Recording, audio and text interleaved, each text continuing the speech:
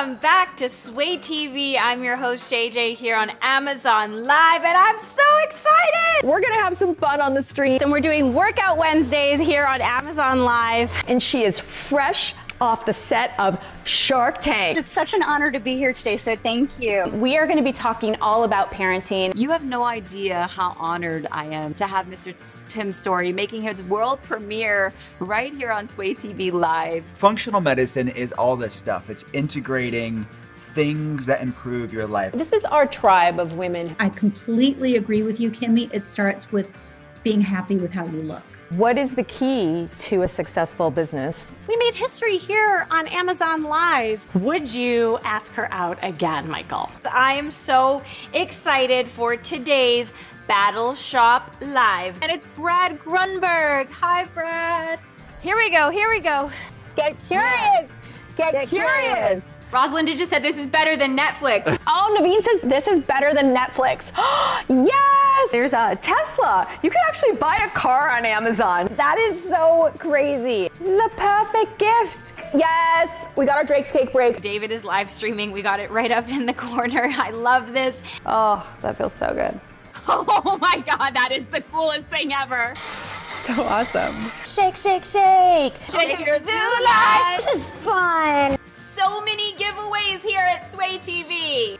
Drum roll, please. Dun, dun, dun. And one person's gonna win a PS5. Which one will it be? Here we go. I'm so excited. I can't even stand it. And Sam's in the chat says Sway TV rocks. Woo! We're still going. Yeah, we don't sleep at Sway.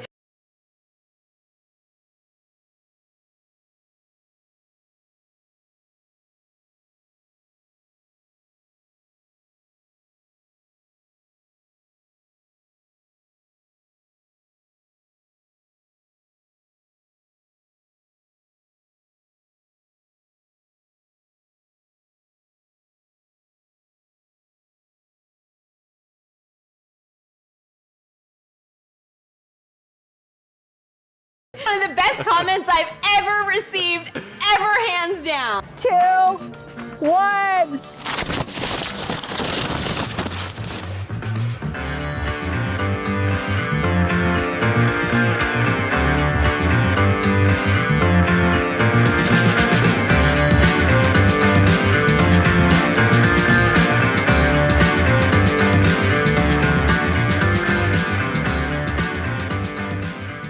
Here all the time streaming live.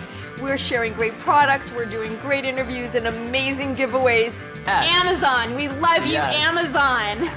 So grateful for you guys and for Sway TV. I've had such a great time with all of you. Shop attainment all the time. It is a girl's dream come true for someone like me to be able to give you dating advice and shopping all in one platform. Amazon Live, woo! Let's sway. Let's sway. Let's sway. Let's sway. Let's sway. Let's sway. Let's sway. Let's sway. Let's sway. Let's sway. Let's sway. Let's sway. Let's sway. Let's sway. Let's sway. Let's sway. Let's sway. Let's sway. Hi guys, I'm Dr. Kate. Welcome back to another live episode of Mind, Body, Spirit with Dr. Kate. I'm very excited today. I have a guest who's zooming in from the Bay Area. Her name is Shakira, and she is the owner of this phenomenal company called Zen Basil, which if you've been following me for a while, you've probably heard me talk about before. And Shakira is going to tell us, we're going to go in depth about the benefits of basil seeds, but not just that, also learning about how her company formed, what she's been up to, her thoughts and views on various things. We might even do a deep dive into her personal favorite health products and beauty products and all of those amazing things. So without further intro, please welcome Shakira. Hi. Hi, thank you, Dr. Kate. It's such a pleasure being here with you. I've have such deep level of respect for your recommendations and what you've done for Zen Basil. So I'm just so grateful to be here with you. Oh, thank you. I'm really grateful to be here with you too. And I think it's so cool that we're both wearing red, which was a total coincidence. And actually my undercolor is like similar, if I can show it. I don't want to do that. But Well, you're gorgeous as always. And just so if anyone else, this was not planned. I literally showed up and it's like red. And then she obviously you look much more prettier in red, but here we are. I completely disagree. Actually, I have a hard time with red because my skin tone, especially technical. I think that your skin tone is like a perfect for the red or like deeper color. But I just do it because it's just what you feel, right? Sometimes you need the energy color to give you like what you need to balance your body, right? Well, first of all, you're stunning, and secondly, this goes back to why I adore you so much. Of course, you're just so humble and generous, but no, here's the part that I believe everything is meant to be, or like we're connected. So we're connected in so many ways, and both of us showing up in red in our interview is no surprise. I totally agree. I think it's super cool. And, I know that part of, I mean, even in the name of your company, it's Zen Basil. I mean, this is, if anything, is alluding to a deeper spiritual practice, like on, the part of the owner of this company who named this brand. And I don't even know where to start with trying to understand like where this came from. We could talk about marketing, but also like who you are. And I also want to talk about what these seeds do. And, I've spouted off a lot of things about them. I just really like them, like the taste. I'm really into the way they taste. And I never liked chia seeds. Like I always felt like I wanted to like them, but they just were falling short. And these perform very similar to chia seeds, but then they have this like totally different flavor. That's way more exciting for my palate, at least. So do you want to just where do you want to start? Absolutely. Well, for those who might not be familiar with Zen Basil and me, well, obviously I'm Shakira Niazi, founder of Zen Basil, and a little bit about my background. I'm originally from Afghanistan. I actually refugeed out of that country into, fate would have it, that I would end up in this incredible land of opportunity. And here we are. But one of the reasons why I started Zen Basil is primarily because I've been on a healing journey myself my entire life. Since I was 10 when we became refugee and essentially homeless. And back then I was in that survival mode, and all I can think about is just surviving. You're just literally running for your life. And so fast forward to a couple of decades later, I realized that journey was preparing me for not only healing myself, but also sharing those discoveries and treasures of healing recipes that I come from by default of who I am and where I'm coming from. So for a long time, I was not really aware of that, but essentially that struggle was preparing me for having this interview with you today. I still get, just like emotional thinking about it. But one of the reasons why I brought out Zen Basil specifically is because, just like you said, when I initially saw chia, I thought it was basil seeds. Okay. This was like 10 years ago. Okay. And so just like you, so many individuals saw basil seed. And then of course, chia was marketed really well. So a lot of the health benefits, including myself, when I saw chia in the market 10 years ago, and it goes back to why I started Zen Basil, I thought it was basil seed. And for like at least over a year, I thought it was basil seed. A lot of the health benefits of basil seed from the natural healers and Ayurveda, Chinese medicine. My culture is huge on natural healers, and that's what we live by. And when you say your culture, you mean from Afghanistan? From Afghanistan, and I don't know anything about Afghani culture, and can you tell us more about how? Absolutely, and this is the part that I could talk forever, right? Yes, I want to know everything. Okay. Absolutely. So, Afghanistan.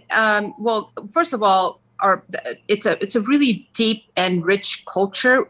Our regions have been around for literally over 5,000 years of history. So there's a ton of culture and history that goes back. For example, you might be familiar with Rumi, the poet, right? Absolutely, yes. He comes from the same villages that I built water wells in. that my parents were born in. So when I say we are a small world, we literally are a small world, because Rumi, and then it was so amazing when Beyonce, I guess Rumi's one of her favorite, and we're celebrating Women History Month, so you see why I can talk about this forever. Yeah. So I love Beyonce's obviously music, but I heard that she named her daughter Rumi, and I've been in, I'm obviously if you were at my home, you would see that Rumi's poem is literally on my ceiling. Wow. And my late father. Which one is on your ceiling? What does it say? Well, I have it in the authentic language of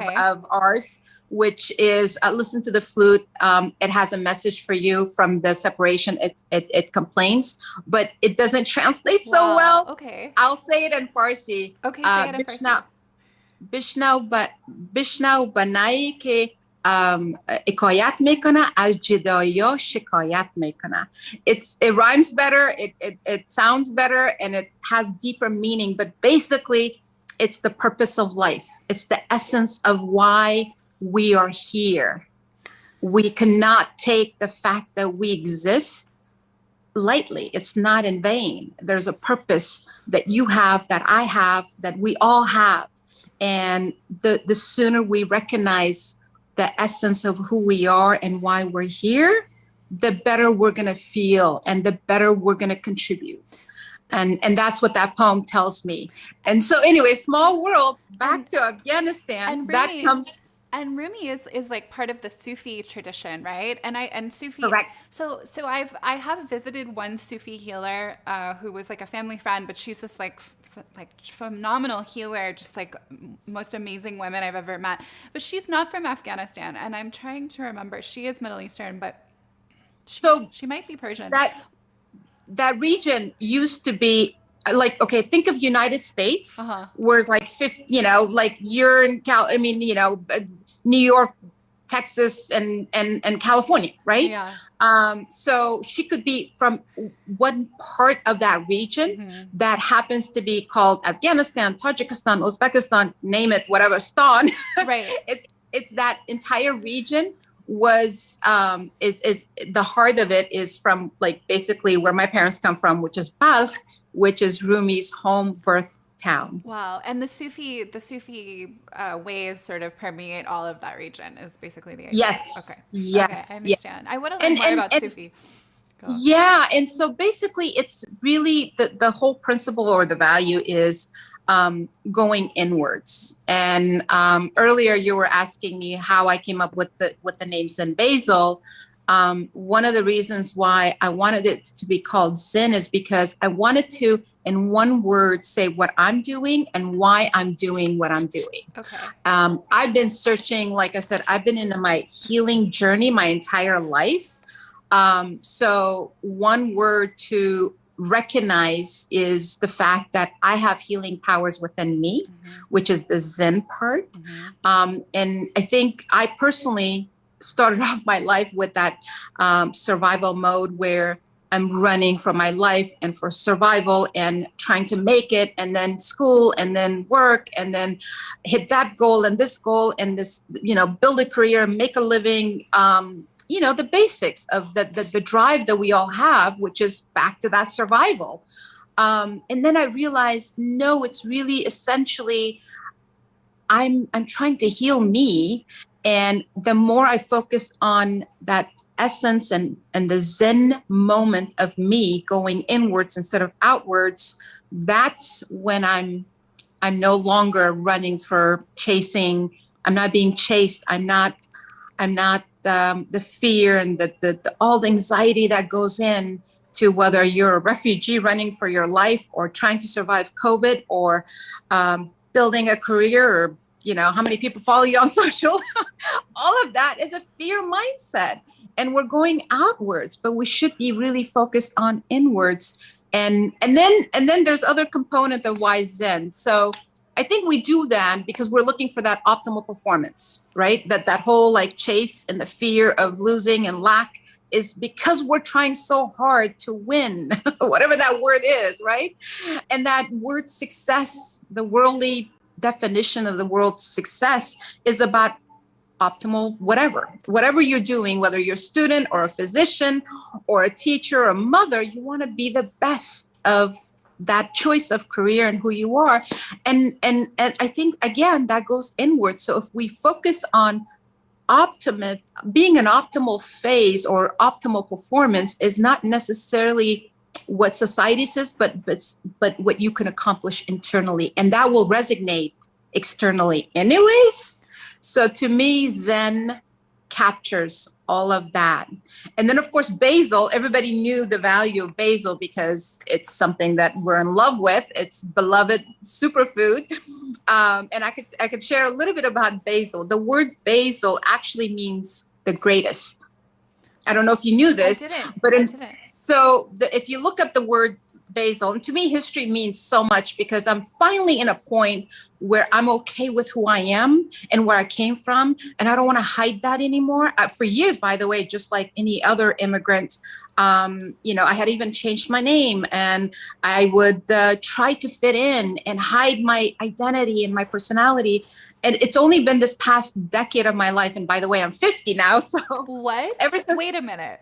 What? Are you serious? Yes, Are you kidding? I just turned 50. You're serious? I just turned 50. Are you kidding me? I'm just serious. No. I'm sorry. You didn't know that?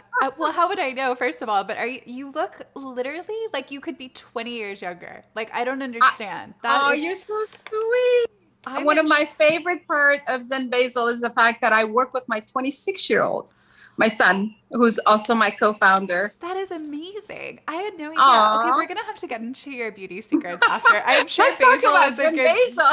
We'll get there. We'll get back. We'll circle back to your like basically like Jennifer Lopez here, like with your show. Oh, look who's talking. Well, no, not at all. I'm not 50. I wish I could say. I mean, I feel 50 sometimes, like in my body, but.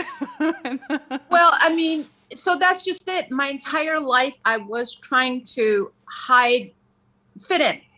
And when you want to fit in, you want to hide who you really are inside because you're afraid because the voice in the back of your head has convinced you that you're not good enough.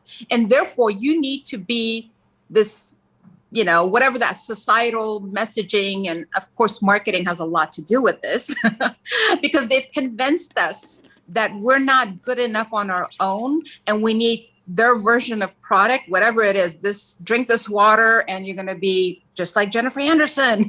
Drink or have this whatever product and you're going to look like. If you eat these basil seeds, we're going to look like you, right? We're going to Well, here's the facts about it. And of course, and I love talking to you and why I wanted to celebrate you on my social today, because, well, first of all, you have the medical, background to not just throw marketing terms and advertising campaign, but really back it with science. Here's the truth of it. And I love Bobbi, and I wanted to celebrate Bobbi Brown on Monday, March 1st, because, again, she goes in with that same mindset that you and I share on the note that the real beauty starts within. Mm-hmm. And back to the word Zen and basil being the greatest herb of all superfood, of all herbs. I didn't complete how the word basil, it became is the word basil. So gazillion years ago, and I don't remember exactly when, but this is before, I think during Byzantine Empire or whatever, there was a king that was called Basil. And the reason why he was Basil was because he was the greatest king. So when they discovered this plant, this herb, basil, in Europe, they're like, oh, this is the king of all herbs. And that's how the word basil came about. Wow. That's Isn't that cool? I had no idea. And so in what language does basil mean that? I think it's a European, maybe it was, I know that the herb basil was brought to Europe in exactly when, I don't know. But I think this gentleman, this king, I'm sure he was part of the Byzantine Empire. So, okay. or that, it has to be part of the Roman empires. Okay. It's Saint Basil. So the essence of the word is being great. Okay. And of course, back in those days, in order for you to be the great king, you're a king, right? But of course, I am. So I call this the queen of all herbs.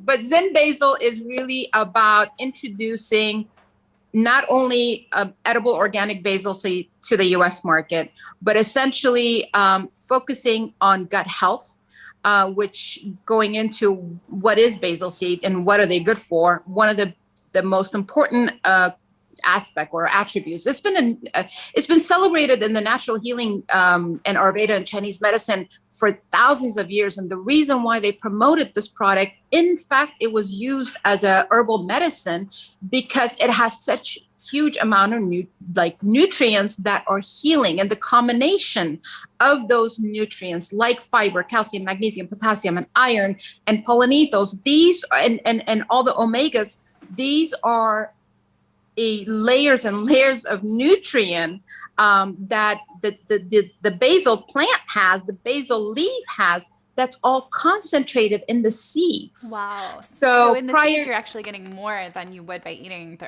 herbal leaf. Is that right? Absolutely. Okay. So in fact, I've tried to explain. So when I initially introduced, and so that was the reason why I was so eager to bring a first to market idea. Zen Basil Seed is literally the first US based organic certified basil seeds that are edible.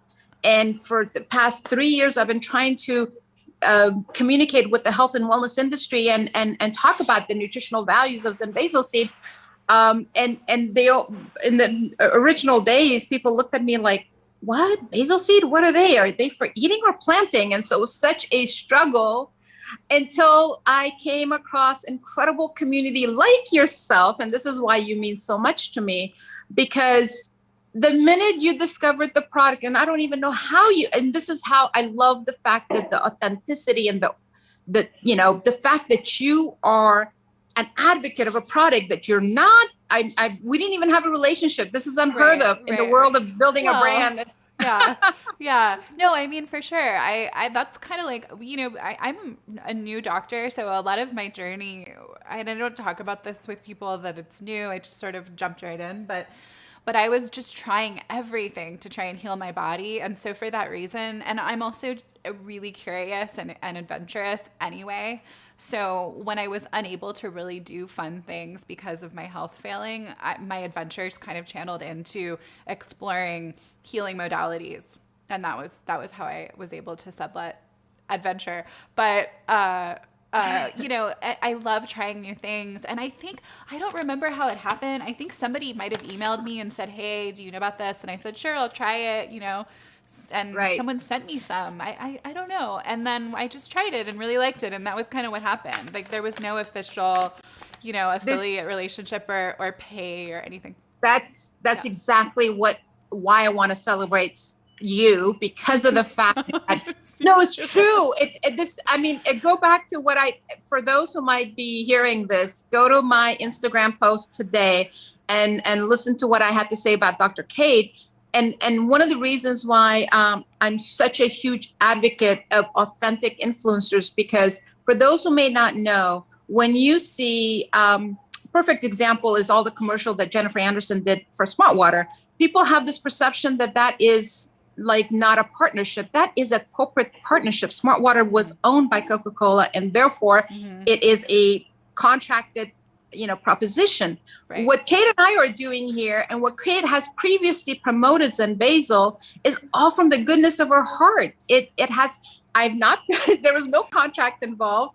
And I get emotional every time I run into an authentic influencer, because I've been around corporate America for, 3 decades. I know how things are done. But the fact that we've taken our powers back and we're going, and what you're doing, looking for healing ingredients and then celebrating and then sharing them when they really work, that to me is priceless. And that to me is my mission in life. My mission in life is literally to unveil the marketing, the traditional marketing machine that basically has hijacked our health. and beauty industry. Absolutely. Yeah, that's a good point. Well, And I mean, for you 3 decades, you have like a talent for making these really full circle things. Like you've just done it again in relationship to marketing, and health. But you also did it earlier when you were talking about like the mind, body, spirit components of like going within and how beauty comes from within. But then you have a product that is, you know, an internal product that you take that helps you with internal things. But that's not really what you were talking about, because you were talking about like the spirit within and the soul and like, you know, but there's so much scientific overlap. I mean, when you talk about beauty from within, because when we're able to, not that we can at will control our pituitary gland, but for sure your pituitary gland, you know, is secreting things that have an effect on the world around you, that like have an effect on your pheromones and the way your physical, you know, I could say the auric field, I'm trying to be scientific, but the way we, you know, as mammals, right, are biologically able to interact, right? Those are hormone-based things that you can secrete from within. I mean, right? I'm talking about beauty, so. 100%. And this is the part that I get like so excited and I get so like, this is the reason why I've started Zen Basil, because I knew edible organic basil seeds would be a healing ingredient, and we had it in our culture our entire life, but I didn't understand why the natural healer used it as a form of medicine. So the more I did the research and I looked at the gram to gram comparison of Zen Basil seed versus chia, for example, 2 times the fiber, 2 times the calcium, potassium, magnesium, iron. Here's the fact. At least 75%, according to Dr. Molly's probably close to 90%, at least 75% of our entire immune system is in our gut health. So if we can nourish and just focus on gut health, we're in a passing grade, because right now, the last set of statistics I looked at, only 12% of Americans are metabolically healthy or considered in a, you know, optimal performance phase. So that's like, you know, over 80% of us are struggling. It's very concerning. And then, it's very concerning. Right? So if we're going to focus on health, just on that note alone, and as far as I'm concerned, beauty starts in your gut health as well. Mm-hmm. And Bobby Brown will agree with me. I love the fact that you agree with me.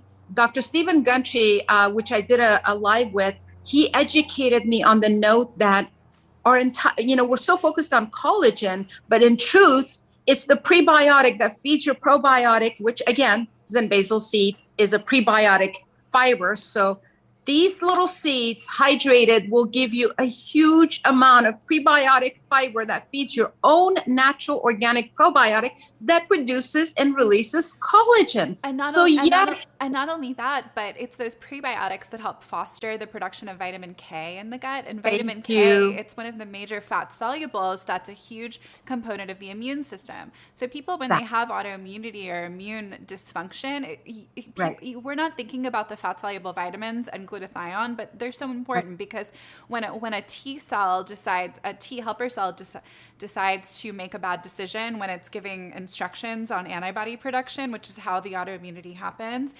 If you go a little bit further back to the T regulatory cell that polices the T helper cell, the T regulatory cell is fostered by vitamin K and vitamin A, D, E, all the fat solubles. But if you're getting that prebiotic fiber and you're able to synthesize your own endogenous vitamin K, it's hugely invaluable for a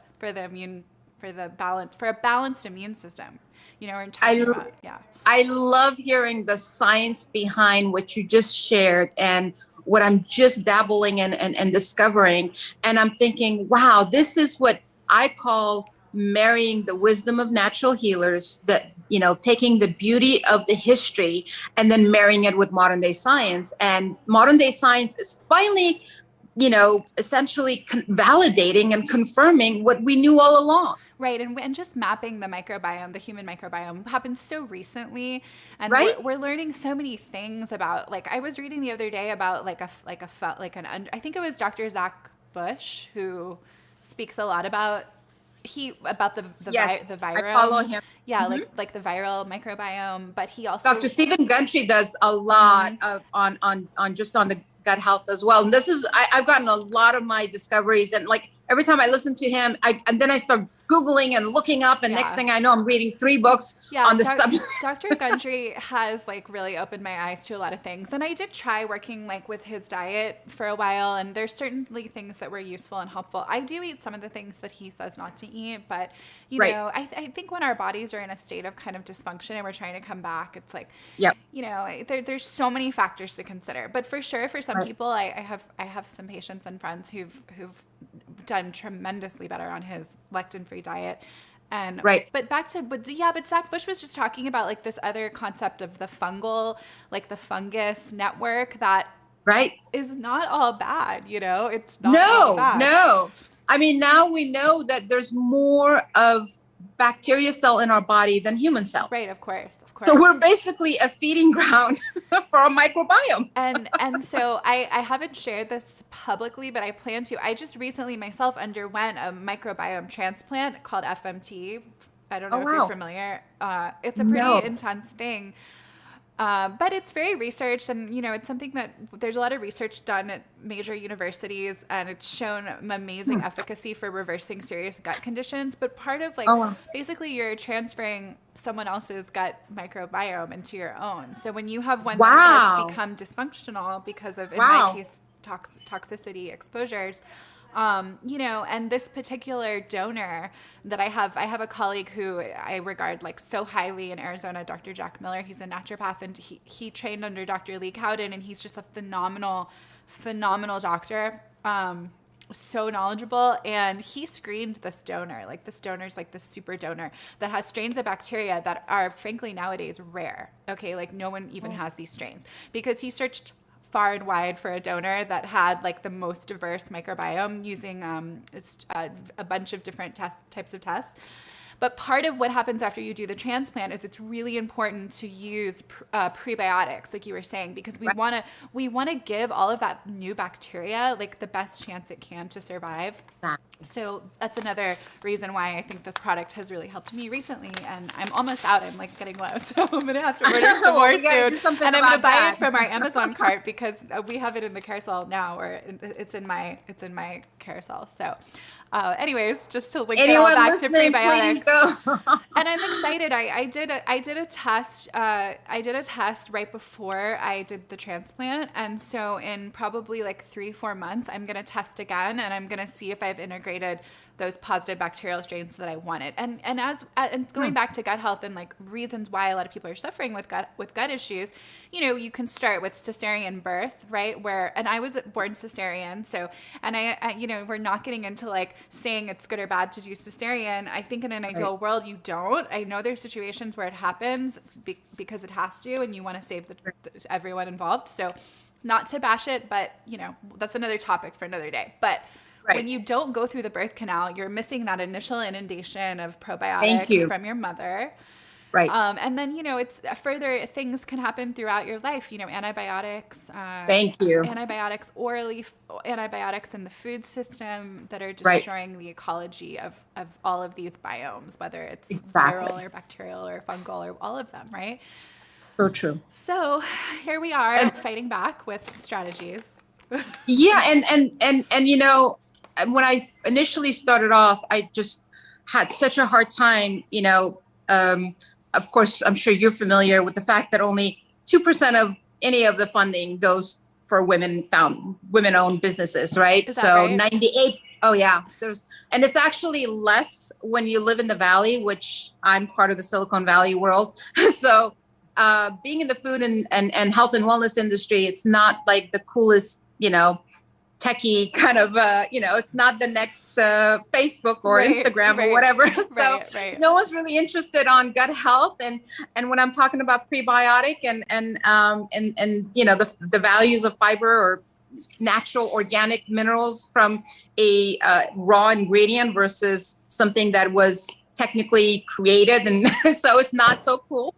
I was struggling with my, when I was initially, you know, in this space, other food tech businesses, like Impossible Burger type of millions and millions of dollars were pouring into that industry. Literally, they raised, I think, 90 million within like months.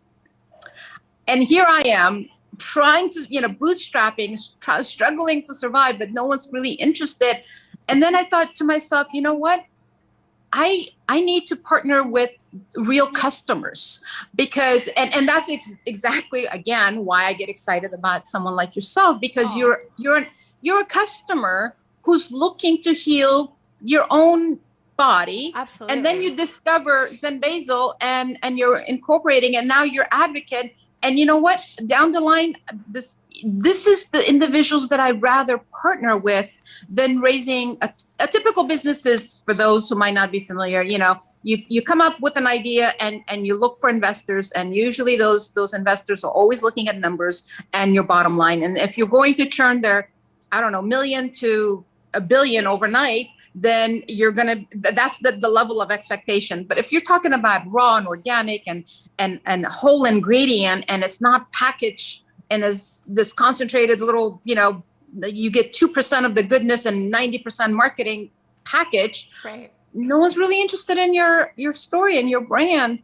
So you're not going to be able to get that product on every single shelf. That's the reason why I love Amazon, because look, Amazon's given me a chance to connect with you. If it wasn't for Amazon, I'm not in any of the retailers. And I can, one day I'm going to make a list of all the buyers that said, I don't see a value. I don't see a market in basil seed. Wow. You're too early, they told me. Wow. They said, nobody knows about basil seed, and you don't have a multi-gazillion-dollar marketing campaign behind you. How are you going to be able to get the brand message out? No one's going to understand the value. You're going to just. Who were they? Can we ask? But not Amazon. No, not Amazon. Amazon took the brand without, they were just so supportive. Again, if it wasn't for Amazon, I wouldn't be connected with you. I wouldn't be connected with so many of my friends over at from New York to Texas to so many, Midwest, all over the entire, all the way to Canada. I would not be in these homes had it not been for Amazon, because I wouldn't be able to reach them. Right. Yeah. And I can give you a long list of retail buyers, very, very health conscious retail buyers that specifically said, I don't see a value for your product. And here's Dr. Kate, who says, I found this product and I loved it because it's really good. I mean, it tastes so good, especially I've gotten addicted to putting it on salad with oil, because it kind of changes the texture of salad and it gives it more again, back to adventure. I love just, having kind of a multi-dimensional experience at all times. So with food as well. So creating different textures is pretty fun and exciting. And texture, and plus you're getting all that nutritional health benefit of course, of something that is fun. For example, a lot of people want to know, are they the same seeds that what are they? So when you hydrate them, this is what they look like for those who might, know. And in terms of how to incorporate it in your life, you can add it from your, right now I have water strawberry, and this is generally how I have it throughout the day. Wow. So that's water with this is water, 1 tablespoon Zen basil seed, lemon, and strawberry. And just I add strawberries, and sometimes I sprinkle a little pink salt just to give it more, kick. But basically what I have in here is I'll read you. I mean, I can tell you from the heart without reading the nutritional facts, but the nutritional facts of here we go. Cool. Anyways, check it out. It's 8 grams. So what's in my drink is 8 grams of fiber. I mean, 95%, which is, by the way, 8 grams of fiber is 27% of your daily fiber needs. Wow. So to going back to the question of why I was so excited and eager to bring this product to the market, 95% of Americans are missing their adequate daily fiber needs. We are fiber deficient in so many ways, and no wonder only 12% of us are metabolically healthy, because we're missing a huge nutrient. Fiber, it goes not only from your gut health, especially prebiotic that feeds your probiotic, that does all the magic, not only for your immune system, for your gut wall, all the way down to your cellular level and your skin level, right? Yes. So then we have also in my one serving, that 1 tablespoon of Zen basil seed that went into my drink. So I got 27% of my daily fiber needs. That was 8 grams of fiber. I have 3 grams of complete plant-based protein. I have 15% of my daily iron need. I have 15% of my daily calcium need. I have 10% of my daily magnesium needs. And then there's a ton of polyphenols, and which are the antioxidants. Now, studies have confirmed, and this is from published scientific journal, 1 gram of hydrated Zen basil seed will give you enough antioxidants to absorb up to 15% of free radical from our body. Wow, that's amazing. I had no idea that they were so polyphenol rich, and that's a huge thing because oxidative stress is everywhere, right? And when you're talking about it's funny because you can have oxidative stress without having gut problems, but they tend to go hand in hand because these chemicals cause leaky gut. You know, but then when you're fighting the damage to the mitochondria of the cells, right? So you're healing the gut, but you're also fighting. I mean, because most antioxidants are not really healing the gut; they're doing a different function. So to have that together is pretty amazing. I again, this is why I feel like there was a bigger purpose of why you and I had to connect. And for those who might not have, like, you're never going to see my old package, but the logo here said perfecting body, mind, and spirit, because and of course you're all about perfecting body, mind, and spirit, right? Well, I truly believe our healing is not a one-dimensional, one source, let's just focus on products and consumption. Consumption to me, and this goes back to why Zen is so important to me, and it goes back to where I get this advice is really from the natural healers like Rumi that we were talking about earlier, that my culture is, he was born in my regions and Balkh, Afghanistan. But anyways, those natural healers had spoken about the essence of who we are is captured in our heart. Mm-hmm. But that heart is filled by vessels that we feed ourselves. Wow. And those vessels, and here's the part you're going to love. The vessels are not just the consumption based on the food and beverages. The consumption is based on what we hear, what we see, the friends we connect with, the information we read and tune into, whether it's news, whatever channel of, we all have our little boxes, this is a plant-based and this is keto-friendly. This is we have all these channels that but all that information is feeding us. And when we believe it, we're filling our heart, right? So the vessels that are feeding us is a combination of what we hear, what we see, and what we consume, including the choices of words we choose to speak. That also is coming right back at us and feeding our heart. And that is the whole body, mind, and spirit, in my opinion, connection, which of course your entire platform is always focused with that concept. But that's how we heal ourselves. I think it starts. It's totally where I'm coming from. But I want to know. And I'll tell you why after, but going back to when you were 11 years old, 11 or 10 years old? 10 when I left, yep. I'm very curious, like what happened, like what that was like and what it was like after. Because, Carolyn Myss, who's one of my favorite authors, talks a lot about archetypes and how we're sort of born with these archetypes that are, and she said, if you want to identify an archetype within yourself, it's not something that you just want to be. Like, you have to be able to trace it throughout your whole life and see, I remember when I was 6 years old and I was acting like a queen. No, I was a queen. Yes. Okay. But there is one exception, which is the archetype that she discusses called the wounded healer. And the wounded healer, she talks about, because there's a regular healer too as an archetype. Right. And then there's wounded healer, which, and for you, you were very young. So I don't know if you're a wounded healer, regular healer, or both. In my case, I identify more with the wounded healer because it took a serious illness to kind of like make me and like into the mind, body, spirit life, right? Yeah. So I'd like to know I actually more. Now now you put another addition of books that I should look into. Oh my gosh, yeah. So thank you for sharing that, because I feel like I'm a little bit of both. And I'll tell you why. Because when when we lived in Afghanistan, it was a peaceful, simple life. And, you know, my biggest memory or funnest memory is when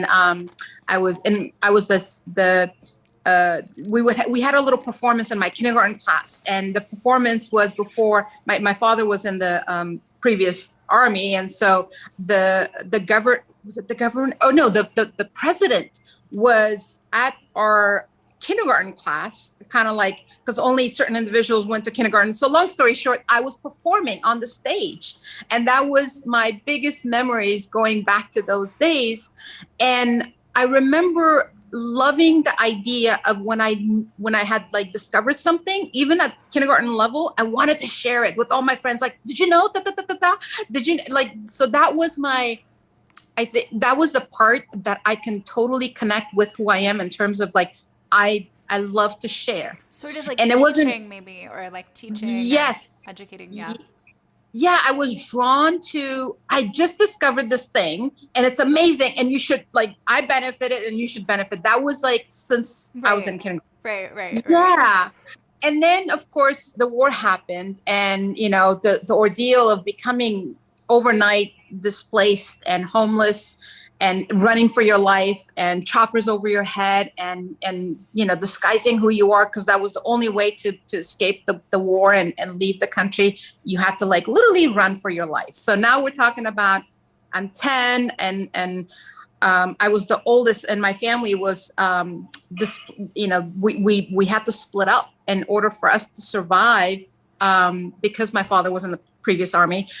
He was not with us. He was taken away, and his whole story is a long story in terms of how he survived. But essentially, we left with my mom, my uncle, and my 3 younger siblings. So I'm 10 and I'm responsible for 3 younger siblings. And my mom is like, she was very pampered in her life, and she's just like, I don't know what to do. So somebody needs to take care of things. And I became, you know, the adult at 10. So that just escaping that war journey when we left Afghanistan, and we finally made it where we're like, okay, we're going to not be shot at and we're not going to die. That journey took 2 weeks. So fast forward, fate would have it, I would end up being, you know, adopted in the United States. And we were the lucky one. We were literally a lottery kind of a ticket situation where the journey actually went from Afghanistan to Pakistan to Germany and eventually to New York is where I landed. So anyways, let's back up. Let's back up. Sorry, there's a lot to unpack there. So during those 2 weeks, I mean, do you? I don't know how much you remember. I'm gonna assume a lot, but like during those 2 weeks, like, were you aware of what was going on, or were you I was not only aware, but within those 2 weeks, I got the most intense educational of my entire life. I learned things in those 2 weeks that I only understood the value of it at graduate school. On the note of when I say survival, we're talking about we had to walk the entire way from Afghanistan to Pakistan by foot. You've seen the mountains. How far is You've that? seen. Would you say? Well, I don't know. I should go back and look at the amount of, you know, miles that we actually walked. Mm-hmm. But you've seen the mountains, mm-hmm. right? And you know, one of the things that they show about Afghanistan is always those mountains. We went up and down those mountains on the back of a donkey. Until today, I'm afraid of heights. And the reason why I'm afraid of heights is because I was so terrified being on back of the donkey that is climbing this Mount Everest type of, you know, elevation. And they're going on the edges. Yeah, and I've been in northern India, like those same mountains that the Tibetan people crossed in a similar situation. And some of them you feel like you're going to fall off. It's so scary. You're right. Yeah. And so my phobia of heights, which I like when I go skiing now, I love skiing, but I can't look down. unless my feet is, when I'm going up the gondola, I cannot look down. That's how, and that phobia comes from that experience. But we're talking about 2 weeks of that ordeal, where we had to literally walk icy cold river barefoot. I'm carrying my little sister who's like 1. So the siblings, I'm the oldest, I'm at 10. So then there's like, right after me was my sister, 6, and we have 3-year-old and a 1-year-old, and my mom, who's, my pampered queen. And then the smugglers that are taking us, to the safety. But we have to hide from the choppers and the checkpoints that at any moment, if we're caught, we're executed on the spot. So we know that risk. And wait, you knew that at 10. You knew that you were fighting for your life and that you were going to be killed if someone found you. Like, that was something that you actively were processing, for sure. Not only actively processing, but making sure that you can hold on to hide your identity, because there's moments that we had to cross the checkpoints and we had to pretend that we were like gypsies. So we had to disguise and wear clothes that looks like gypsies that were just roaming around these mountains. That's what we do, because that's not who we were. We had a simple life. Yeah. We had a normal life. I went to kindergarten. I was, when we left, I was in 2nd grade. So we lived in the city of Kabul back then. It was like, a modern, a very comfortable lifestyle where we had servants and all sorts of, conveniences. Overnight, I go from that lifestyle to I'm a gypsy. I have no life. We have no, it's because the question of like, where's your father? What kind of family is this? We had to prepare ourselves for those type of questions at checkpoints, or else the minute if they would have known whose daughter I am, then that's it. Right. There was no questions asked. And so I knew that, and that entire 2 week was essentially like, 2 decades of experience condensed into that 2 weeks. It's just, it's so incredible. And I know that like it takes a long time for us to really understand these experiences. So I'm sure eventually I don't know, but I just wonder like what that felt like for you. I mean, were you just in the moment kind of taking charge and then later feeling bad, or like, did you feel bad exactly. in the moment? Okay. Yep. Yeah. And that's the beauty of it. And I talk about my refugee day until today. I'm 50, like I said. I live in a very comfortable part of Bay Area. I'm happy, I'm comfortable. But every single day I want to not only remember the fact of who I am, where I came from, and the fact that I was a refugee, but also contribute a lot of my the essence of who I am to that 2 identity. weeks. Yeah, I mean, this is your identity. This identity is something that I've just come to appreciate and celebrate in this past decade of my life. For the initial 3 decades that I lived in the United States, I tried to hide that identity. I was ashamed of who I was. I was afraid that I would not be accepted. I was afraid of referencing or even talking about it because it was not cool enough. It's not, it's not. So how old were you? You were in the United States for 9/11 then? And how old were you? You must have been an adult. I was in my 30s and when 9/11 happened. Yeah, wow. I was about 31.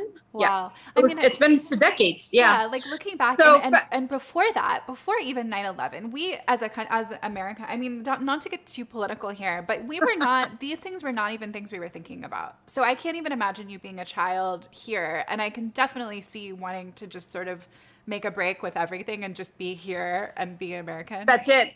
Yeah, like I said, I had changed my name. I was afraid of even like sharing my name. By the way, my name Shakira is the definition of the word Shakira is grateful. And my father named me after him. His name is Shakur, so he named me Shakira after him. And I'm the 5th child of the 8 siblings that I'm part of, and he chose to name me after him. So I did not appreciate that until like I until my 40s. When did you start going by Shakira again, or were you in my 40s? What was your name what was your American name? I'm too embarrassed to even say it, but Brenda. Oh, I love Brenda. Although I will say that does date you a little. Like I would have thought you were like 30, but then you tell me that you're 50. You look 30, but Brenda, that's not. So yeah, Brenda is what I'm trying to say is that, okay, so this little refugee girl ends up, by the time I made it to United States, because we went to Germany, and then by the time we got here, I was 11. Wow. I remember when I landed in New York is where we landed. And, over the summer, this past summer, I was part of NASDAQ's entrepreneur program, and they honored my picture along with Zen Basil on the NASDAQ's famous billboard. And I was so emotional at that moment because I remember when I landed in New York, and I remember looking at those billboards that was bigger than life. And I still get this level of energy when I'm in Times Square because it just gives you a moment, this experience that, anything is possible. But back then I didn't even dare to think or dream that big, because my mindset when I landed in the United States was just on the survival. So I went to work. I've worked since I was 12. But for me, it wasn't like, oh, I have to work. No, it was like, oh my God, I'm getting paid. This is great. Put me in, coach. So I kept getting whatever job I can get my hand on. School, of course, is part of it. So fast forward, I graduated, and my aspiration was to make it on Wall Street. That was, when I was really thinking about finance. So fate would have it that I got married, and the best part of my entire journey of life is becoming a mom and motherhood, and that's why I'm just so thrilled that I now work with my 26-year-old. So going back to my early 20s, after graduate school, I hit corporate America, and I worked for Wells Fargo's risk management and so on and so forth. I built my career in banking and finance because, again, I was trying to survive.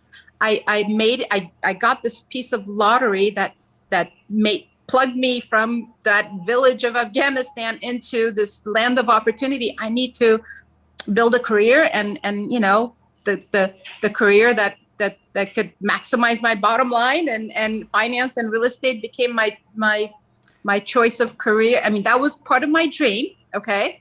In my 20s, my dream was to make it to the corporate office. I mean, like if you're in Bay Area, when you cross the bridge, Bay Bridge, you see this glitzy energy of San Francisco.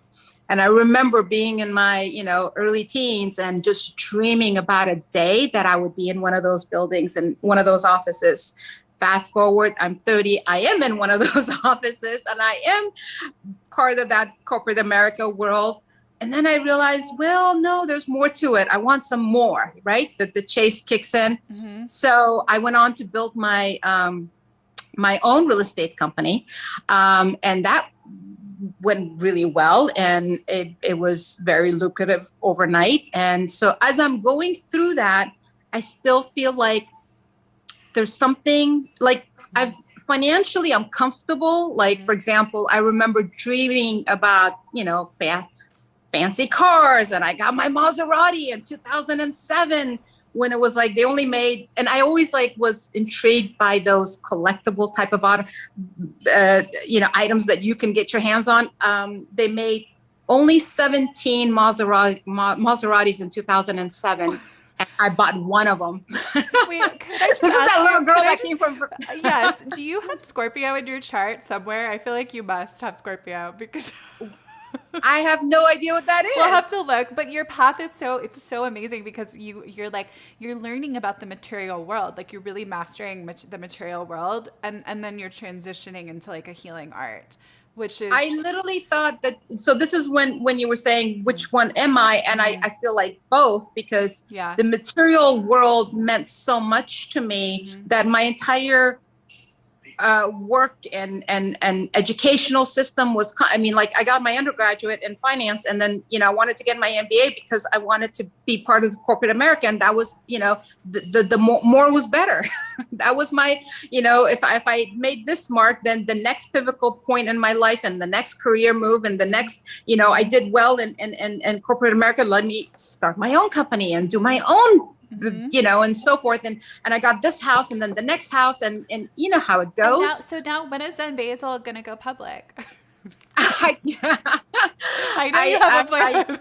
No, I'm just kidding. My dream now is not so much about when I'm going to go public, but making sure that Zen Basil is in every pantry in America. No, I was totally just kidding, but it would be totally cool though. It will be so cool because that would mean to me that we are really celebrating our own healing powers instead of focusing on a product that is manufactured and processed and has sold us the idea that we're going to be taller and skinnier and prettier and whatever. Right. It's like a consciousness, like a brand of consciousness. We need more conscious brands to be like in that space. I mean, that's really the goal, right? Which means then we've contributed towards our awakening. If we have Zen Basil seed in every single pantry and every single home, as my current dream is, then to me, that's not just the financial success. Of course, that would mean so much in terms of growth,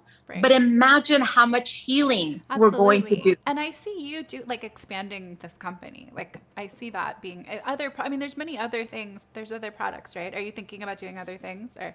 Oh, absolutely. In fact, so funny story, you bring that up. But going back to how I got, from chasing my own personal bottom line dream, just living a comfortable and convenient life to how Zen Basil came about. I started this socially responsible brand of water in when I hit my 40s, that's when I started to pay attention. And I love the month of March, and there's no accident again why we're doing this in March. So in 2010, after the Maserati and the Lamborghini and all that. Oh, you had a Lamborghini too? Oh, my goodness. Wow. What color was it? After all that, what I really wanted to do is just, hit the next pivotal point of my career, right? Right. Then 2010, and you said 9/11, and again, now I have no doubt, and in life, there's nothing an accident. Everything happens for a purpose and a meaning, and our only job is to celebrate as they're happening. So in 2010, right after obviously 9/11, or 2010, March 22nd is World Water Day. And that's when I discovered the purpose of my life. And at that moment, I was watching Diane Sawyer on Good Morning America, and she was talking about World Water Day. And I thought, why did they designate it a day for World Water Day? I was moved, and we had just watched everything that went on with 9/11, and then I'm looking at the war that's happening again in that part of the world, and I'm looking at myself and thinking, why am I saved? Why am I not one of those little girls still? And why did I not become one of the statistics? And why am I just sitting in this beautiful home and having Rumi's questions, right? Asking. Exactly. And at that moment, I realized that the purpose of my life was to bridge our worlds through health.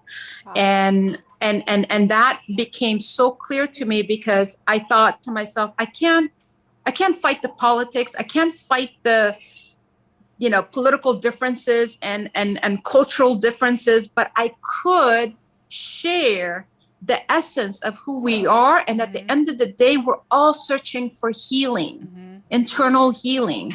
And when we focus on that, sharing our healing recipes, we're now connected, and now we're united, and now we're friends, and now we're family, and all that negativity and war and violence is eliminated. There's, when we put the focus on healing one another. So it was March 22nd, World Water Day, 10 years ago, that kind of awoke me and shifted my thought process. And I'll tell you another truth about my life. I remember dreaming about the house that I'm sharing this moment with you. It was brand new construction, and it was like I was so excited about this home. And within a year of putting every single upgrade that I dreamed of into the house, because now, you know, money was not much of a limitation, and yet I was not content. Yet I was looking at a bigger house. Yet I was looking for the next upgrade. I was not even here in this house that I've been now, you know, for 15 years. Within a year, I'm looking for the next. So then at that moment on World Water Day, I realized what I'm really chasing is not that material world that I thought it was going to fulfill me. It's really the essence of who I am and why I'm here. I have a job, and my job is to share my healing recipes. And so I started a socially responsible brand of water because water became my cause. We went on to build water wells in developing countries. That brand was called Vita Water, Salvare la Vita Water. Actually, it's Italian for saving a life. We built 55 clean water projects in 10 different countries. 16 of them is in the same villages of where I came from, which is Bath, which is home to Rumi. Wow. And my so home. much connection with Rumi. I love it. Well, he's someone that I've celebrated and have learned so much about the essence of his poems, not just the words, but what they really meant, the elevation, the higher self. And my father, actually, my late father, introduced me to his work. And so I loved it. And so the whole thing came together with literally, I was at Whole Foods demoing my brand of water. And at the time, back then, the only way that we would find any kind of basil seed is some imported, those Asian stores or imported stores. And I thought for sure Whole Foods going to have basil seeds, right? So I was demoing my water brand. I asked the buyer, where's your basil seed section? And they're like, what? What is that? You mean the stuff you plant or the stuff? And I'm like, oh my God, you guys are missing out. I mean, so long story short, that's how Zen Basil came about. Well, oh my God, Shakira. Okay, first of all, I have to say, I could talk to you for hours and hours and hours. Our next show is like here, and we have to wrap soon. I told you that there's plenty to talk about. There's so many things to talk about, and like this has been one of my favorite interviews. I was interviewing people for 2 years, like in health and wellness, and like this is by far one of like the most profound interviews. You are so powerful. You are so powerful. Like that doesn't even do it justice. We'll continue the conversation. We're going to continue. I can't wait. I look forward to it. And for now, I hope everyone watching, and people who will watch this on our Sway replay, by the way. Someone said, yeah, how does Whole Foods not have Zen Basil seeds? That's exactly what I was thinking when you were talking about vendors, because like I see the most insane things at Whole Foods, like Incan like seeds from some place in like, I don't even, I've never, this is like pretty, I don't know. Anyways, that's for another day. But now here you are in Amazon, which is a Whole Foods company, right? Yes. All right. Well, we're going to wrap now. For everyone watching, thank you so much. Please check this interview out on Sway Replay. You can watch the rest. You can rewatch this episode, and we'll definitely be sharing it on our platform. Thank you so much for having. Where else can people find you? I know you have your Amazon store. Where else can people find you? We ship direct to all states and for free shipping. Okay. Yep. So the same, and we have subscription model at zenbasil.com. Okay. And so we'll find all of that on the Amazon store and also your Instagram. And I thank you so much for your time today. And I hope you have a blessed day. Thank you for having me. Yes, of course. All right. Well, thank you, everyone. Thank you so much. I'm Dr. Kate. This is another episode of Mind, Body, Spirit on Amazon Live. Thank you, Amazon. Thank you, Sway TV, for hosting us today. And everyone, have a wonderful day. Let's sway. Thank you.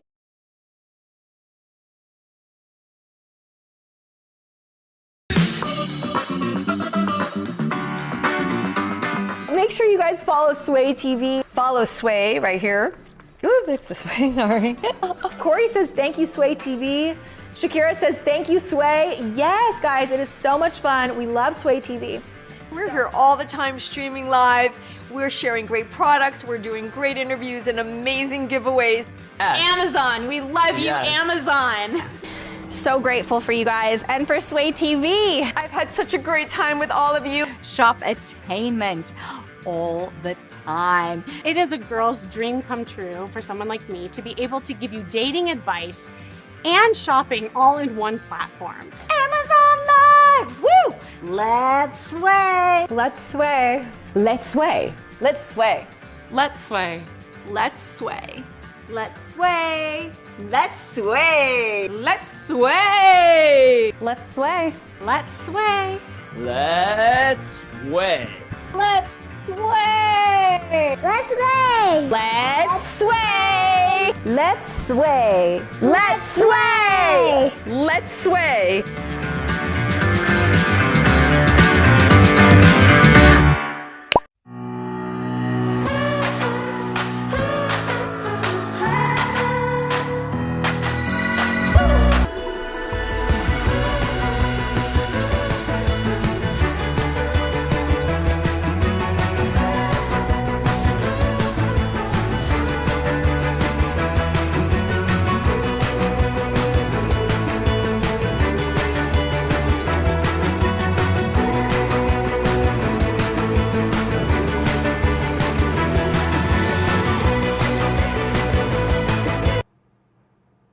All right, Doug, we are ready.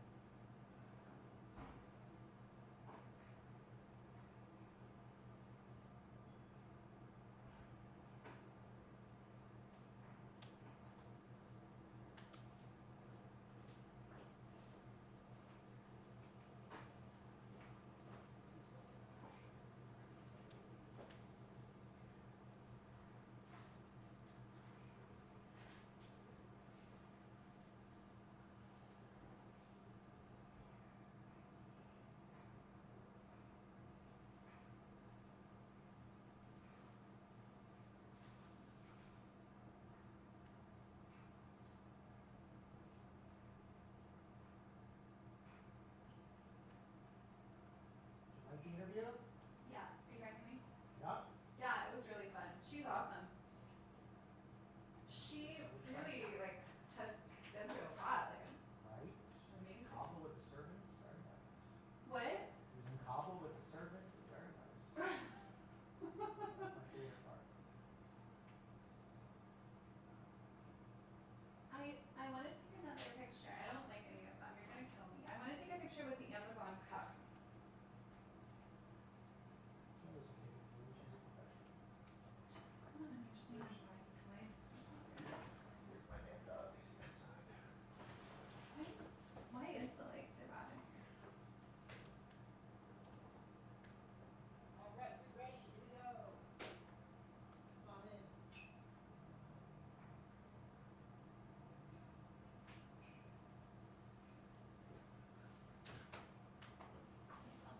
Here, Candace, take a picture of her. Do your professional job. Are you good at She's pictures? the Because best. Andy's really not done what I You want the light on or off? What's the problem? I just want a good photo in front of this. That's all I want. And for some reason, this is creating a shadow on me. I don't know why. Maybe it's just my face. No. Hop on in, Doug. Put the headphones on. We're ready to rip. Let's go. All right. Oh, hi. Hey, how are you? Are you guys interviewing? Doug, What are you yes. guys doing? You're doing an interview with a girl from Texas. Julie Whitley, physical Okay. education Was this okay teacher. with this open or no? I think it's cute.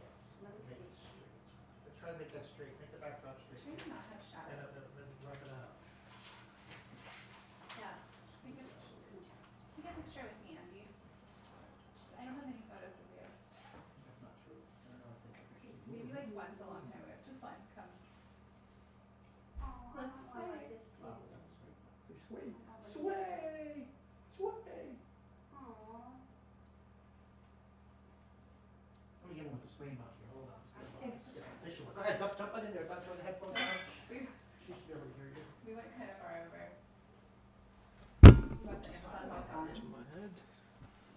Oh, crazy stuff. Oh, down. Scary. Oh. That's why we have to capitalize on the Amazon moment while we have it, just in case they're gonna. Maybe won't. Okay, that's good. I just wanna make sure that we got. You can just make sure you get this in the car. All right, throw those headphones on. It's going to be that one. Does that look weird or should I clip See if you can hear you. Okay, you're good. I'm sure I'll talk to her. Hello, hello. It looked like your shoe. Hello, I can hear you. Hey, Julie. How are you, hon? Good, how are you? Good. Happy Friday. Yep. So, you know, that's where the chat's going. Hey, I can see you too. That's kind of cool. Well, I'm tethered in here actually. Sit over to Yes, you are. I'm stuck. There we go. There you go. Sit There's a pillow. I need to sit on a pillow.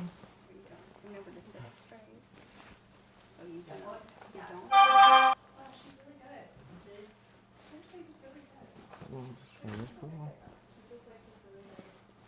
Ask Julie, is there a place where a little bit lighter so we can see? Yeah, you get better light, Jill. By any chance? Do what? You get a place where you can find some better light, maybe. I can try. Can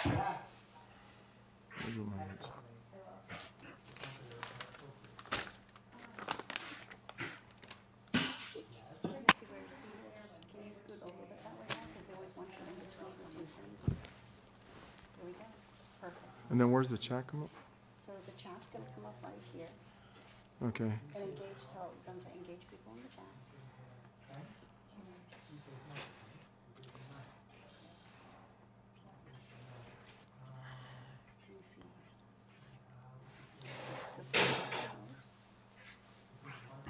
You don't see it. Yeah, you really kind of, you want to, can you flip it around? You're being backlit. You want to be front lit. Right. Okay.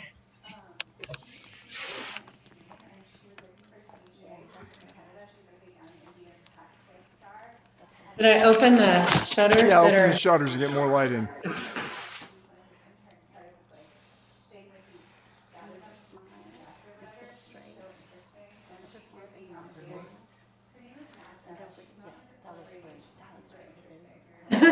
Is that better? That's better. Can you get even more? Oh, open them all the way up if you can. Let me see. Yeah, you want the full light coming in.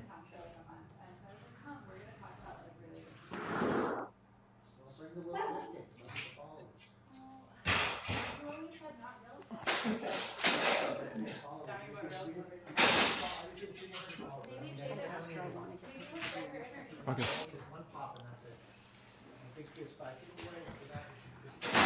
All right, how's that wire? Headphones are hidden for me? Okay. Bring them out, make sure it looks good. Okay. Is that better? Yeah, it's a little better. If that's all we got, that'll work. I get a ball. Yeah. Because now you're on a stool.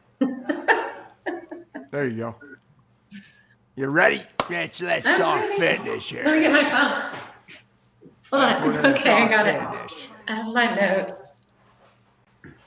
I did my own research too, so I found this thing in the what am I looking at? World Journal of Cardiology, where 250,000 people die each year in the United States contributed to cardiovascular disease, just from lack of inactivity. So I mean, they're crazy numbers. Yeah, So- it's bad. Yeah, so it's all about doing some kind of salubrious activity, whatever that might Yeah. be. And when you were talking the other day about you were going over to one of your clients to help them clean, elderly person, exercise can be disguised into many different things. So we can touch on that too. Yes, it can. It doesn't have to be labeled exercise. Yes. People kind of want to go, that's a little exercise. I don't want to do that. But you trick them, you get them to do it, and all of a sudden it's working. So that's what it's about. Yeah, we need to look at children. They're easy. Well, especially to do now that. with technology and the video games. I was reading something, I guess in Korea now. They implemented some kind of thing through the government because these kids are just like totally stuck. They sit behind a video game, and you know with the obesity rate in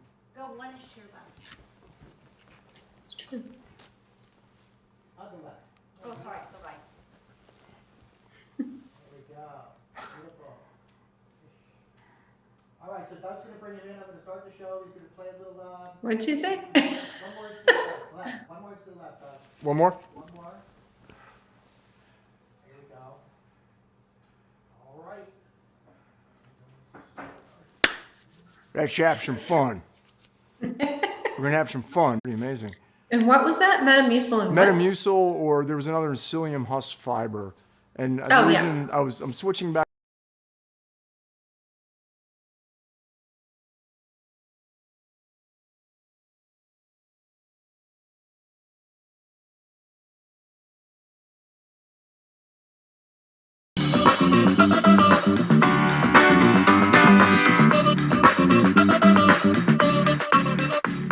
Welcome back to Sway TV. I'm your host JJ here on Amazon Live, and I'm so excited! We're gonna have some fun on the street. And we're doing Workout Wednesdays here on Amazon Live. And she is fresh off the set of Shark Tank. It's such an honor to be here today, so thank you. We are going to be talking all about parenting. You have no idea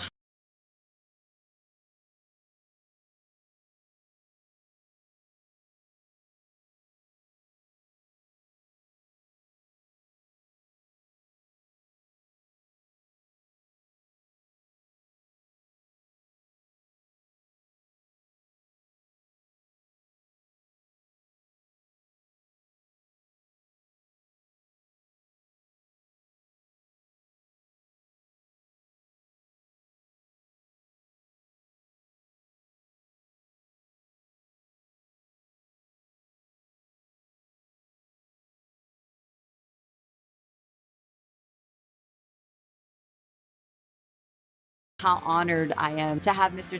Tim Storey making his world premiere right here on Sway TV Live. Functional medicine is all this stuff. It's integrating things that improve your life. This is our tribe of women. I completely agree with you, Kimmy. It starts with being happy with how you look. What is the key to a successful business? We made history here on Amazon Live. Would you ask her out again, Michael? I am so excited for today's Battle Shop Live. And it's Brad Grunberg. Hi, Brad. Here we go, here we go. Get curious. Get curious. Rosalind just said this is better than Netflix. Oh, Naveen says this is better than Netflix.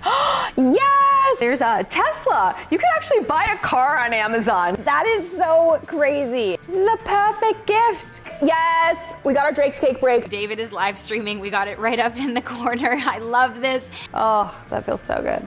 Oh my God, that is the coolest thing ever. So awesome. Shake, shake, shake. Shake your zoo life. This is fun. So many giveaways here at Sway TV. Drum roll, please. Dun, dun, dun. And one person's gonna win a PS5. Which one will it be? Here we go. I'm so excited. I can't even stand it. And Sam's in the chat says Sway TV rocks. Woo! We're still going. Yeah, we don't sleep at Sway. One of the best comments I've ever received, ever, hands down. 2, 1.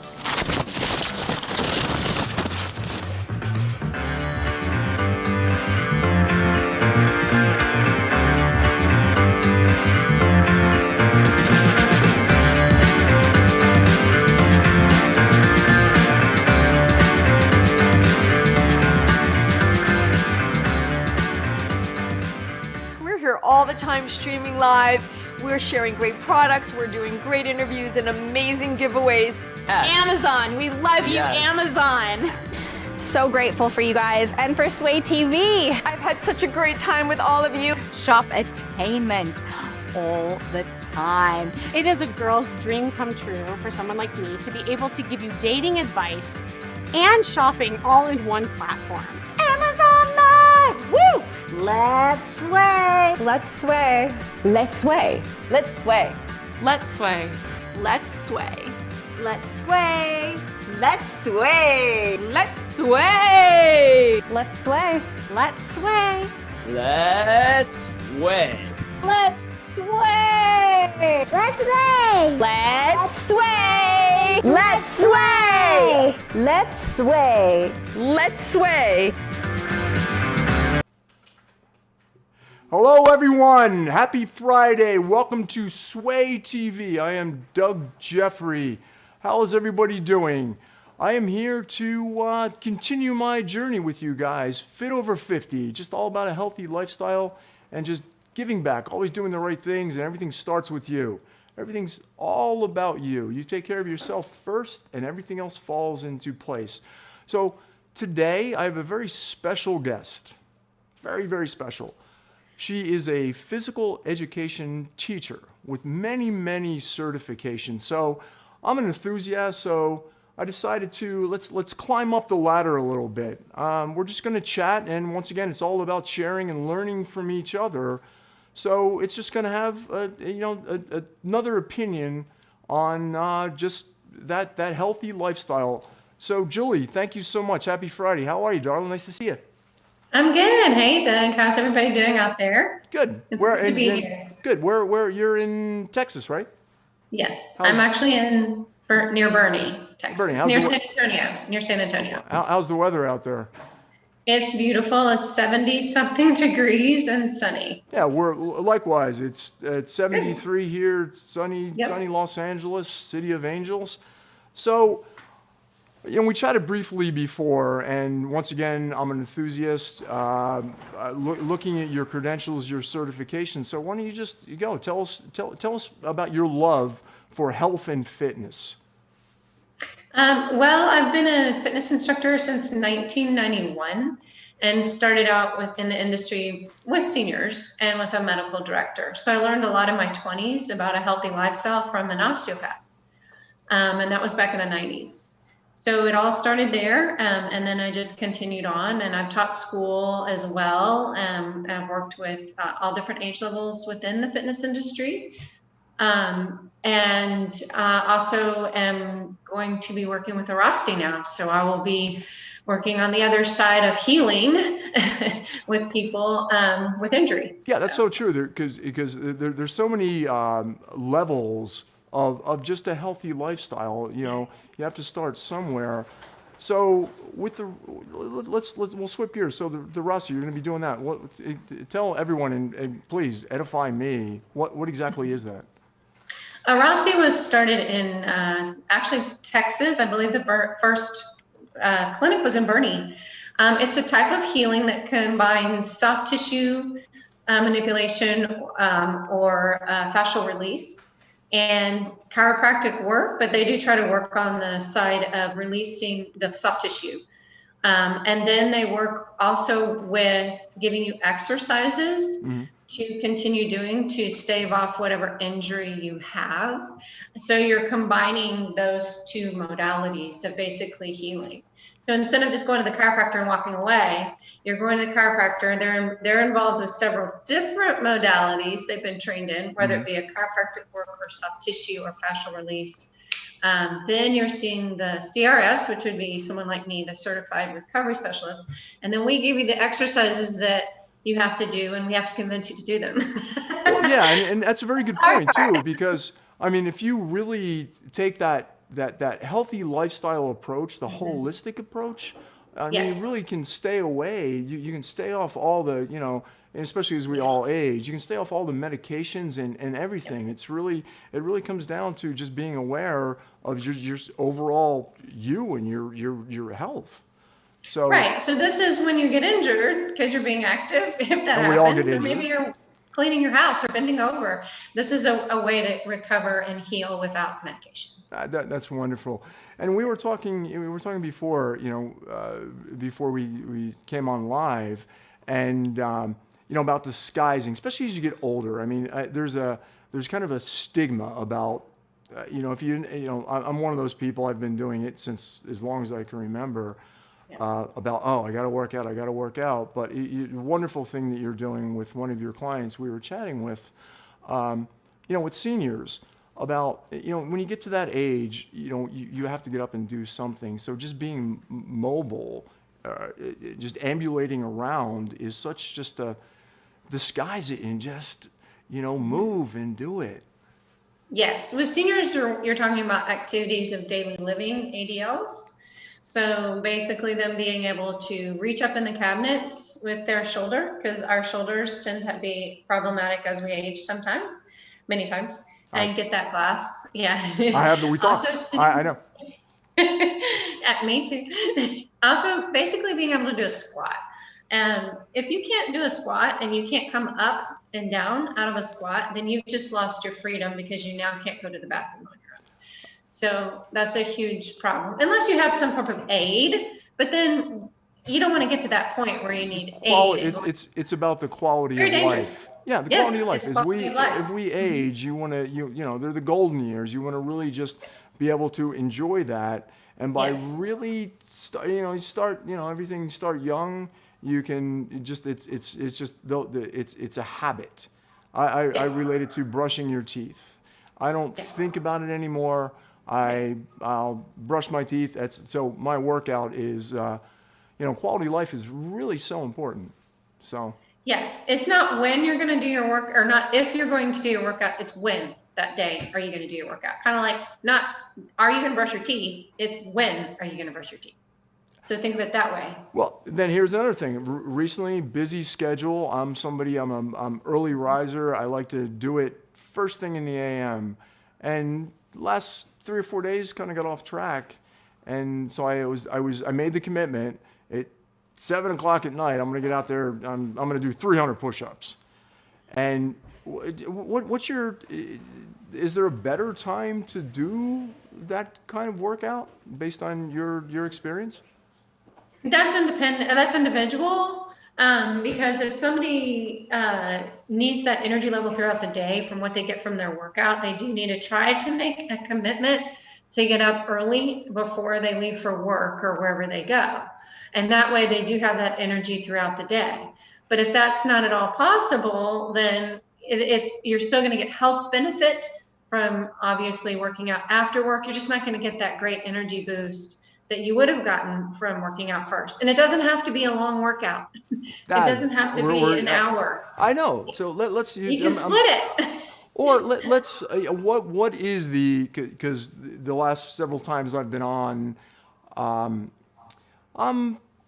30 minutes is kind of my sweet spot based on my schedule, but 10, 15 minutes. I mean, what would you recommend for somebody that's incipient stages of really, they're making the commitment, New Year's resolution. So what would you recommend? To recommend a just beginner's workout, and then also the time, how many days a week? Sorry, I'm bouncing. I'm sitting on a resistor ball. I know. And I'm rolling. So you're working out. You're actually working out. You're using muscles talking to me, so that's good. I'm using my core. Not very well because I'm obviously falling off. That's okay. To be honest with you, I can recommend a certain amount of time, certain days a week. But if that doesn't actually happen with the person, it's out the window.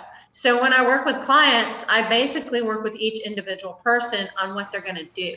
If I have somebody who's resistant to exercise, then I may say, I want you to try 10 minutes, 10 minutes. And I want you to do X, Y, Z, whatever that is for them, because maybe they don't like to run, or maybe they can't run, or maybe they don't like to do whatever. So you start with what are they going to actually do to get them going, and then what exercises are going to work for that person. So for the general population, I'd say, if you want something to start with, try 20 minutes, but I certainly wouldn't do 20 minutes of sustained activity. I would do some type of an interval, and depending on what equipment they have and what environment they're in. Exactly. So it's a very loaded question. Loaded question, which later on, after we finish our lovely chat, there's no excuses. you make the commitment, and my equipment's going to consist of water bottles. Right. I'm going to do some leg workouts with squats and lunges.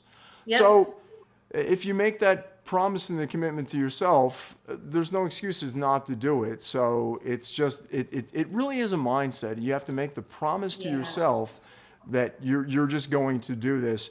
And we were chatting earlier, I was reading an article a couple days ago, 250,000 people die a year from cardiovascular disease, just from lack of moving around and doing. I mean, they're crazy numbers.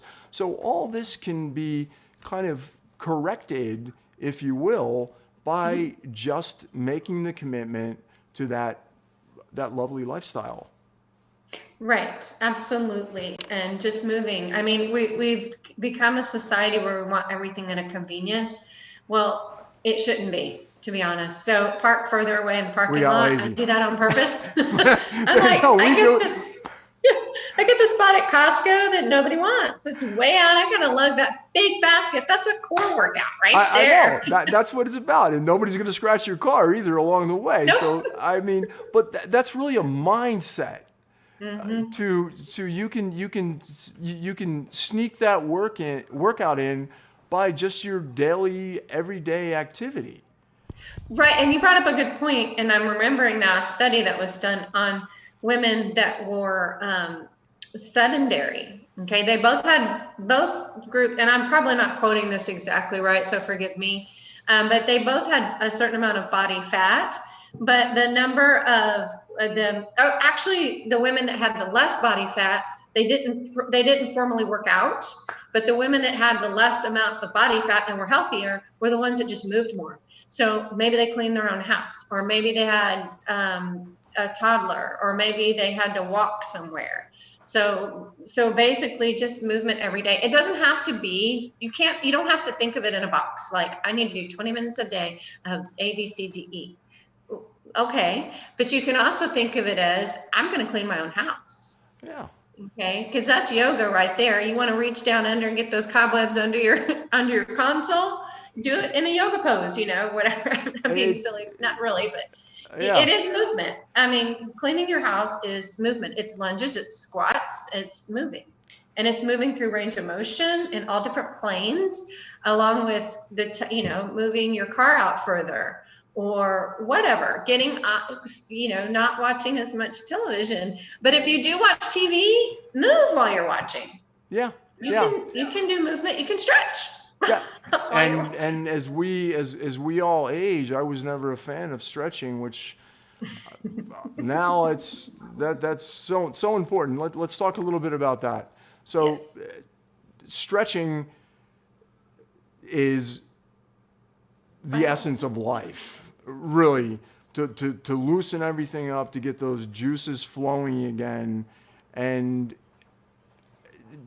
it's relaxing too. It clears your mind. So yoga is, kind of, still trending out there as far as what kind of the go-to exercise, if you will, with the isometrics. I mean, I think you had jumped in the last time I was doing it with Candace, and some of those poses I was dying. I'm like, I can't do that. That's okay. Everybody's body is different, and we're born with our flexibility, unfortunately, but that means that we can improve on what we have. So athletes are basically born, not made. They really are. You're born with that genetic potential. So a gymnast that's really highly flexible was born with that. They improved on it. So my point in that is, don't compare yourself to Candace, because she has a different body than you, and your body's different than hers. So don't compare yourself to other people, number one, period. Get that out of the way, and think of stretching and movement as personal. It's not competitive. And yes, stretching is very, very important, because as we age, we start to lose lubrication in our joints.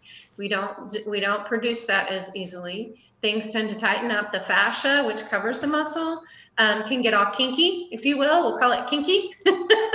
It's kind of like a spider web that covers all the muscles and the organs. and it can get kinky.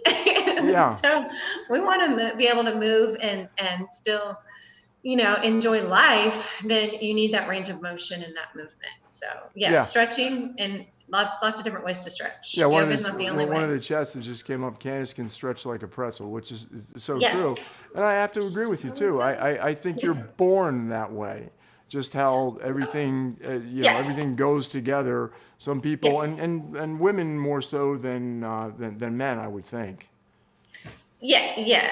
Generally, we are more flexible. It's, nothing's an absolute, but generally we are. We have to basically, in our pelvic region, we have to take a human being if we choose to come through the birth canal. So Yeah, I we have can't to be able to imagine move, and yes. Can't imagine that. That's a little bit. It's a big deal. Anyway, Yeah. so the point being is yes, stretching is so important. And in my 20s, I actually taught stretch classes to seniors. And so I heard, and I was a gymnast. So to me, stretching was a part of my daily life. To be a gymnast, and we've been talking about that too. To be a gymnast, I mean, the core strength and the ability just to handle your own center and be able, pound for pound, I would say gymnasts are the most fit people in the world when you really think about it and you watch what those guys can do. I mean, from somebody that's going to go, I can lift 500 pounds, but just the ability to control the center and the balance with the muscle strength that they have, that's amazing to me. Yeah. So growing up as a gymnast, we always stretched. That was a big part of gymnastics. So it was already ingrained in me. So then when I got certified as a group fitness instructor and personal trainer and all of that, and started working with seniors, then I naturally taught a stretch class. It was easy. So then in my 20s, I was hearing from them just how important that class was for them. Yeah. Even though I knew. Yeah, but to hear it from them, I've how it affected them. never been a fan, and now that I'm older, it's so important. I mean, you can hurt yourself sleeping when you really think about it. If your body's not loose, you turn the wrong way. Oh, my back. It's true. So, but now I'm trying to add that in where, my big thing is to be able to, my legs close together and be able to get my palms on the ground, which I can get all my fingertips. So eventually, once again, you just don't give up. You just keep pushing forward. And that slow process of, you don't want to overdo it. You don't want to do too much, but you kind of know in the back of your mind when enough's enough.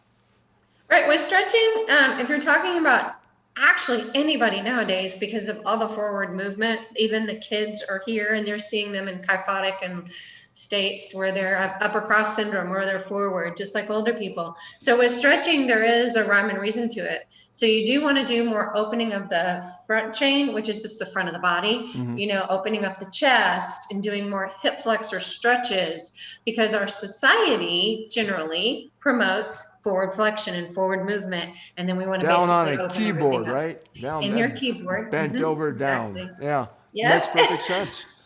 And you're seeing bad posture in children now. It's I see it. It's disturbing to me. It's hard for me to watch, to see these kids that already have, instead of an upright posture, they're already looking like this, where they have the forward head, which is you see in older people.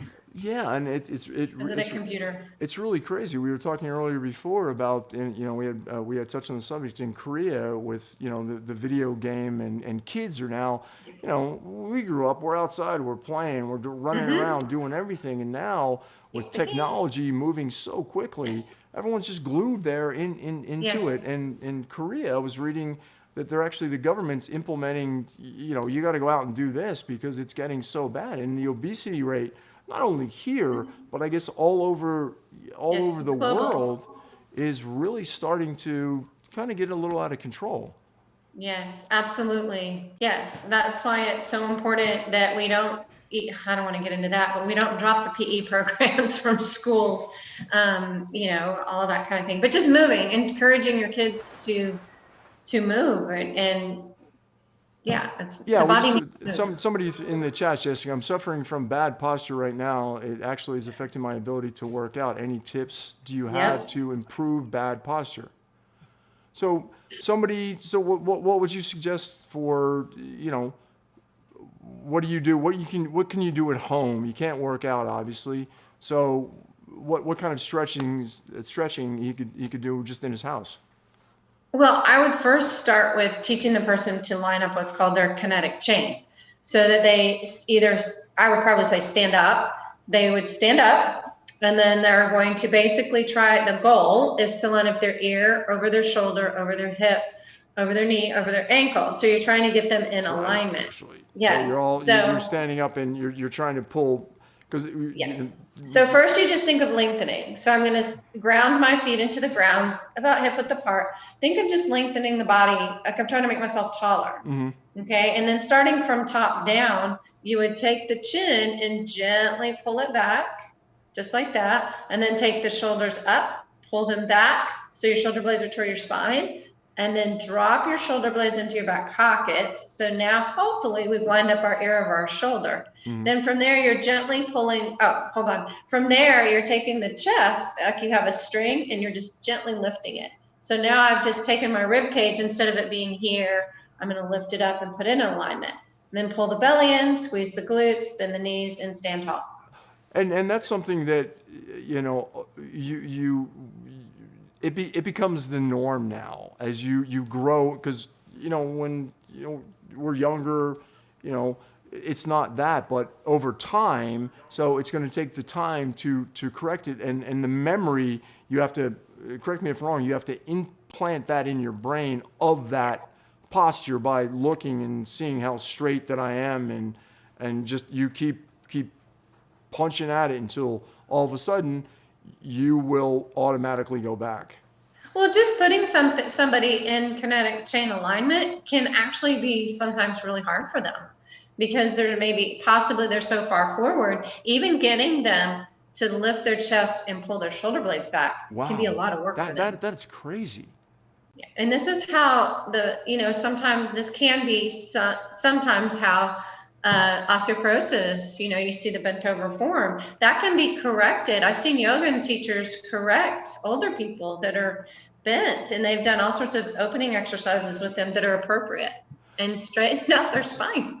Yeah, and it's I have joint issues, and any suggestions for this, thank you. And even with the standing desk, it's they're asking, it's like they're aware of it, but what anything opening their chest. Their chest. There's anything they can do to open their chest, whether it be stand in a doorway, place your hand at the doorway, depending on, you can place it at different levels. It can be here, here, here. That's going to get different parts of the chest.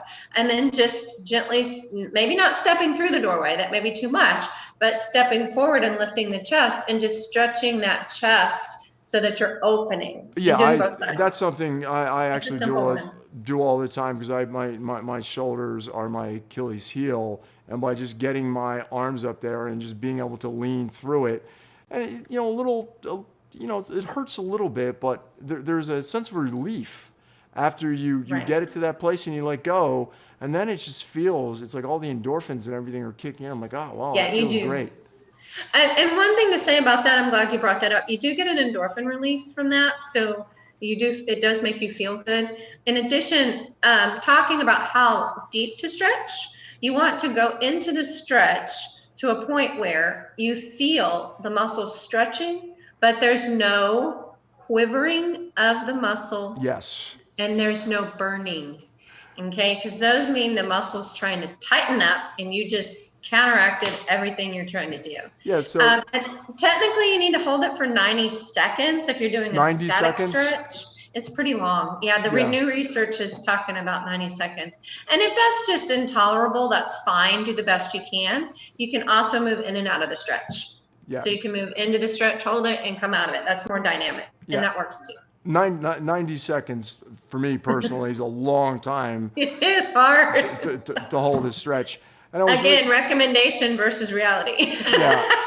The same article that I quoted earlier, they were talking about it's about getting the oxygen into the blood when any kind of activity where it oxygenates the blood, and then by that it's feeding the muscle. Any insight on that? as far as you might be referring to like possibly aerobic activity.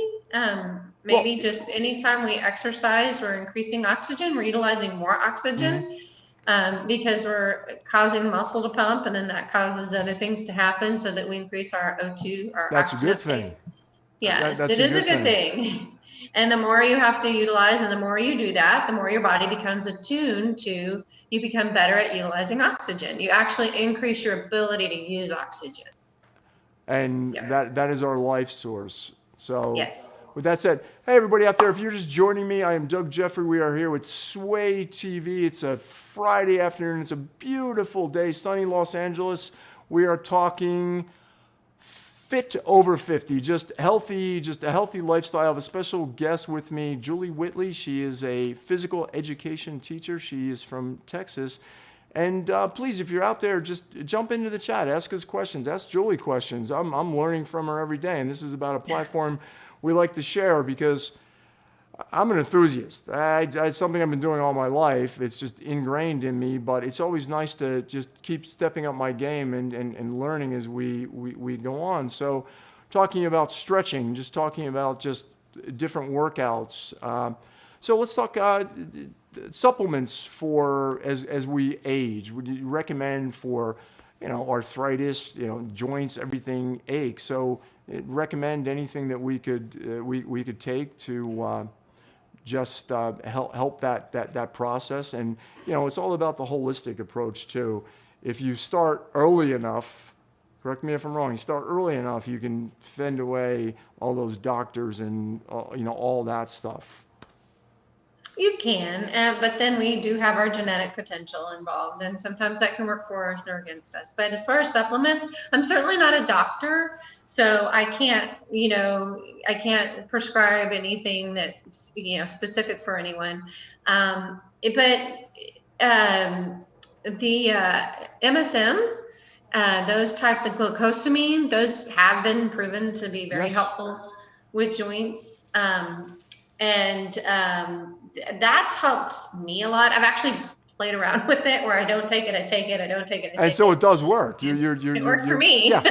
See, that's another thing. It's really smart if you're if you're really aware of like what you eat and what you take in, then you can kind of study yourself of what works and what doesn't work. So that's a great point. I'm a big fan of that work. Even from foods that we eat. Yeah. And you can try different things and do your research on it and read about it and then try it and see how it works for you, because it depends on what your problem is and if it's working. And the hyaluronic, I don't know how to say it, hyaluronic acid is helpful. Yeah, so with joints. With the joints, and it's all about aging now, and it's one of the things that it's constantly breaking down. So it's really important to get in the water. Lots of water. Well, drink lots of water and also movement in the water. Yeah, so let's talk about that too. You're certified with Aqua. With Aqua? Aquatic Exercise Association. Yes. The water exercise is just not, the potential hasn't been tapped where it could be. It's better, but people don't realize that working out in the water is so beneficial for not only preserving their joints, but the resistance they're getting, and they're also getting better blood flow return to the heart because of the hydrostatic pump from the water. They're getting, like I said, the resistance. You can also move more freely in the water. If you're doing vertical, I'm talking about vertical, not swimming. You can move more freely. So your joint range of motion can improve because you've got buoyancy. It's lifting your leg up. And then as you push down, you've got resistance. So you're also, in addition, working the back part of the body, which is on gravity, you work the front part of the body. So it's a great complement. Yeah. I know we talked before about, I was at swimming and I had a hard time because of I lost my earplug. My shoulders were bothering me. Yeah. So, and you work with in the water with elderly people for the most part, I would think, because it's a little less impact. Unfortunately, that's who comes, but it doesn't have to be just elderly people. Athletes can benefit. Anybody can benefit from the water. Water is can be a very intense workout vertically. I'm not talking about swimming. Swimming's hard too. But I'm talking about when we're in vertical position and we're utilizing the water as a tool, as a medium to work out in. And then there's equipment you can use. It's really, it's quite fun. And it feels good. People tend to get a nice big endorphin release. You don't feel like you're pounding your body. So you get out of the water and you're tired, but you're like, I don't feel beat up, like gravity. And so sometimes the perception is they didn't get as hard of a workout. No, it's just that their body wasn't beat up by gravity. That makes perfect sense. It makes perfect sense when you think about it. The resistance is built in, because I used to run for so many years, and just the constant pounding. Same plane of motion too. Yeah, so that's amazing. It makes perfect sense. So, and in the water, you can work all planes of motion, and you can do a bicep curl at different angles and a tricep extension that you can't do on land. You'd have to go get another piece of equipment to do that with. Whereas in the water, we can have the music going and we can be doing all sorts of things at one time. You don't even know what's happening. Yeah, and there's just so much benefit. Yeah. You're just enjoying the whole process of it. That's another thing. You really have to enjoy it. To really, you can't look at it like, oh, I have to work out. It's something that you have to, and finding what's right for the individual. You have to adapt it for that person, which is being a physical education teacher, coach. You have to really find that right thing for that person. What is that person? What's that spark that's gonna get that person excited about it, that they're gonna want to do it. Yeah, that's with anything, really. It truly, truly is. But especially with something that we're not having to do it, we should have to do it, but it's something we need to do. And so you do want to find what is that spark. Do you like nature? Go hiking. That's a great workout. Go for a walk. Do you like your dog? You have a dog. Go adopt a dog from a shelter, and then you have to walk it. I have a tortoise. Kill two birds with one stone. I have a 5.5-year-old sulcata tortoise, which I look at it is I have to bend over. I have to pick this guy up. He's about 23 pounds, so he's going to keep me young when I look at it. You got to pick him up and move him around, so I'm getting my workout, with that too. Right. So there's another chat in there, and once again, this is something for me too. How much water, we're talking about water, how much water should somebody drink? It's all about hydrating. It's doing that. Do you have any insight on that? Like, how much is there too much water to drink? Yeah, I mean, you can definitely drink too much water, and not many people do that. But you want to get in as much water as, I've forgotten the formula. I don't have it off the top of my head, because there's a formula for everything, right? Yeah. According to your body weight, the amount of ounces. If you know that, you can jump in and tell me. I'm really not the numbers person. So, but I just drink water all day. I have it with me all the time. So it's right there and I'm drinking it. And then if you're sweating, you have to drink more versus not sweating. But that can definitely be something that I could actually Google it right now and tell you the exact number. What is the formula for that? Because I've forgotten that one off the top. I'm bad with numbers and formulas. Even though I get tested and I pass the test, it doesn't. It disappears. All right. It said it's about an adequate daily fluid intake is about 15.5 cups of fluids a day for men and about 11.5 cups, 2.7 liters of fluids a day for women. That's a fair amount of water when you really think about it. I know. Try and drink that much. Yeah, be careful what you Google. You always got to consider the source. Where is the source? What's it, who's it coming from? It's really important too. So, okay, here's the one on weight, the one I'm supposed to know. You should try to drink between half an ounce and an ounce of water for each pound you weigh every day. So if you weigh 150, that would be 75 to 150 ounces of water a day. I really, again, reality versus what's recommended. Some people are going to measure that and actually do that. I'm not one of those people. I'm going to just have the water with me, and I'm going to start with drinking it. So, I think everybody's unique within their own DNA, and what might work for you might not necessarily work for me. So it's paying attention and being aware and of what works and what doesn't work. So even from certain foods, if you realize if you're eating something and you're having issues with it, then obviously you might not want to eat that. Right. So it's really important to pay attention. So one of the comments up here, is there such thing as too much cardio? Can you overdo it? Yeah. Yes, because cardio actually can cause you to lose muscle if you do too much of it. So you do want to, get the recommended amount per day, but then that depends on what your time is and and it helps you feel better. But yes, you want to add in weight training. So I think, in my opinion, in my little Julie world, it's all about you. That's what it's about. If I could have everybody do a workout, it would incorporate some HIIT training with some weights. And say they don't have a lot of time. I did that this morning, and I was done in about 30, 45 minutes. Yeah, and that's to get to work. That's a very small percentage out of your entire day. Yep. And we were talking before about I had to do cardio every single day that I worked out, 5-6 days a week. I mean, for 25 years, and now I don't do it anymore. I actually have more energy to work out, and I'm really happy with the benefits. So it's that change that I made, which, do you really need cardio? Does cardio burn fat?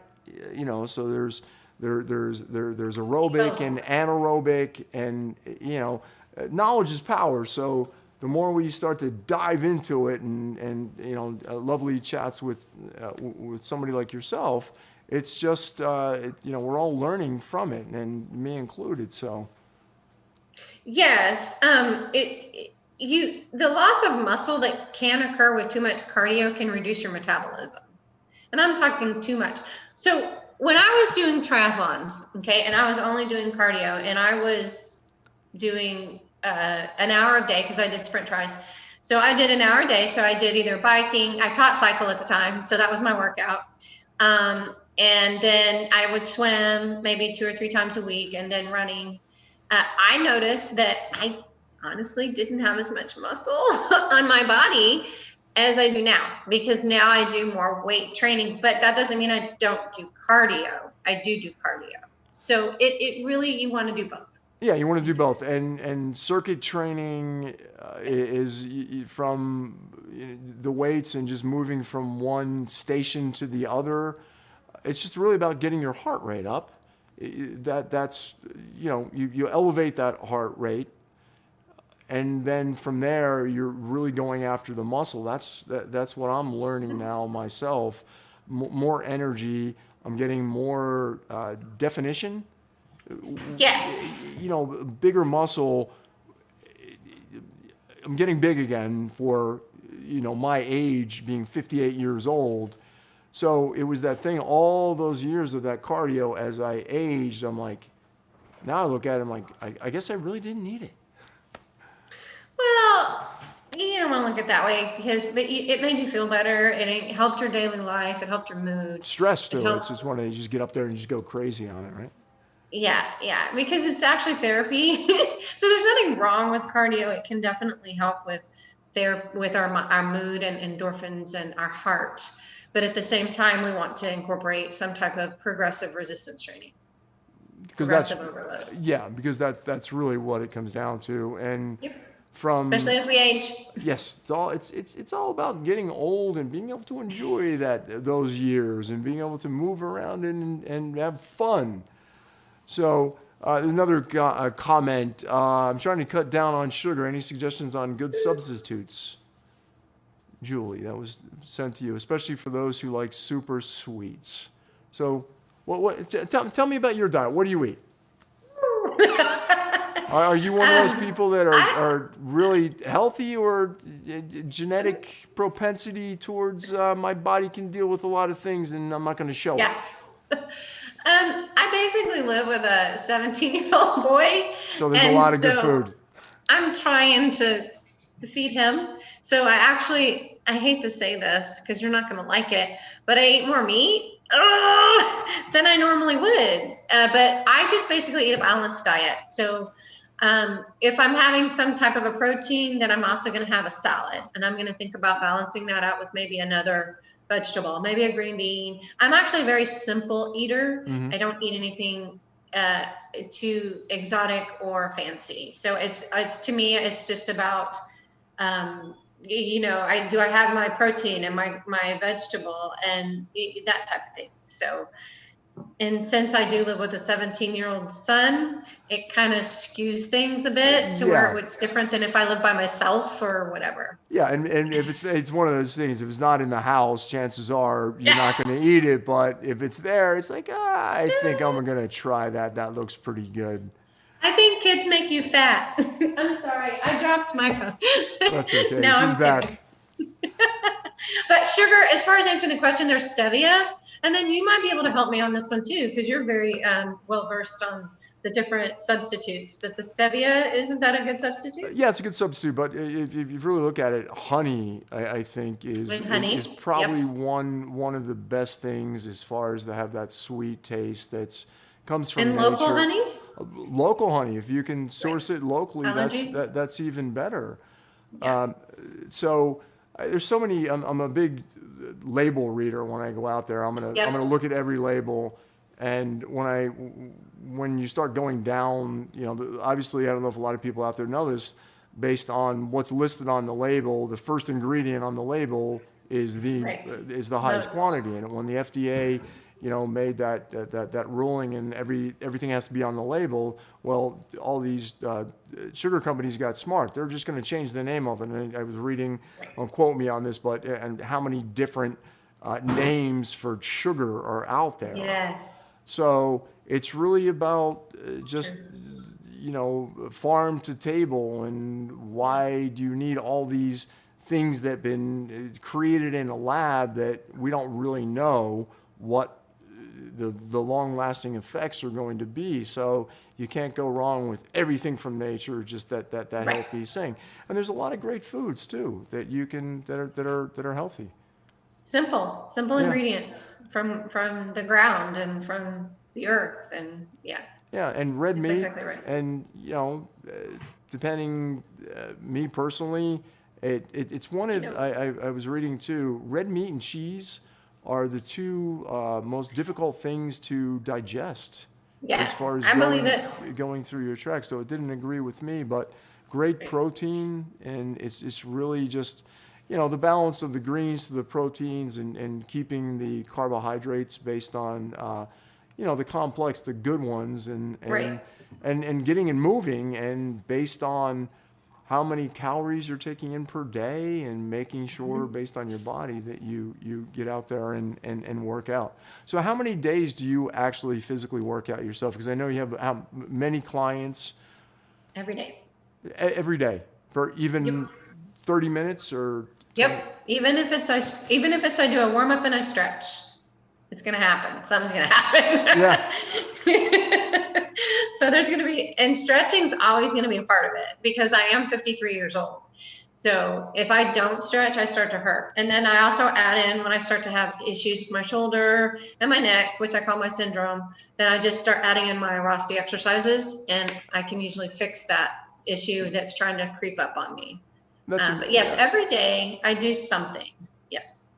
Yeah. And once again, it's so important to just really take that time for yourself, because if you start with yourself, you make that commitment to yourself, everything in your life is truly going to benefit from you feeling good, looking good, just the clarity of mind. So it's so important to create that healthy lifestyle. So once again, if you are just joining me, I am Doug Jeffrey. We are on Sway TV.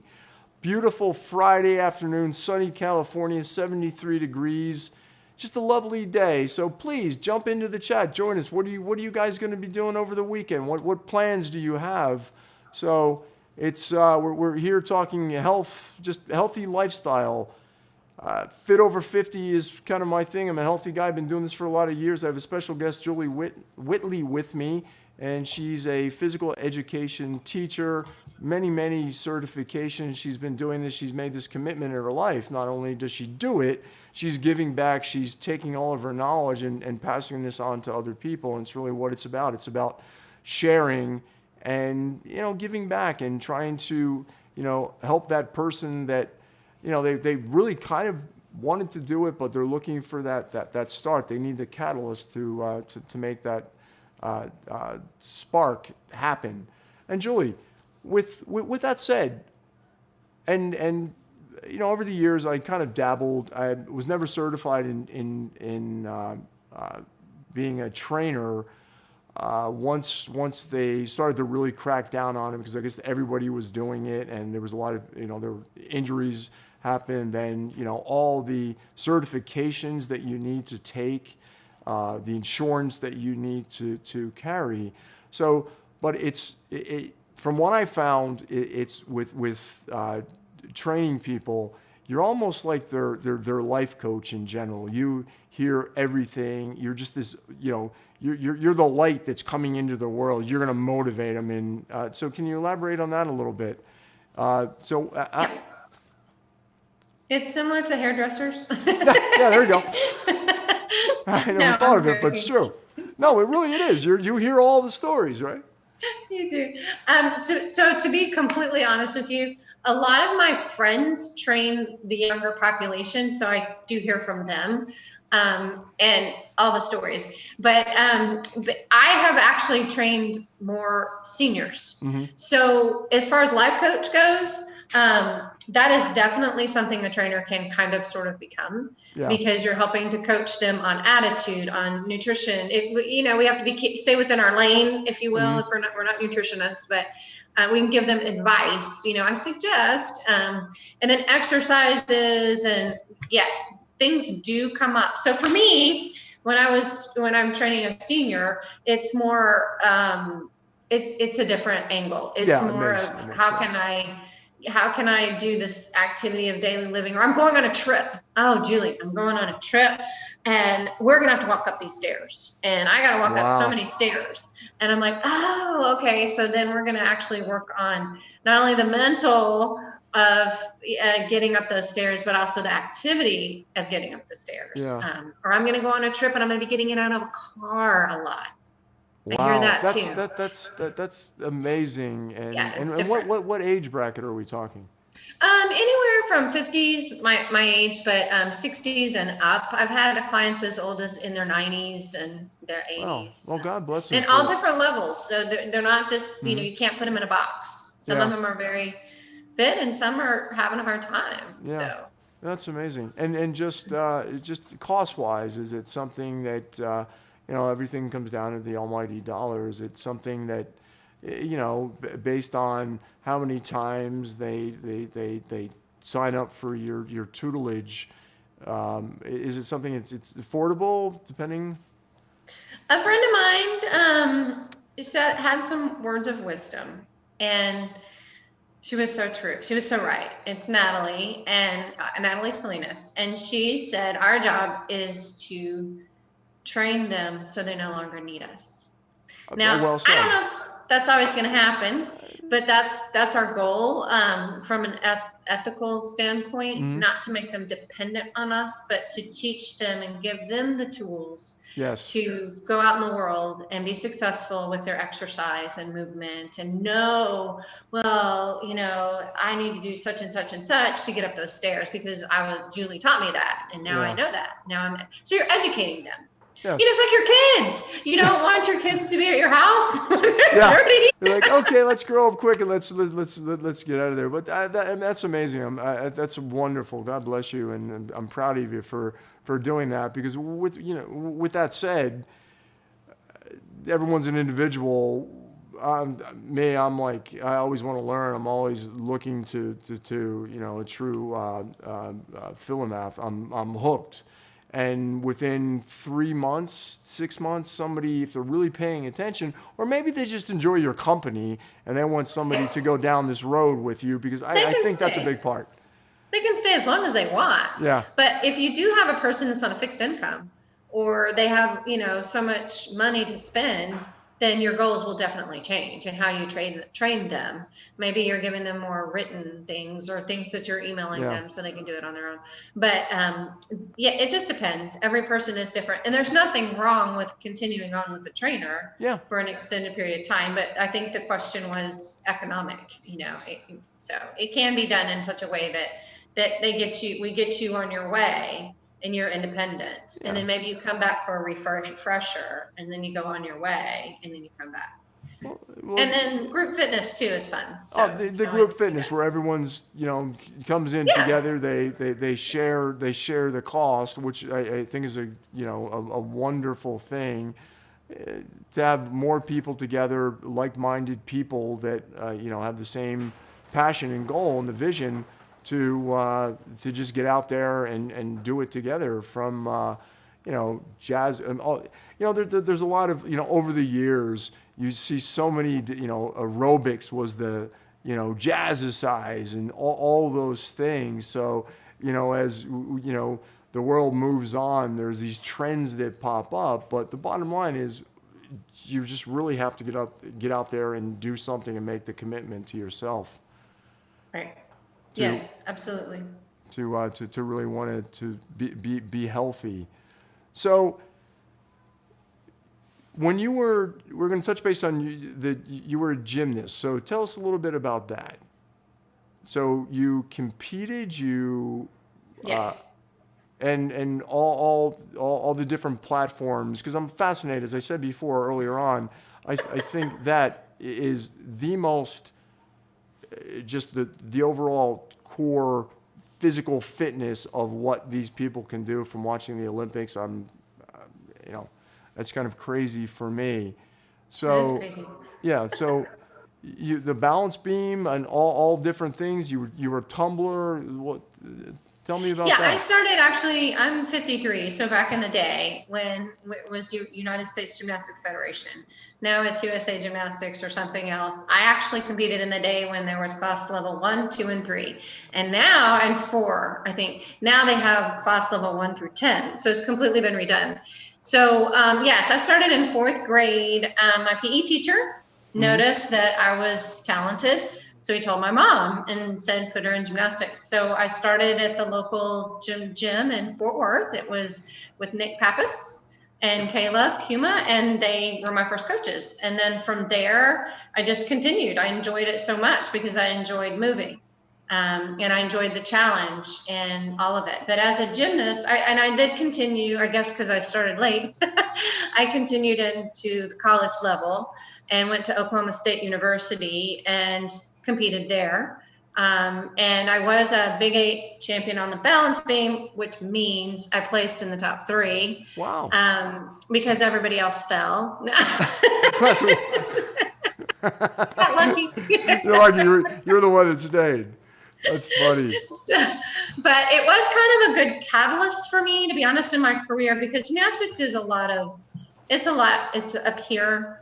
But it is a lot of core, to get your kid into gymnastics early is a good thing for all other sports, except for eye-hand coordination. Yeah. So it's a good platform, a good basis for them to get, like you were saying, balance, coordination, speed and agility, really. Mm-hmm. Also, did I say core strength, all of that. So those kind of can transfer into other sports, except for that we don't do eye-hand, we don't do throwing balls or anything like that. Yeah, but it's in fact it's a tough sport. Yeah, you started out many years ago, younger, and just that there was a love for just fitness, and moving forward, it's something that just became just part of you.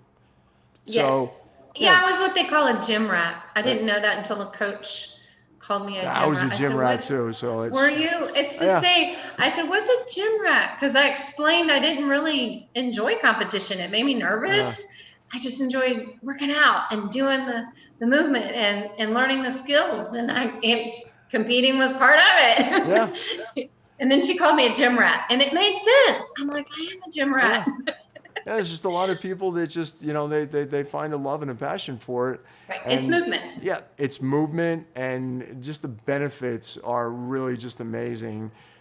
Yes. It's that thing of just, it's getting somebody hooked on it is the big thing. New Year's resolution, statistic that the average person will make that New Year's resolution, and within like 45 days, it's they're back to their old ways. And with the gym memberships take off in the beginning of the year, and then Yes, they do. It's crowded. Then as time goes by, guess what? They didn't keep their New Year's resolution. So it's just a wonderful thing to get to do something that you love to do, and the benefits from it. And that goes back, Doug, to what we talked about earlier, getting people to do something they love, rather than saying, I'm going to put myself in this box because I've been told to put myself in this box. No, you need to find out what really, like you said, really excites you, and start movement-wise, and start there. And then you're more than likely going to stick with it.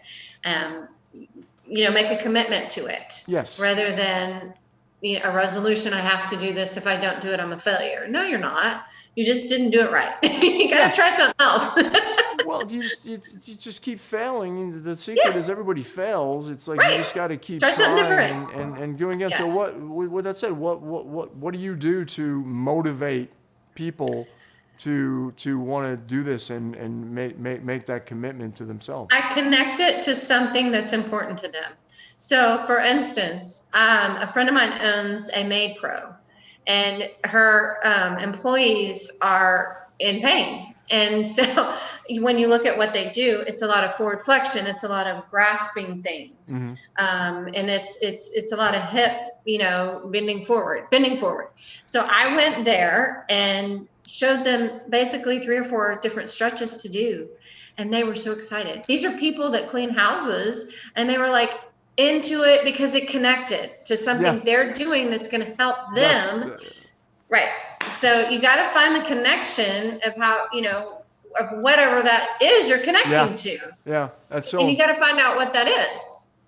Does that make sense? Yeah, it makes total sense. It's being able to. You're not even trying to disguise it per se. No. You're just trying to find something that will excite them, that creates that spark in them, that they're going to make that commitment. So it's like. Or maybe it's an older person wanting to pick up their grandchild. Yeah, we've seen that commercial. Did you see the commercial with the guy with kettlebell? The older man with the kettlebell. It was during the Super Bowl. I think it was a Super Bowl. And the whole thing was he was wanting to pick up his grandchild.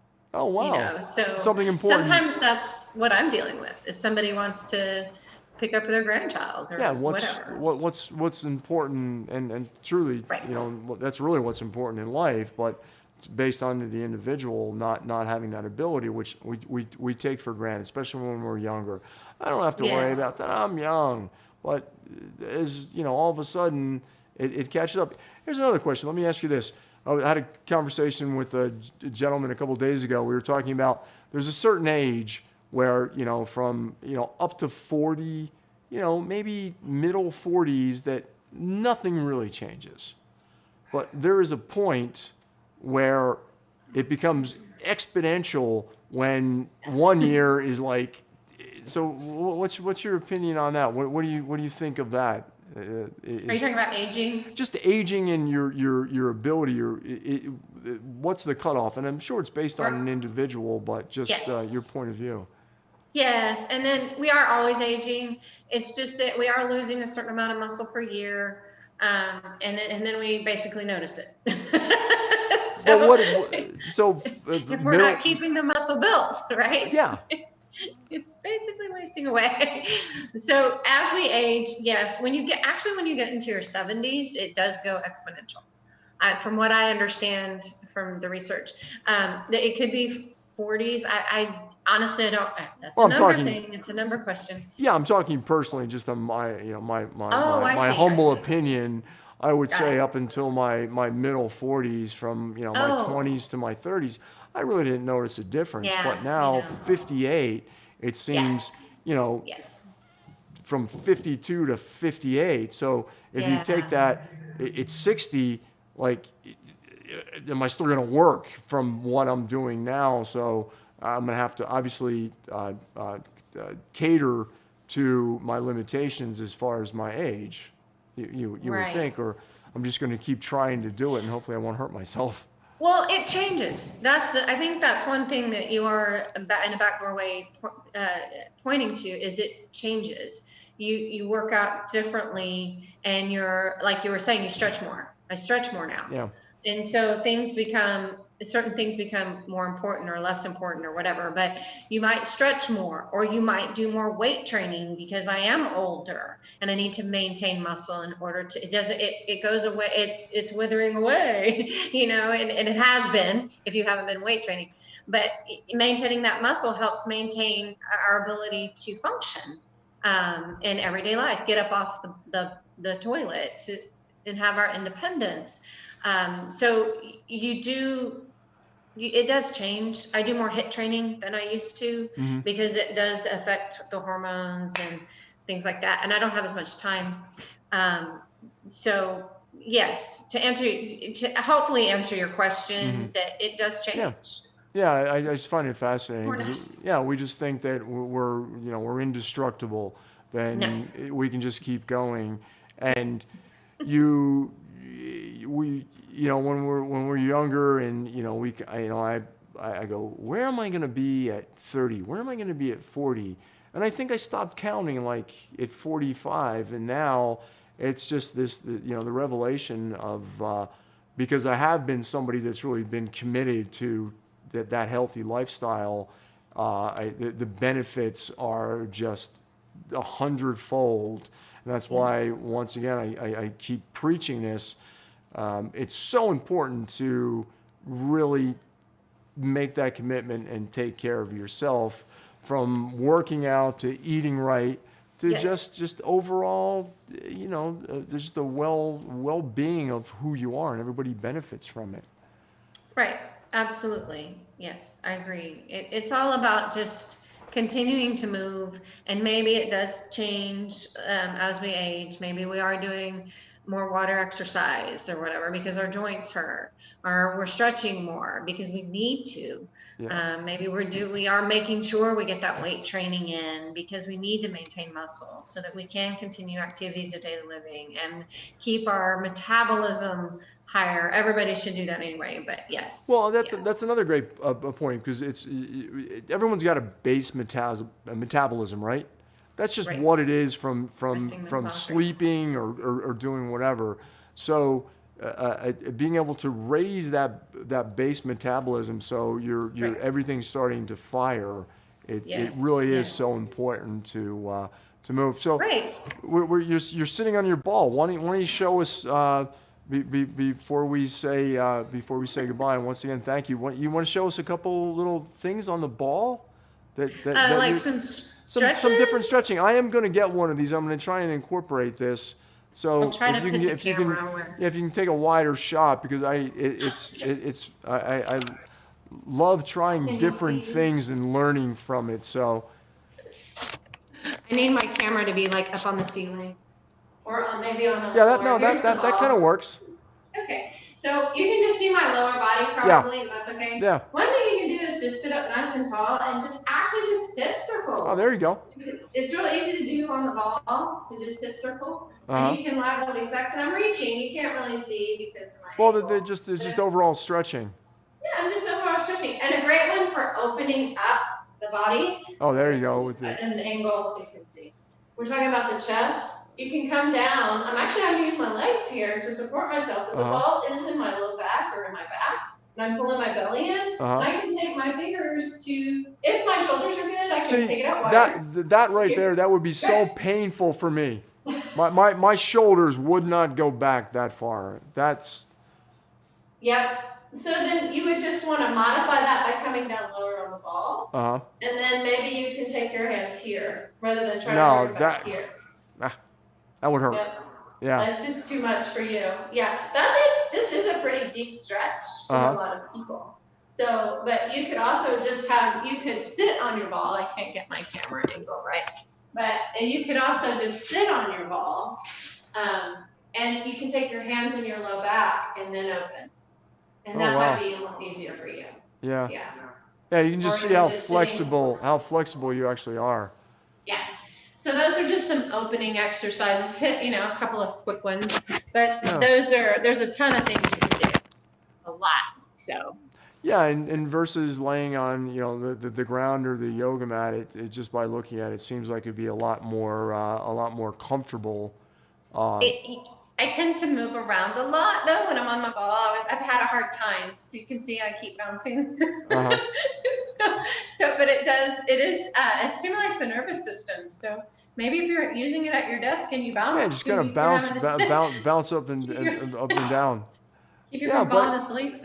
Yeah, but it really does come down to just whatever you do. It's just really just being able to just start to ambulate and get everything going, because just the benefits from the endorphins that are being released, and working out, it's like you're tired, but studies actually prove when you actually put that foot forward and start doing something, you're energized. And so many people out there with depression or fighting all just life in general, it's a great release.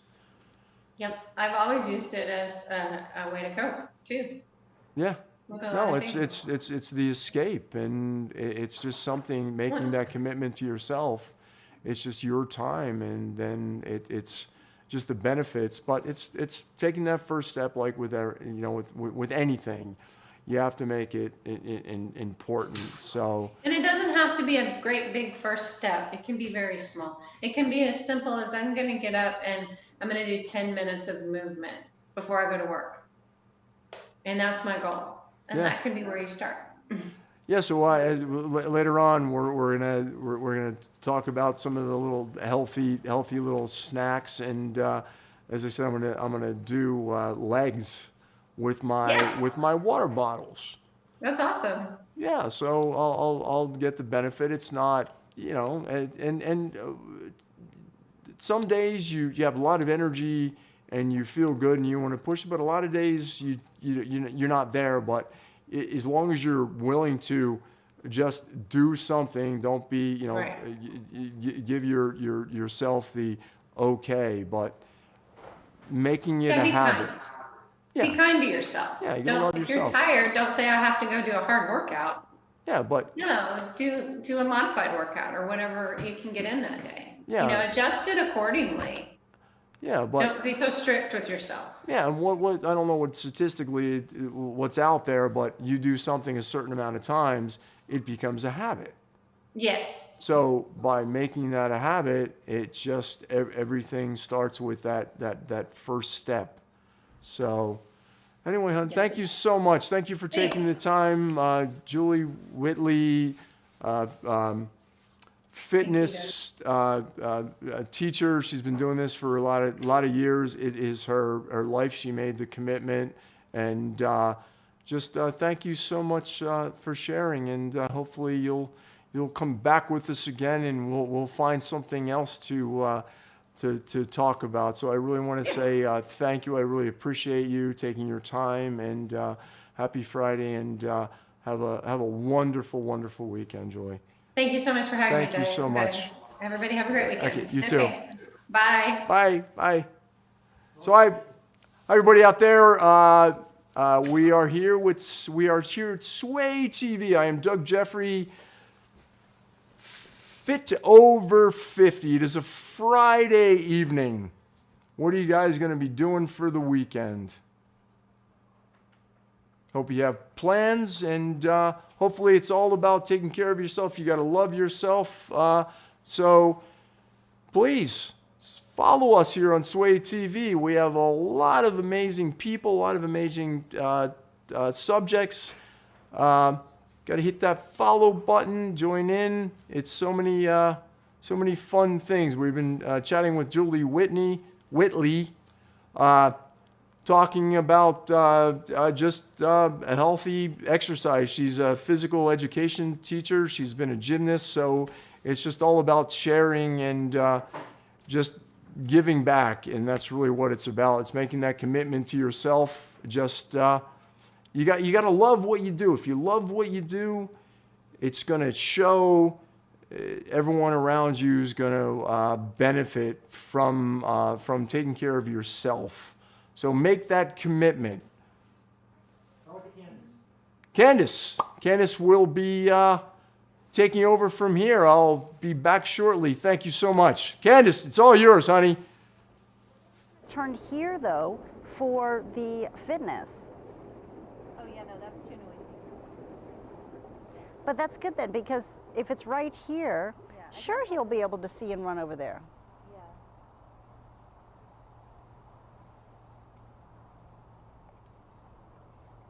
There, I have the hot tub, like, with just the jets on.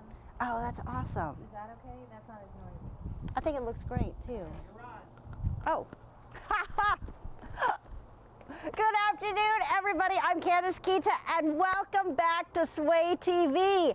I know the first thing that you guys are saying, I know, is why was Candace standing over there? And then two, what is she doing here in the afternoon? Don't you guys usually see me super early in the morning? I'm one of the first people here at the Sway TV studios each morning.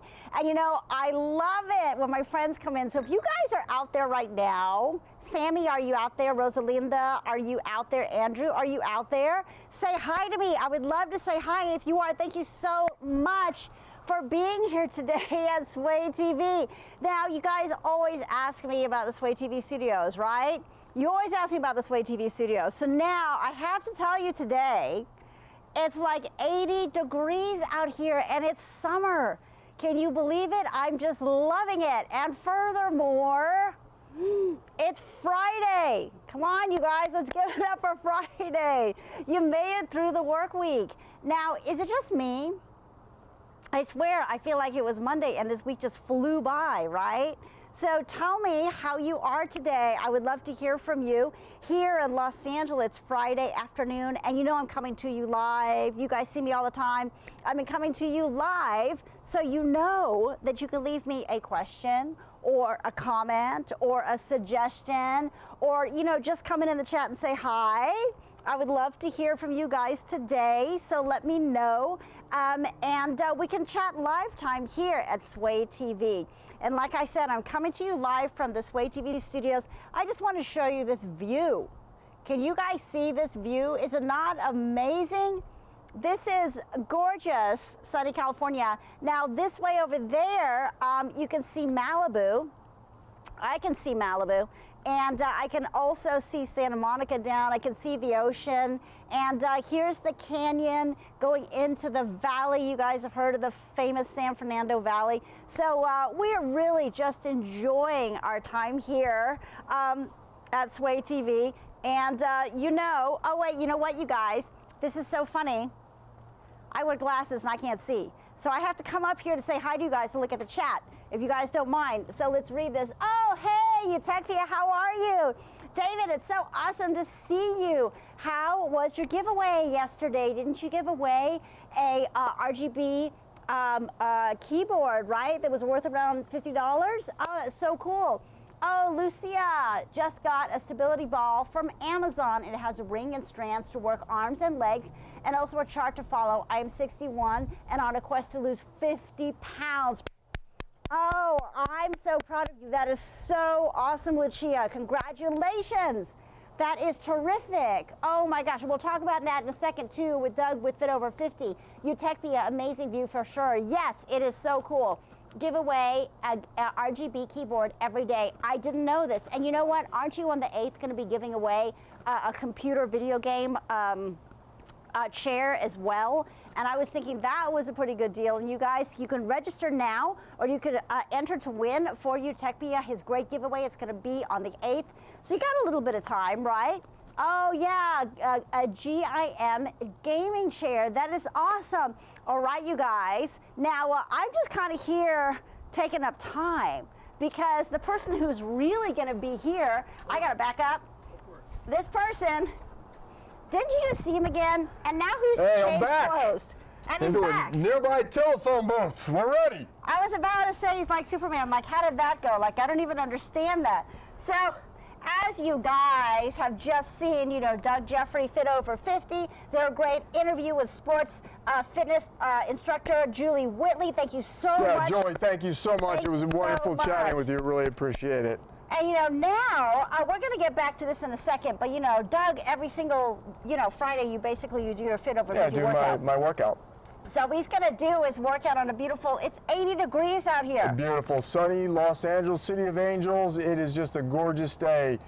What are you guys doing? Please, we love to chat with you. Just interact with us. Let's share what it's all about. What part of the country, what part of the world are you in? So, as you can see, it is a beautiful Friday. Looking forward to our weekend. Absolutely, it's the weekend. Oh, it's a gorgeous, gorgeous weekend, and I want to know what you guys are doing. So let us know. What are you guys doing? And I guess actually we're doing the food first, and then we're going over because that's what we're set up. So yeah. So Doug has got, as you know, he always has healthy, nutritious things. So please tell us what have you got going here? So what we have, one of the last times that I was on, we talked about my healthy little tidbits. Very simple, 5 ingredients: oatmeal, honey, coconut, and maple syrup. Maple syrup. These things are a lovely little treat. You'd be surprised. We make these and I can eat a whole batch in one sitting. But as long as you're like eating good foods, it's fine. So it's all about finding the right foods to eat that will give you that longevity. And the last time that I was on, I actually misstated. I would like to correct myself. Okay. We were talking about oatmeal and oat bran. I said, I flipped it. The oat bran part of it comes from the outside, not the inside. So just want to go on the record that I made a mistake. So wait, so you were saying before the oat bran was on the inside, on the inside. It's really on the outside. Yeah. It's really on the outside. Okay, got it. It's the other way around. And the oat bran, I believe these were made with oat bran, and the oat bran is higher in protein, which I'm all about getting the protein and watching my carb intake. So these really are delicious, a tasty little treat. So, and it's all about just finding the right foods to eat without sacrificing taste. I mean, everybody likes something that tastes good. It's up to the individual, but you just got to really always read those labels. The less ingredients, the better. You can't go wrong coming from nature. So we have carrots, you know, traditional carrot, and we have jicama, which I like to call it chickama. A chickama. Wait, I'm going to check the chat. Keep going. Yeah. So, and as you can see, it's kind of a cross between a consistency of a apple and kind of a potato. It's actually really it's really kind of good. In the chat, it says, Doug, are you really over 50? You look great, my friend. Thank you so much. 58. So. Can you guys believe that? Try and live that lifestyle.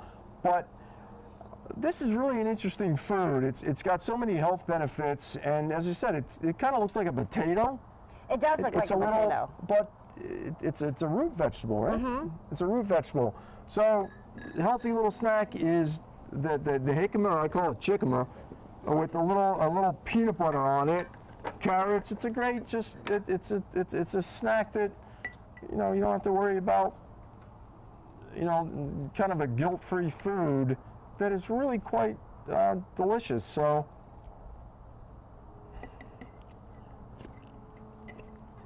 he always needs water, you guys, because every time he eats it's peanut butter. I dare you to try and eat peanut butter and not drink water.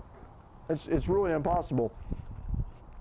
But wow, I can't believe you're over 50. That is amazing. Oh, thank you so much. And with food, it's all about, you know, it's about the taste. It's about the texture. It's got a nice crisp bite to it, which is, you know, I kind of like it. Let me drink my water. His mouth always gets stuck with peanut butter, and we did this one time without water, and he couldn't speak. So. Yeah, I had a hard time.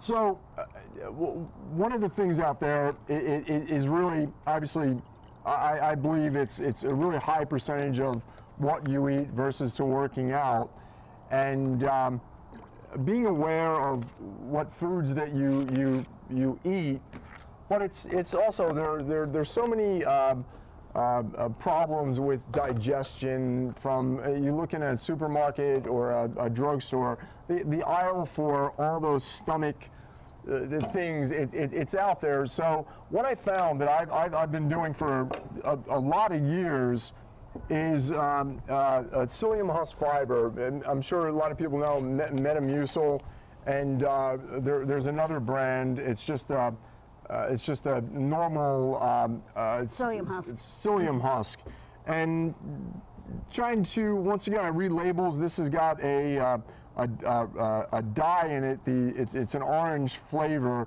yellow 6. It's got a sweetener, aspartame, which not really crazy about that, but I find it fascinating. The other day I put it in a glass, mixed it up, got busy,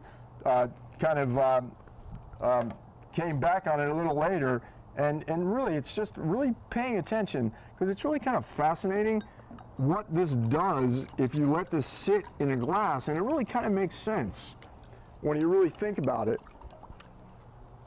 We'll mix that guy up. We're going to mix this guy up. Oh, Lucia says Benefiber. Benefiber is good too. Yeah, and any fiber, it's really it helps everything move through you, especially as we age. It's all about having everything just kind of work really good.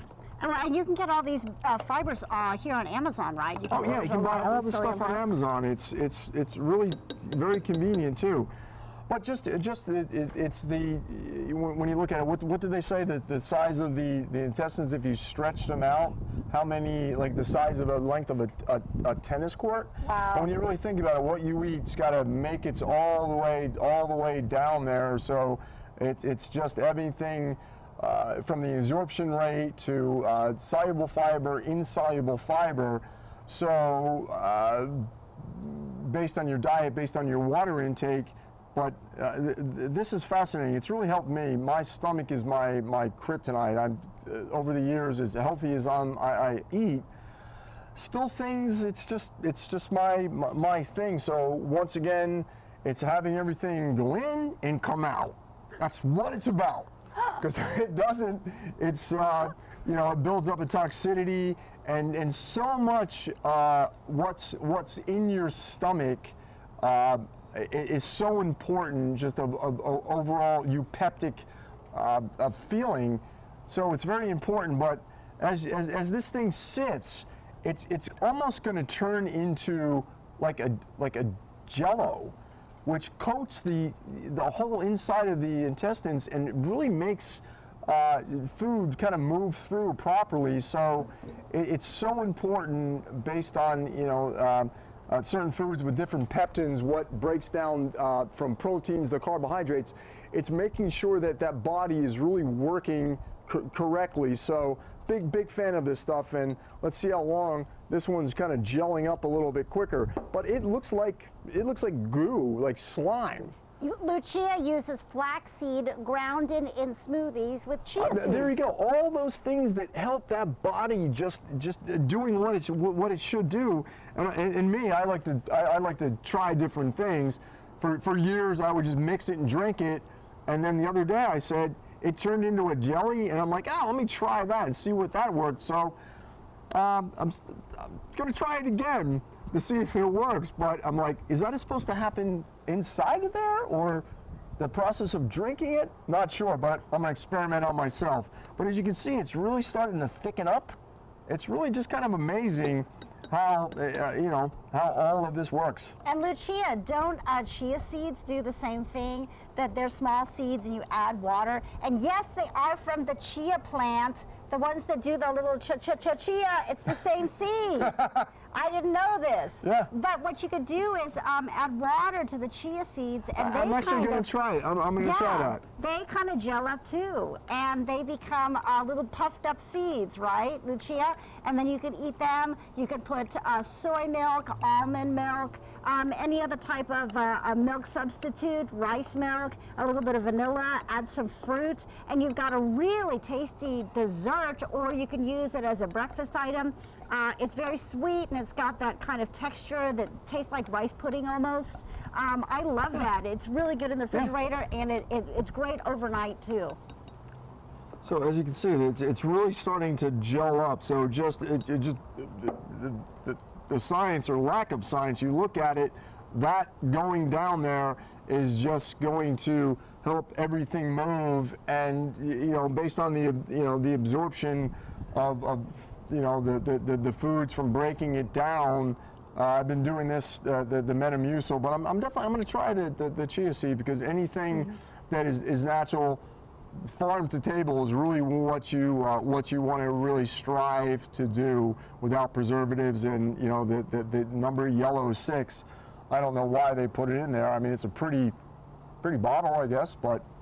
Yeah, and also I wanted to mention, because I don't know if you were here earlier, that Lucia wrote into the comment section that she's on a quest to lose weight, and she's 61 years old. Oh, God bless you. That's awesome. That's amazing. That's what it's about. That's a great thing. So we wish you the best on that. Don't.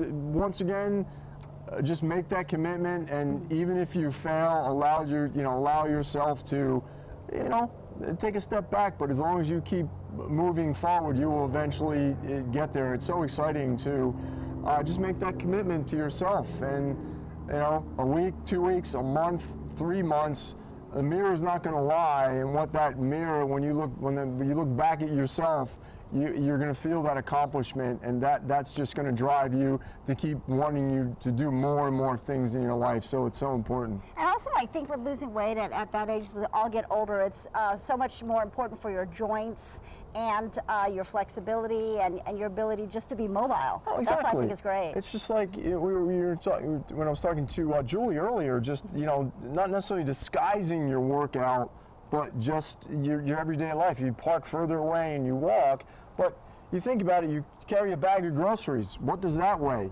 Can you imagine, just 20 pounds, 15 pounds?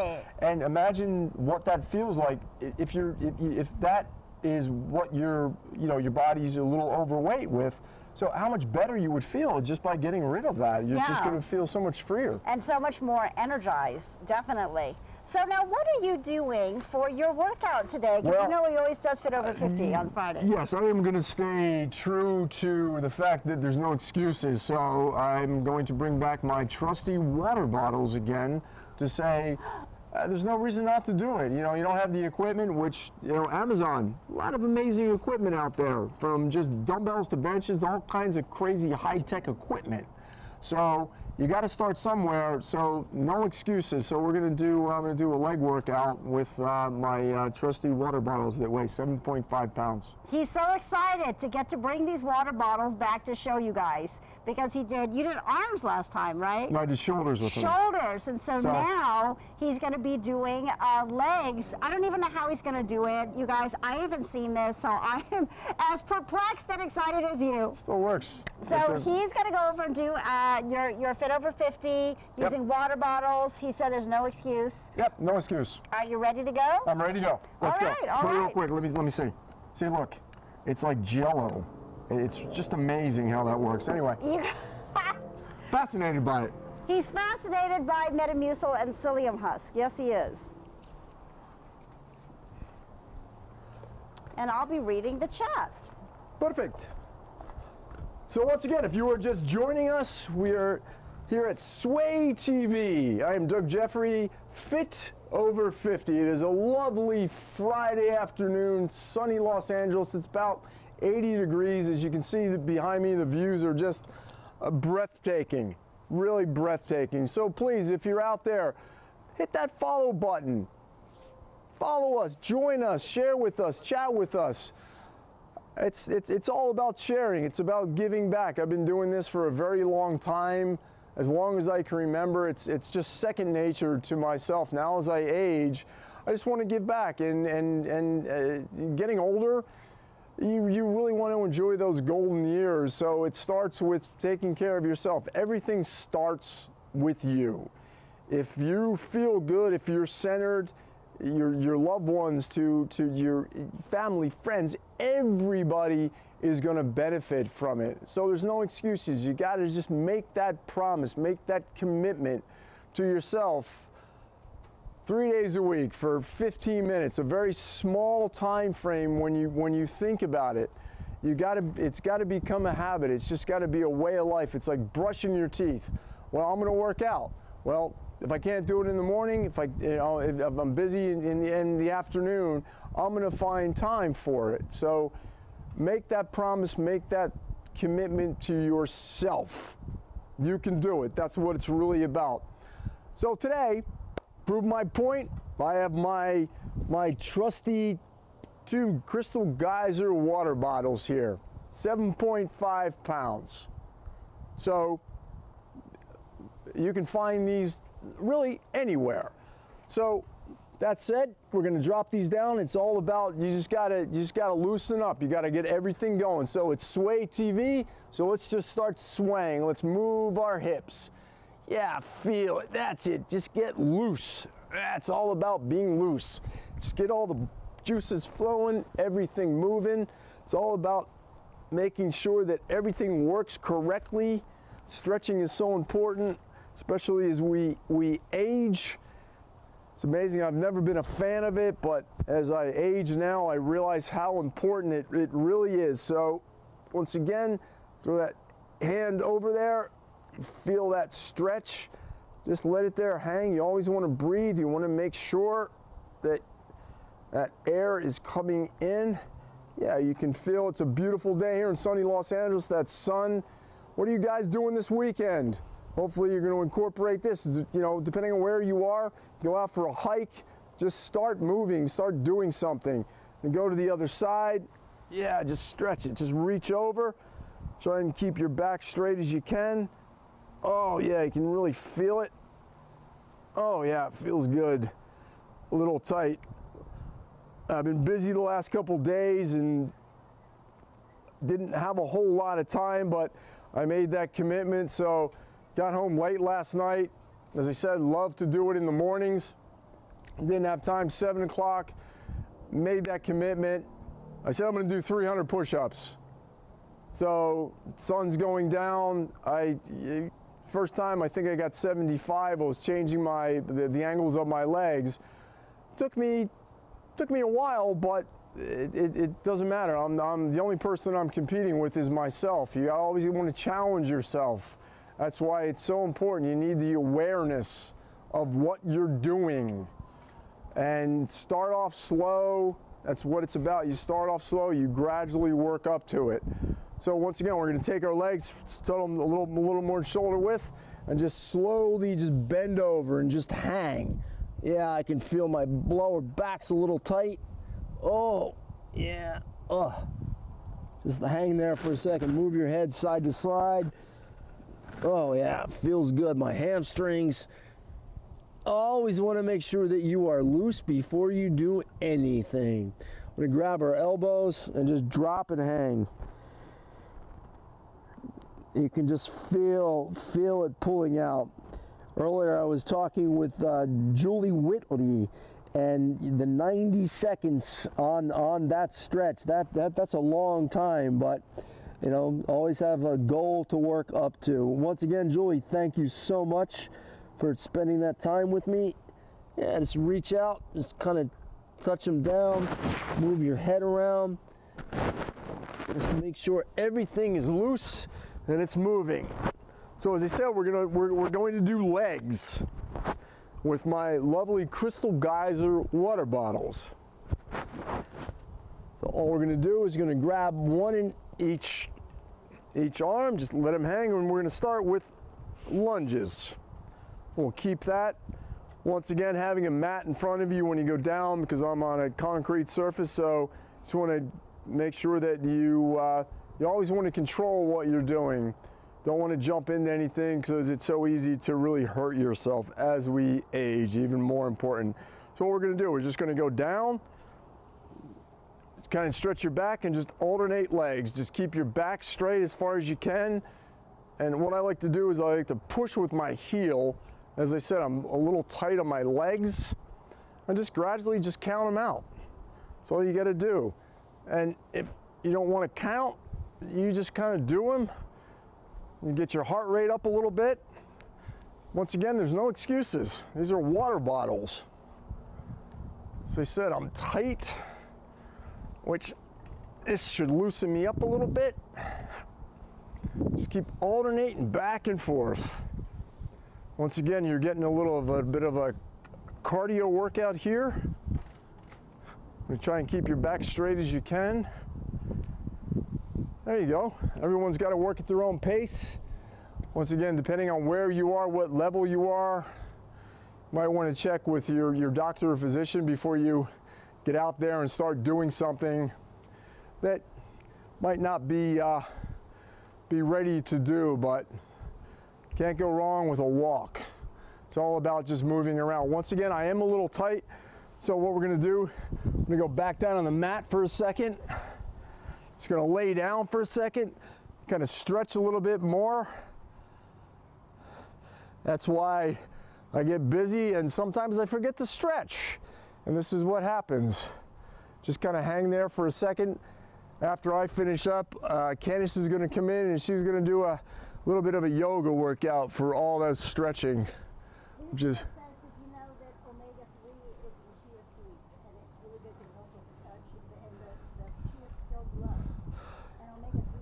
yeah, omega-3s are very, very important. So it's really, as I said, I'm a big fan of nutrition. Obviously, it's finding the balance. Everybody's an individual, but you are what you eat, and the awareness of your body is so important. Just let your arms stretch out and reach up. So it's really just that healthy lifestyle, and just finding that balance that works for you. As far as omega-3s are, all the the good fats from fish to even red meat to a certain degree, which it just doesn't agree with me. But it's all up to the individual. Just really want to try and get my body loose before I continue on. And it's just, it's just a beautiful day, and just, this is about you. This is your time. So just kind of want to stretch it out. It's amazing just how you feel, just the release of everything when you just feel it. Oh, that just feels amazing. Being loose is really what it's about. Because if you're not loose, it's so easy to hurt yourself, especially as we age. And as I said many times, I was never a fan of this, but I got to become more of a fan of this. Okay, let's try it again. So, kind of feel a little bit looser. Just really take your time. I'll give myself a time frame, 20 minutes, a half hour, just depending on my schedule, but it's really just getting out there and doing it. So what we're going to do now, then grab our water bottles again, try and keep your back straight as you can, and just step, pull back, step, pull back. And as I said, this exercise is the greatest thing for your legs and your little tushy, because you can really feel it working. And even with these lovely little water bottles, you will feel it. And we were talking before about wanting to lose those weight, those pounds. So carrying that extra weight is really, your body is just working so much harder, and your joints, just what it's taxing your body. So you can really feel that working in your legs. My heart rate's getting up a little bit. So once again, everything is at your own pace. You just got to really take your time and slowly just build up to it. It's really about taking that first step and making that commitment and turning it into a healthy habit. And that's how you benefit from it and everybody around you benefits from it. So once again, in between, we're not running a race. Everyone's got their own pace on this. And trust me, some days you'll feel like $1 million, and other days it's like, I'm tired. But just do something, because that's how you move from point A to point B. It's that simple. Once again, I'm still just trying to get loose. Got a really busy week. And stress is one of the #1 killers out there. So what a great way just to, hit that release valve and just let it all go by just concentrating on this for that brief period of time. It's just amazing the benefits that you will get from it. Okay, so we're gonna do one more. We're gonna do 3 and 3. Kind of being a little lazy, but I'm kind of tired, but I am doing it. That's what it's about. Because normally, next time I'm gonna bring my weights back again, and I'm gonna challenge myself, because that's what it's all about. You gotta challenge yourself. That's how you grow in every aspect of your life. And making this commitment over the years, I really think I've benefited from it, because what it's taught me is you just do something and eventually you're gonna get better at it. From my business to my relationships, you make that commitment. So yeah, that feels good. Starting to loosen up. And the last time I did this, I went a little bit heavier at home. So that stretching is really so important. And Candace is always trying to get me to stretch with it. I'm like, yeah, I'll just watch you do it. So I feel it now. My hamstrings are tight, and it's just really moving and getting everything loose. So I was talking to Julie earlier. I'm one of those people that have really problems with my shoulders. They've always been that way. She was talking where how far you can get them back about your posture, but you really want to correct that. You want to pull everything back, pull your shoulders back.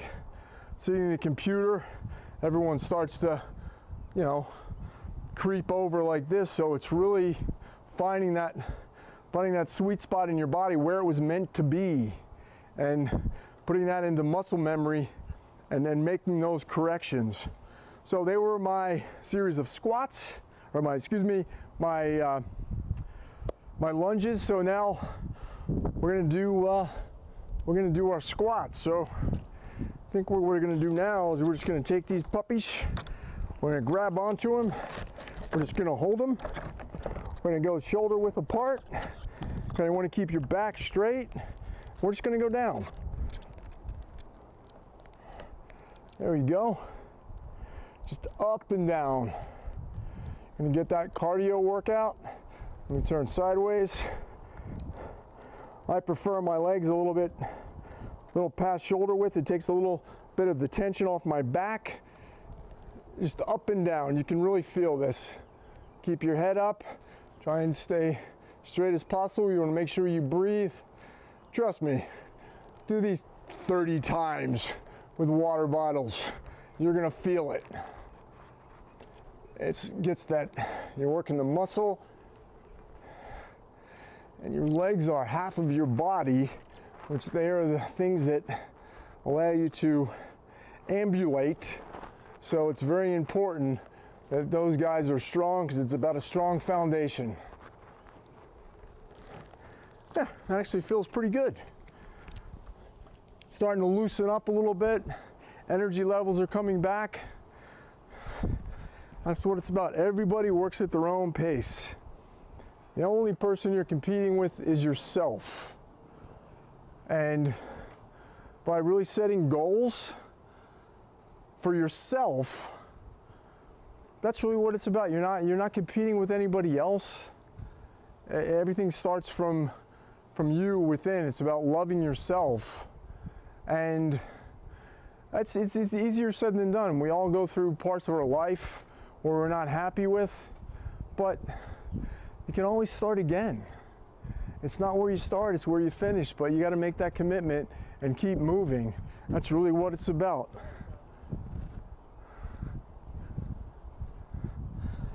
Yeah, just making sure that I stay loose. I'm gonna grab these guys again.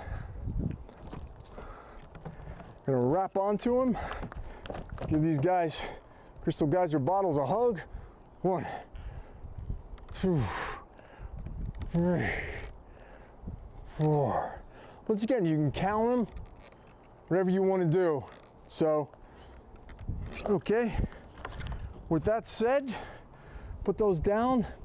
Just one little stretch, loosen up, and yeah, a little quick Friday afternoon workout, ready to start your weekend. So once again, thank you so much. I'm Doug Jeffrey. It's been a pleasure.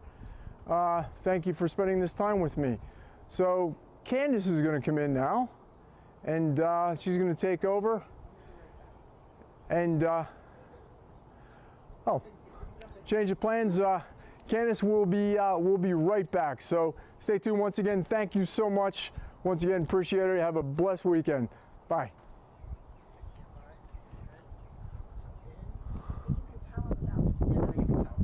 What?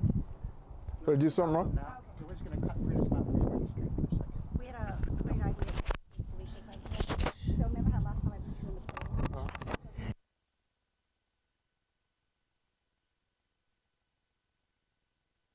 And to push you in the pool, you run around the grassway over there, and she got you a towel, and you go with no shoes, and you sit in the hot tub. She turned the hot tub on for you, so it's hot, and then you take this Perrier and just uncrack it and wave.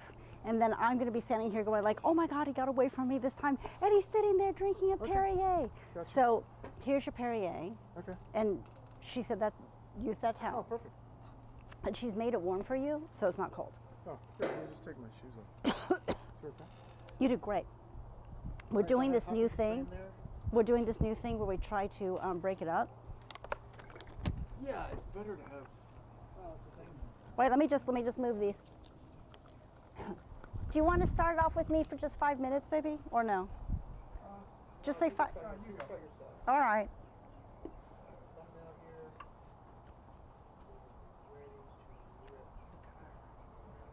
Will you key me?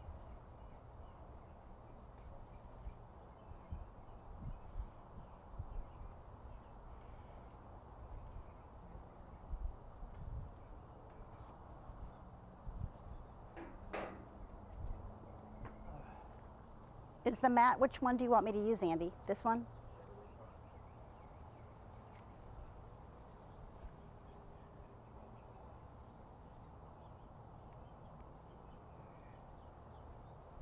Do you mind taking photos of me whenever, baby? Do you mind taking photos of me whenever? Whenever.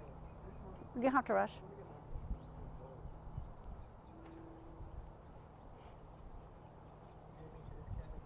Okay.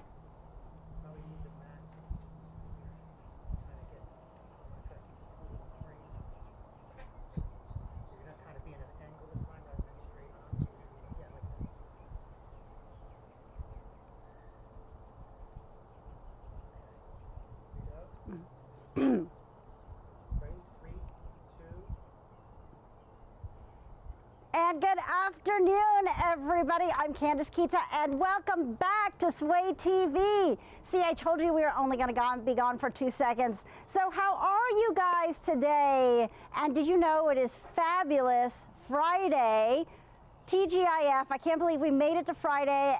And actually, I can't even say that because, you know, let me know what you think. Did it just seem like it was Monday and then already it's Friday? Like, I can't understand what happened the rest of the week, right?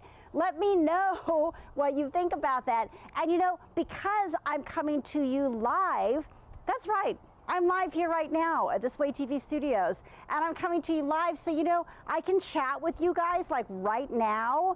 So go ahead and please, if you'd like, leave me a question, a comment, or a suggestion. We love suggestions, and I'll be able to read it and I can respond to you live time. Now, actually, I have to be honest in this, that I wear glasses, and I'm gonna have to periodically get up from the mat, and I'm gonna go trek over there to the chat so I can see, because I just can't see you guys. In fact, right now, the whole world is a big blur, and that's the honest truth. But if I could see, I would tell you that we're coming to you live from the gorgeous Sway TV studios here in sunny Los Angeles. And when I say sunny, you guys, take a look at this. I have friends of mine that are in New York right now. If you guys are in New York, let me know in the chat. It's 23 degrees and nobody's leaving their houses. This is what I was told today.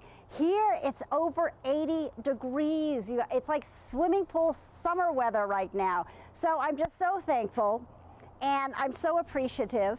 And we thought what we'd do is, since it's Friday, and Fridays before we've done sundown yoga, which I love, because quite often you guys see me here at 6 o'clock in the morning, and I love this too, and we're doing sunrise yoga and watching the sun rise over the beautiful city. And you know, for those of you who don't know, just around over there, I can see, actually I can see down to the Getty Museum, if you guys are familiar with that. That's within eyeshot for me. And also I can see Santa Monica. I see a little bit of Malibu. So I can see so much here. And normally it's sunrise yoga. Today it's not quite sunset yoga because it's still super sunny, but we're just gonna appreciate the fact that it's Friday, you guys. Friday, what are you doing for the weekend? We're doing laundry and I'm excited about it. And we're organizing the closet. Hey, that's really exciting. But also, you know, let's talk about decompressing from the week. And let's go ahead and just like shirk off all of that tension and stress that we might have, you know, built up of the weekday, work week. You know, Monday and Tuesday, Wednesday, Thursday, you might have built up a lot of stress. And why don't we just celebrate this beautiful weather? And wherever you are too, I encourage you, Lucia, if you're still watching us, if you guys have a yoga mat, now is the time to get that yoga mat. If you want, you have gorgeous weather like we do, or maybe you're in SoCal, put it outside. If not, I encourage you, just put it on the floor in your living room. If you're in the 23-degree weather in New York, still, you can get a great, nice workout on a Friday afternoon, right? And if you don't have a yoga mat, I encourage you, if you're on carpet, go ahead and just put a towel down. Yeah, see how you like this. You know, just spend the next couple of minutes with me unwinding at the end of the day. And if you do like it, you know, this yoga mat that you see right here is by a company called Gaiam, and I got it right here at Amazon. No joke. I think it was like 23 bucks. I really love it. There's all sorts of yoga mat, and you know, for that matter, all sorts of fitness equipment that you can get right here at Amazon. We've got anything from a jump rope or a ropeless jump rope that's relatively inexpensive, all the way up to a Nordic track or more. Because you know, you can get anything from a lipstick to a car here at Amazon, and there's so much more in between, right? So yeah, I encourage you to work on your fitness. We're all working on it, not just for, you know, the way you look. I mean, that's certainly part of it, but especially as we age and we get older, it's really about how you guys feel, right? I mean, especially me, I'm telling you, every time I wake up with really stiff joints. What about you guys? Leave a message in the chat if that's the case and let me know. I wake up with really stiff joints in the morning. I have like lower back stiffness. Let me go look at the chat because I think I see something and I don't have glasses so I can't see. Oh, hey, Sammy, how are you? It's so good to see you. I'm so glad you're here. Thank you so much for following. It's 70 degrees where you guys are. Oh, that's gorgeous. And it says, I'm not outside because it's dark. Oh, do you have a yoga mat, Sammy? If you have a yoga mat or a towel, anything. Anyways, yeah, I'll be checking every once in a while to see because I wear glasses and I can't see that far. That's the honest truth. But anyways, you guys, like I said, I just encourage you to stretch. And no matter what level of fitness that you're at, say you feel like you're starting just at the beginning, you know, we're going to do a slow, deep stretch today, a little bit of yoga. So it's not that challenging, and all it's going to do is it's going to loosen you up, and it's going to get the blood flowing, and it's going to help with circulation, and that's going to help the way you feel. It's going to bring endorphins to certain parts of your body. It's going to energize them. If you are in New York and it's 23 degrees and your extremities feel cold, just by moving your joints and just moving your body around, you'll start to warm up, believe it or not. You'll start to feel better. You won't feel as stiff, because you know how it is in the cold. Your neck and your back, everything gets stiff. So anyways, without further ado, why don't you guys take off your shoes? I always say that's a good thing, to take off your shoes and start that way. Isn't it beautiful here? I mean, gosh, I'm gonna have a hard time just kind of winding down and relaxing, because I'm just so excited about this beautiful weather. So why don't we just go ahead and relax by just breathing. And like I said, you guys, I will be checking periodically on the chat, so if you leave me a message, I will get back to you. I just have to do it every once in a while. Either that or wear my glasses, and I'm telling you, they're gonna fly off my face. So anyways, let's just breathe in for a while. Let's take a big breath in, and let's just hold it.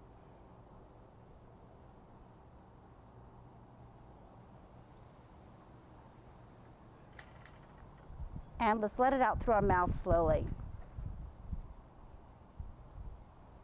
Let it all the way out.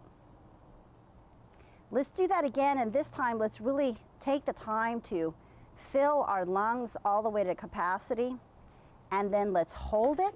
So let's breathe in through our nose, and then we're going to exhale in a moment out our mouth. And let's hold it.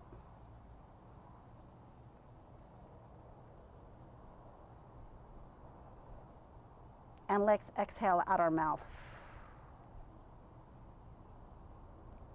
Let's go ahead and take another really big, deep breath slowly through our nose, and then we'll hold it.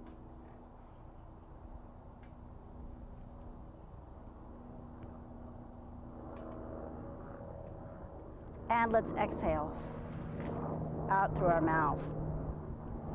Now, a lot of times we don't think about our breathing, and we don't concentrate on our breathing. This is a perfect time to energize and get a lot of oxygen in our body by simply using the breath. Because a lot of times we do a lot of shallow breathing without even realizing it. So let's go one more time. Let's just go ahead and breathe in and hold it.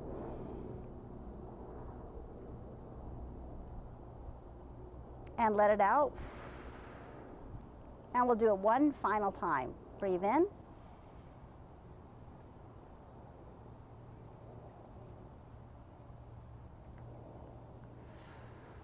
And let it out. You know what? Let's do it one more time and see how long we can hold it, just to see. So we're going to breathe in through our nose and hold it, and then we're going to exhale through our mouth. Ready? Let's breathe in. And hold it.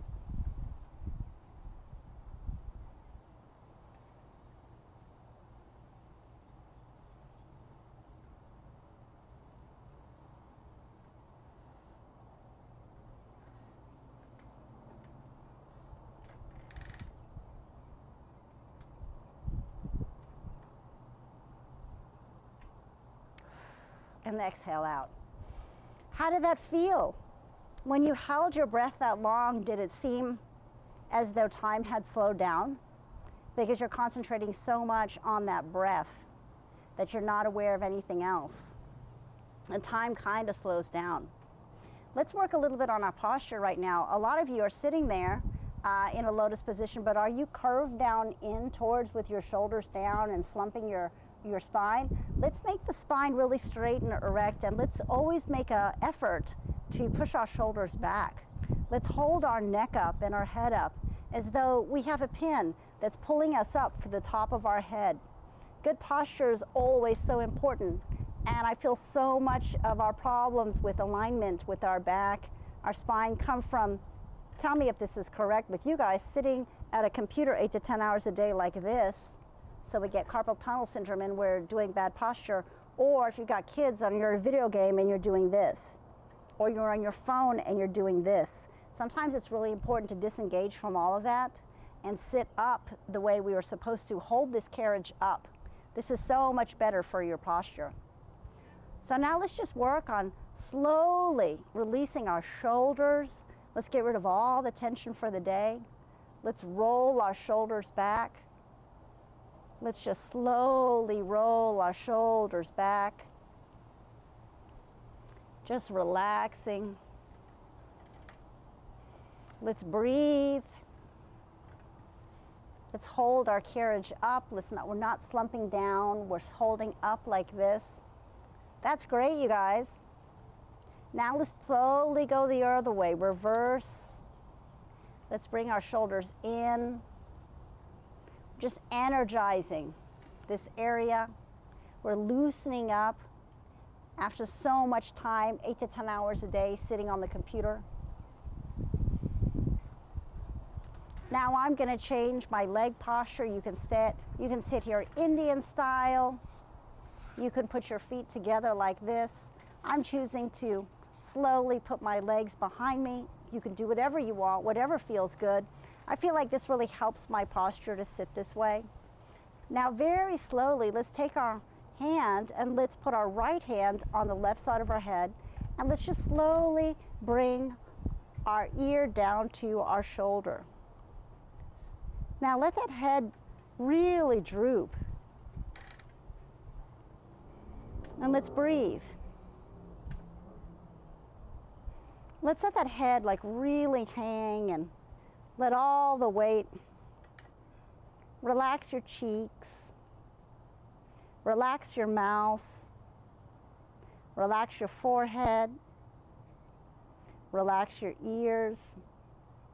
Just let your whole face droop. That's okay. Even if it looks funny, don't worry about it. And let's breathe.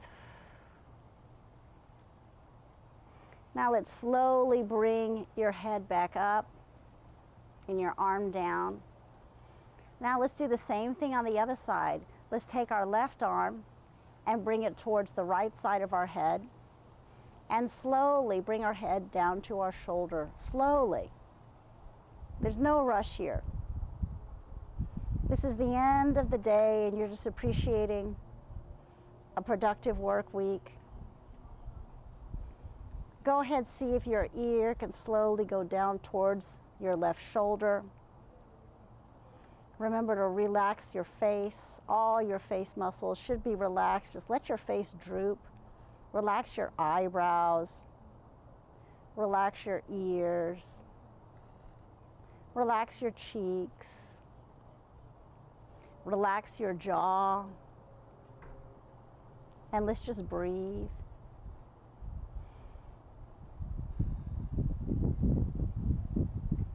We'll take another breath. Now let's go ahead and put our arm down and slowly bring your head back up. You can keep your eyes closed if you want, if it feels good. Now let's just simply put our head forward and just let your head droop. Let your head droop forward. Kind of stretch all those muscles in the back of your neck. Once again, let your eyes close. Let your head, all the muscles droop, just relax. Your entire face, your jaw, your ears, the tension that you hold in your forehead. Let's just shake all that tension off from the week. It's Friday, you guys made it. Now let's slowly start to roll our head clockwise in a circle, starting going to the right. Slowly roll your head. Keep your eyes closed. Slowly let it go back. You could move your jaw around here if you want. Open your jaw. Roll it slowly down to the front. Let it hang. It feels so good, doesn't it? Now let's just move it in the other direction. Slow movements. This is the key. And you know, you guys, don't forget to breathe, because so many of you forget to breathe. When we're doing this, you know, your body needs oxygen. So continue to breathe. Let your head just droop. Let it loosen the muscles in the shoulder. Does that feel great? Let's take a breath here and hold it. And let's let it out. Very good. How does that feel? Loosen your shoulders. Go ahead and just loosen your shoulders. Move your head around. I like to open my jaw and just loosen everything out. Now, you know, let's work on a part of the body that I feel like nobody pays attention to, but is so important, and that's your hands. Let me know how your hands feel. I like to stretch out my fingers. I go one by one. You guys can change up your leg position if you feel. I'm fine this way, but if you want to move to a sitting Indian style or maybe sitting with your knees up, please feel do, because, you know, we're concentrating on our fingers. I like to just stretch all of my fingers because, you know, you guys are on the computer, a lot of you, 8 to 10 hours a day, right?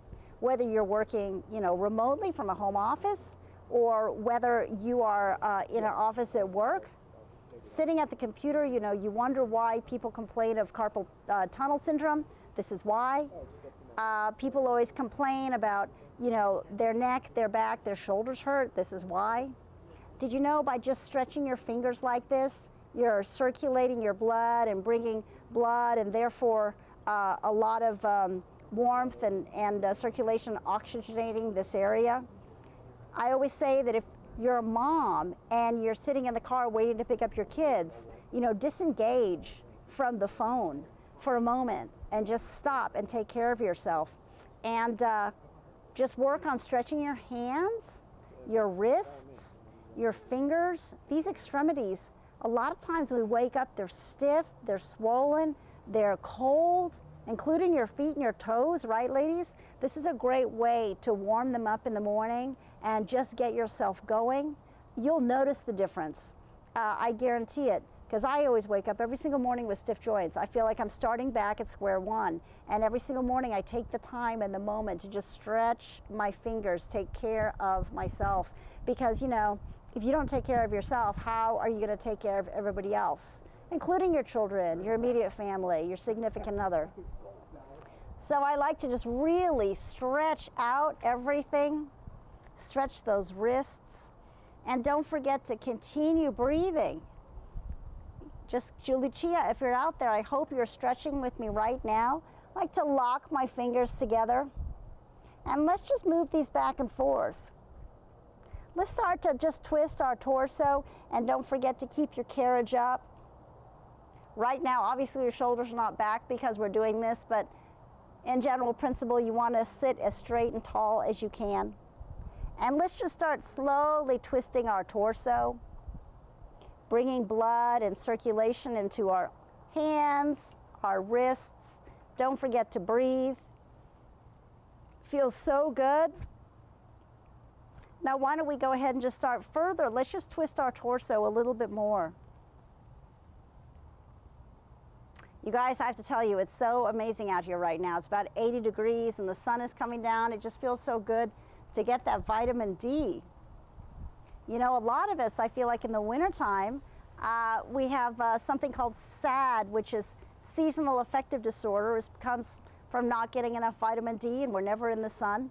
It's really important to get, you know, at least 20 minutes of sun a day if you can.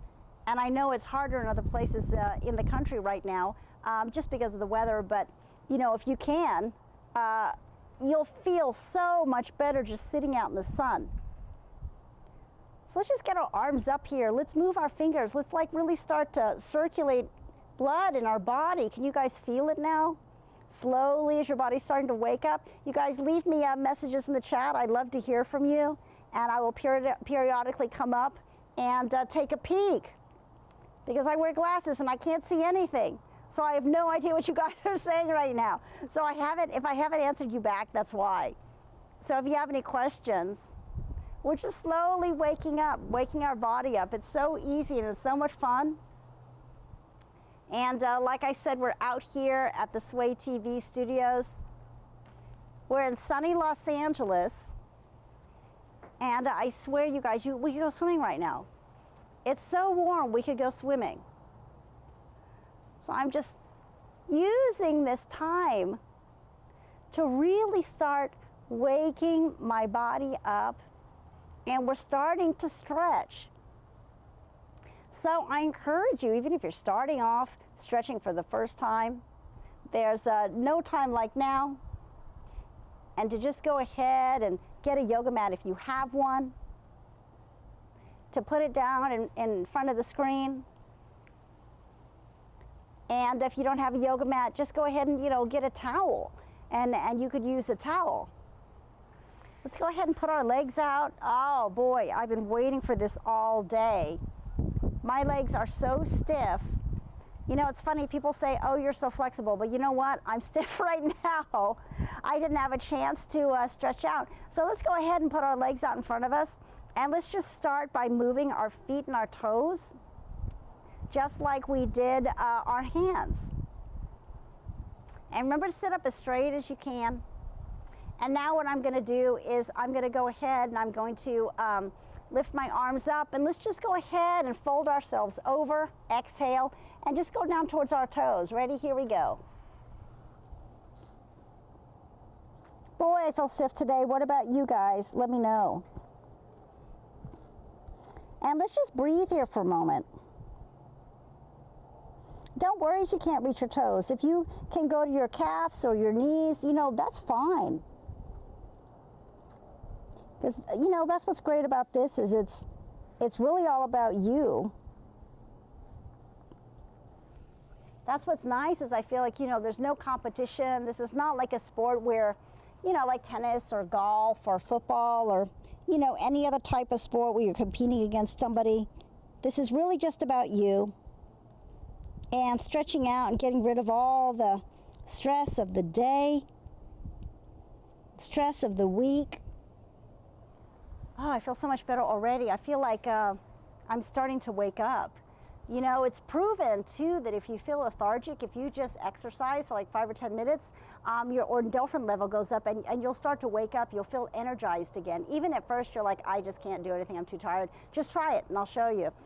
So anyways, let's go ahead and I'd like to put my foot in towards my other thigh, and then I'm going to do the same thing. It's so easy. Let's just go ahead and reach down for that foot. Ready? Here we go. Go ahead and breathe, because I know some of you want to hold your breath like this, and that's not good. You just need to oxygenate. So don't forget to keep breathing while we're down here, even though it may feel a little bit awkward at first. And ideally you want to try to get as close as you can to your knee, but don't push yourself if you're just starting. Just relax. Oh, it feels so good. Do you feel it like relaxing out your back? I feel so much better on my back. Let's go ahead and do the other side too. This feels great. And once again, let's work on our posture. Let's sit up straight, and let's, wiggle those toes and get everything moving right now. If you guys are at home, let's just do this. And once again, let's just try to go down to our foot. This feels so good. How many of you guys are out there doing this right now? Let me know. And sometimes I rock back and forth like this. You don't have to. Sometimes I like to move my toes. It's funny because Doug Jeffrey, Fit Over 50, always says, if you don't use it, you lose it. And I think that's really true. I think sometimes the most important thing is literally just to keep moving. You don't have to worry about technique or form or anything like that. This is not a competition, and you don't have to look good while you're doing this. This is really just about moving and getting your body to slowly really start to move and stretch. So now let's go ahead and take this leg, and we're going to go back into a hurdler stance. So we're going to put this leg back, keep this leg forward, and then we're going to do the exact same thing. It's so easy. We're just going to go forward, and we're just going to keep our carriage up, and we're going to reach for our toes. This feels so good. Are you guys breathing? Ideally, try to get your head towards your knee, and you should feel this wonderful kind of pulling stretch on your sides, on your legs. Just relax. Let's just get rid of all the tension of the week. It's Friday afternoon, you guys, here in sunny Los Angeles, and you made it through the work week. And a lot of you are probably like, I don't even know how I made it through the work week, Candace. I have no idea how I did it, but I did. So I just want to celebrate by taking some me time. So here we are. Just go ahead and put the other leg back in hurdler stance. And we're going to do the same thing. Remember to keep your carriage up. You know, we always slump like this at a desk, and we're always on a computer like this. It's really bad. You got to sit up and put those shoulders back. Remember, think of a pin that's coming straight up through your head to give you great posture. Let's look towards the direction of our foot, and we're going to do the same thing. We're just going to bring our body down and see if we can use our hands and touch our foot. This is great. Oh, this feels awesome. I've been waiting all day to do this. And I feel so fortunate right now that it's like 80 degrees in SoCal right now, and the sun is shining and there's not a cloud in the sky. This is beach weather. You guys, I could totally go to the beach, but the traffic is so bad now in LA, I can't make it over there. Santa Monica is too far, and I'd be sitting there for an hour in traffic. Is it really worth it? I don't know. Anyways, just keep stretching. Feels so good. Breathe, you guys. Don't forget to breathe. Oh, that feels so good. If you guys are just joining us, I'm Candace Kita. How are you? Welcome to Sway TV. And as you can see, I am in sunny, gorgeous Southern California. We're coming to you live on a Friday afternoon. And yes, it is like 80 degrees out here right now. It's amazing. So if you guys are in other parts of the country, please let me know. I would love to know how you are, what time it is, and what you're doing, because it's the weekend, and you guys, we made it. Don't ask me how, but we did. And I have to say that this was like a quick week for me. I don't know what happened. I felt like it was just Monday, and now here we are celebrating the end of the work week at the beautiful Sway TV studios overlooking the pool. I could totally go in the pool right now, but I forgot to bring a bathing suit. But anyways, let me know how you are. I'm really curious. And like I said, we're just kind of stretching out today and you know, just releasing the tension of the week, releasing the tension of Monday through Friday. And so we've been stretching. Now let's just go ahead and stretch out some more. What I like to do here is I like to lift myself up and push forward, because I get that little extra bonus of being able to stretch. And you know, the same thing, that's keep that carriage up and keep those shoulders back. You know, don't slump down like this. We spend way too much time slumping without realizing it, right? And now all we're gonna do is just go forward and see how far we can go down towards the ground. And once again, don't forget to breathe, exhale as we go down, and let's just relax. Okay. Oh, this feels so great. I seriously needed to stretch. You guys, I have a yoga mat that I leave on the ground almost all the time, and I'm on that mat probably at least 3 times a day, and it just really helps me unwind and relax. And let me know if you guys have stiff joints in the morning. I really do. This is what gets me going in the morning. I cannot imagine not stretching, because this really helps with just the way I feel overall with, you know, the aches and pains, your lower back, your upper back, your shoulders, your neck. For those of you who have carpal tunnel from being on the computer too long, this really does help you. You'll be surprised. Whew, that feels so good. So are you breathing? Are you still continuing to breathe? Now we're going to do the same thing. All we're going to do now, you guys, is let's go in this direction. So if you want to come in this direction, and we're just going to head towards this foot and see how far we can stretch. Once again, exhale, just relax. It's the end of the day. If it looks funny, don't worry about it. Nobody's watching. Okay. Here we go. This feels so good. And you guys keep breathing. You know what? Whatever level of fitness you're at, I always say it's important to stretch. It's important to warm up, you know, do calisthenics, isometrics, weights, whatever you're going to do. And then don't forget to warm down. And, you know, we just had Julie Fit on, and she was being interviewed by Doug Jeffrey Fit Over 50, and one of the most important things she said is, you know, don't forget the warm down. So many people warm up, go to the gym, do what they're going to do, and leave. And she said you've got to do the warm down, you know. So if you take anything from this today, don't forget to take those extra 5 or 10 minutes at the end of your workout routine and take the time to warm down. So now let's just roll over towards the front where we were before. Let's see if we can actually get down even further because we've been stretching out. Don't forget to breathe. You know, so stretching, I think, throughout your lifetime, even as you get older, becomes increasingly more important to maintain flexibility.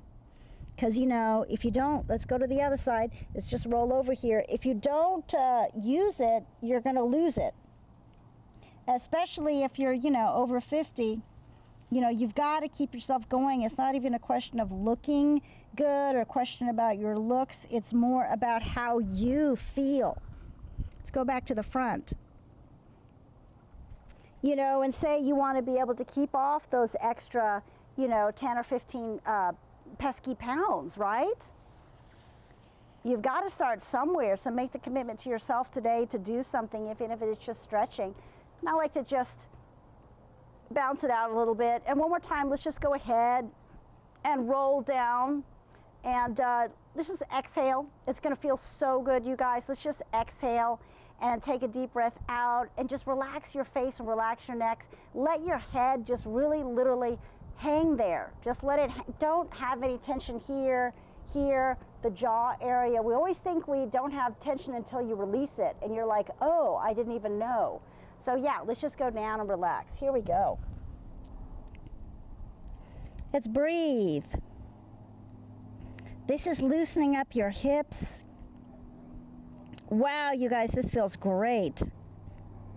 I love feeling this. I feel like, sometimes I kind of bounce back and forth.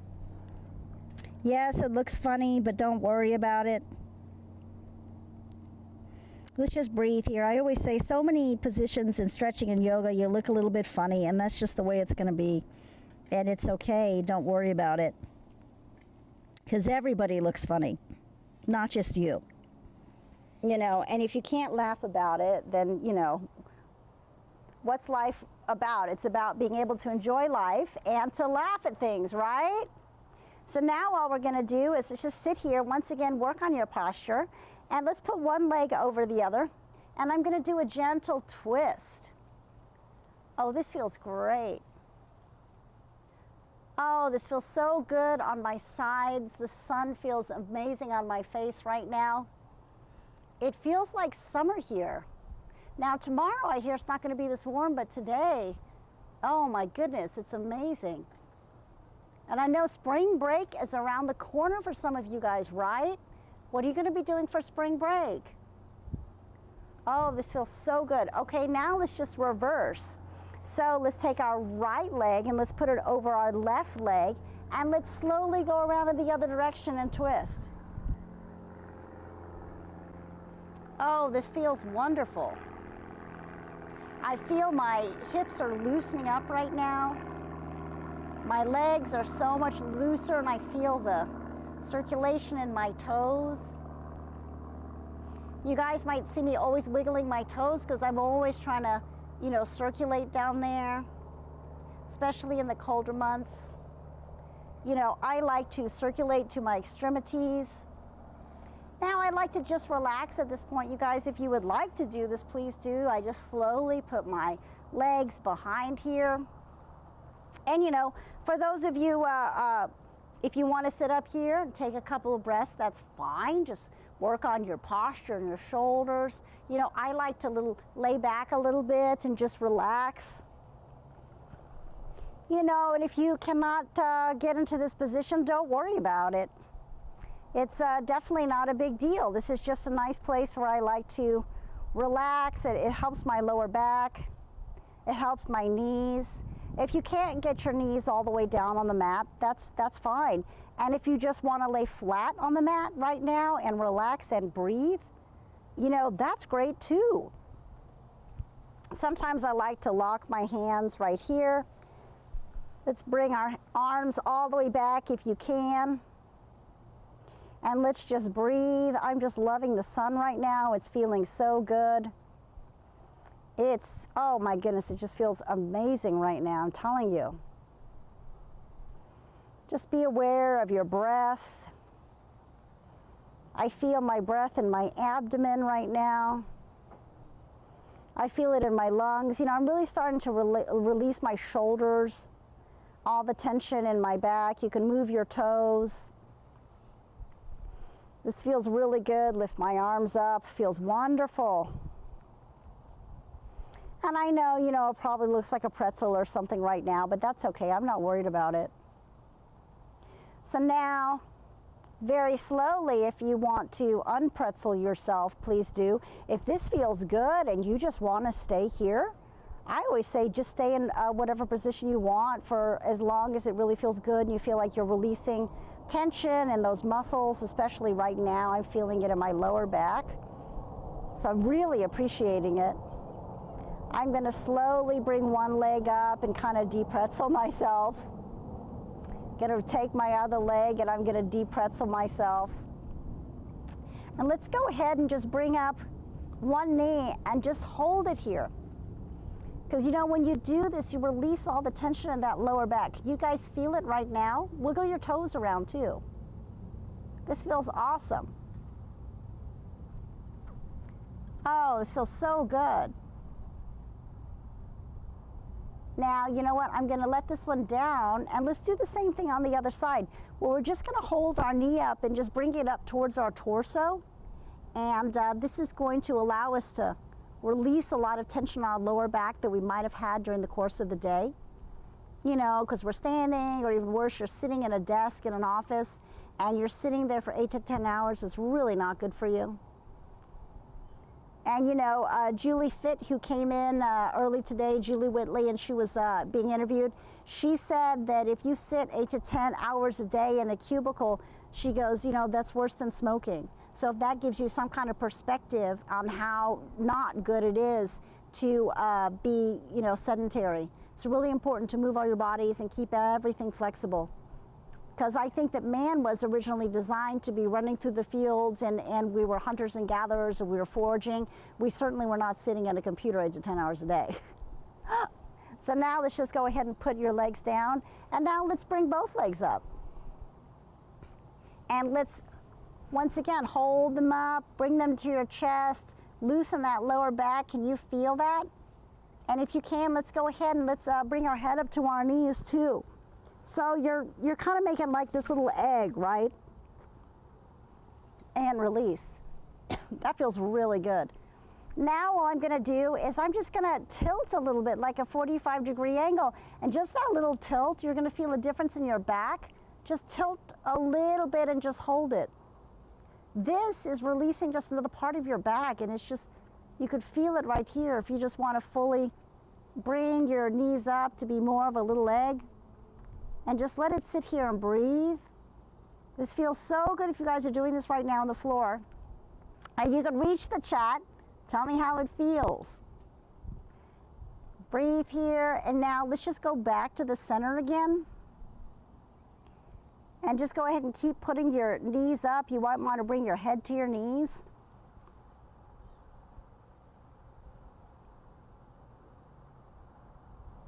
And release it. And now we're going to do the same thing other direction. Let's just tilt our bodies 45 degrees in the other way. And you'll feel a difference in your lower back on how it's kind of just loosening up those muscles back there that are just, you know, so tight from simply just sitting all day. It's just, you know how like you've taken a road trip for a long time and you come out of the car and you're so stiff? That's what I'm talking about. Oh, that's so much better. So now let's go ahead and just leave one knee up and take that other leg and put it down. Don't hit the ground, just hold it here for a second. This feels really good just to have that brightness, you know, in your abdomen area. Use those stomach muscles, just kind of relax the leg. I just like to leave it hanging here. Don't forget to breathe. Very good, you guys. Now let's just go ahead and put that leg up, the left leg up, and let's do the same thing with the right leg. Let's just go ahead and extend it. That feels so good just to relax that leg in the air. You've got your left knee up and you're just kind of using your abdomen right now. You can feel the brightness in your leg, brightness in your abdomen, using your stomach muscles just a little bit. You can wiggle your toes. Look at that, a lot of wiggling going on there. How does it feel? Let me know. This is awesome. Just keep your leg there. This is very relaxing. Yet, you know, you're using your muscles, but it's still really relaxing. Go ahead and put your knee up. Go ahead and put your left leg down all the way now. Just relax it on the ground. And let's just take this leg and slowly, let's just stretch it out a little bit. That feels awesome. Do you feel the difference? I'm trying to just slowly put my knee down towards the ground. Continue to breathe. And you know your lower back right here and your leg, you should just feel that hip releasing. This feels so good, you guys. Move your legs and your feet around.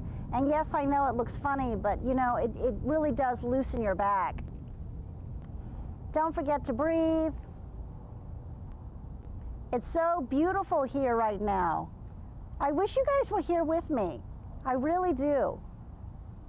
All right, now we're gonna do the same thing. Just go ahead and lift the leg up, left leg up, and let's put our right leg, let's just put it all the way down and relax it. So let's take the left leg and let's just kind of pull it out just a little bit to relax. This feels so good. You know, if you can't get your leg up this high, don't worry about it. It's fine. Just, you know, pull your leg up as far as you can. If you can't extend your knee out like this, don't worry about it. It's totally fine. It doesn't matter. Just as long as you are continuing to move and continuing to stretch, you know, you are challenging yourself. There's no competition here. Now let's go ahead and bring both of those legs up. Now you guys already know how to do this. Let your knees go towards your side. Continue to stretch your feet out. This helps your lower back. Very good. That's awesome, you guys. Now, let's go ahead and put both our legs down. Let's slowly roll to the side.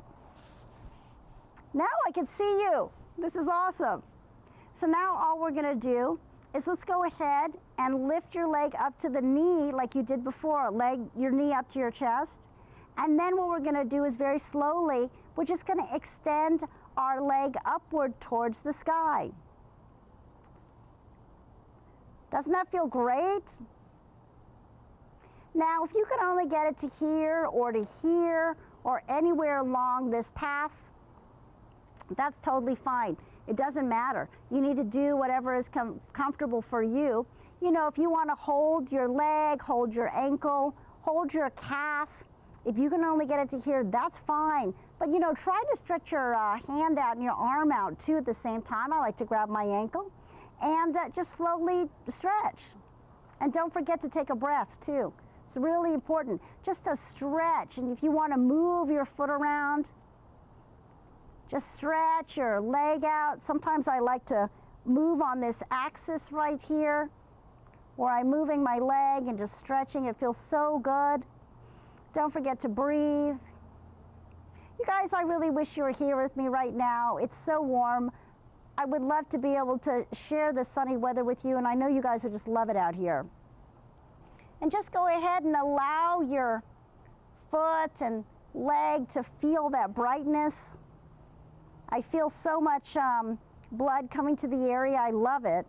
If you need to bend a little bit, you know, that's great too. Go ahead and just bend your knee. That's fine. You know, it's not about fancy being perfect with form and having to have everything straight. It's not about that.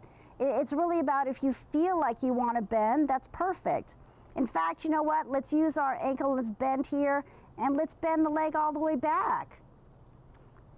This feels great on my back right now. So I've kind of released the tension on my leg, and all I'm doing is I'm releasing the tension on my back as well. This feels awesome. What do you guys think? Are you breathing? Do you feel better already? Lucia, if you're out there, I hope that you are on a yoga mat, because I know that, you know, your goal is to lose a couple of pounds, and, you know, this is a perfect way to start. So why don't we go ahead and try the other side now? And I'm going to flip to the other side of the mat. You guys could just turn around. If I were to do that, I can't see you, so I want to be able to turn around and see you. You know, let me check the chat real quick since we're here and I'm kind of already up. Oh, you're saying that it's dark out where you are. That's so funny. You guys, if you're just joining us, I'm Candace Kita, and good afternoon. We're here outside of the Sway TV studios, and we're having such an awesome time. It's like 80 degrees out here, you guys. Can you believe it? And it's Friday, and all we're doing is getting rid of the tension, getting rid of the stress that we held on from the rest of the week. And so we're out here, and what is like, seriously, it's summer-like weather, isn't it? I can't believe it's winter right now. But anyways, so if you have a yoga mat, I'm encouraging you, come on down. Come on down and get on this yoga mat with me. And we're just doing some slow, deep stretch. And we're just circulating, feeling the blood come to our extremities, kind of waking everything up and relaxing us at the same time. And we're just getting rid of the tension from the week. If you guys had a stressful work week, I encourage you to put out a yoga mat. If you don't even have a mat and you have carpet, just go ahead and put down a towel. And you know, if you like this and you have a good time today, then I got this yoga mat by Gaia. I don't know if you guys can see it. I got this yoga mat and I got it here on Amazon. So if you guys want, it was like 26 bucks and I love it. I use it every single day. It was well worth the investment. So I encourage you to get out here and let's just start stretching. So like I was saying, I'm going to lay down in this direction. And the same thing, just go ahead and we're just going to lift this leg up towards the sky. You know, you don't have to stretch super high if you don't feel like it. If you need to bend your knee, that's totally fine. It doesn't really matter. The only thing is that you're stretching, you're circulating, you know, move those toes, you know, try to stretch this leg. I use my ankle, but if you want to, you know, use your calf, you want to hold it here, if you want to hold it here, you know, do whatever is comfortable for you. If you want to bend your knee, that's fine. You know, and we're just kind of stretching slowly. It feels so good. I like to move on this axis this way sometimes. You don't have to stay, you know, in a straight line necessarily. And then move your leg up and down on this axis. And you know, after a while, I like to like slowly bend my leg. Then I grab my ankle and let's just take the leg back. Oh, that feels wonderful. Now it's really loosening up my back. I feel the back of my knee really loose. I'm continuing just to kind of rock in this motion. It feels wonderful. Let's take it back up one more time. Unless it feels so good for you to have it down there, then it doesn't matter. And just, I move my ankle. I like to really encourage blood flow. This, believe it or not, it works your heart too, because you know the blood's got to get all the way up to your foot, right? And then the blood's got to go all the way back down again. So just having your legs up here like this in this position are really, really good for you. And let's just slowly bring it in, and let's go ahead and bring that leg back again one more time. That really, oh, it feels awesome. That feels so good. Now let's very slowly, let's come up. I like sometimes, since I'm down here anyways, I kind of like to stretch out this way. So if you want to stretch with me like this, I like to just kind of move my torso back and forth. I like to stretch out, like to stretch back. Just relax in this position. I feel like it's so relaxing. And now I'm just going to go ahead and switch my legs. So I'm going to bring my right knee up, my left leg back, and stretch. And once again, like I said, I slowly move my torso because I can feel it stretching on the sides. It feels so good. I love this.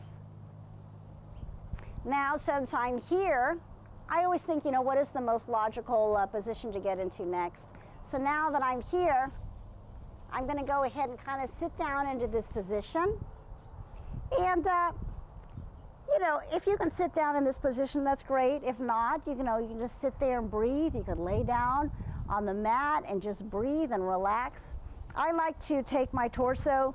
I like to sit up straight and tall first. Then I like to take my torso and I like to lay flat on the mat. I kind of say like I look like a little frog, and I like to look like a little froggy, and then I just relax my entire body into it and I breathe. So if you can, just relax down with me. I find this very, very relaxing, and I feel like it's taking all the pressure and stress off my hips. And you know, if you've been standing or sitting all day, this is a way to just kind of relax that area. It feels so good. And I feel the sun kind of beating down on my back and my head, my neck right now, my legs, getting all that vitamin D that's so important.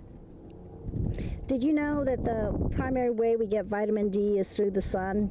You can't manufacture it and your body doesn't hold on to it, so you really need to get some kind of vitamin D every day because it helps with emotional well-being. So, you know, basically we don't get depressed.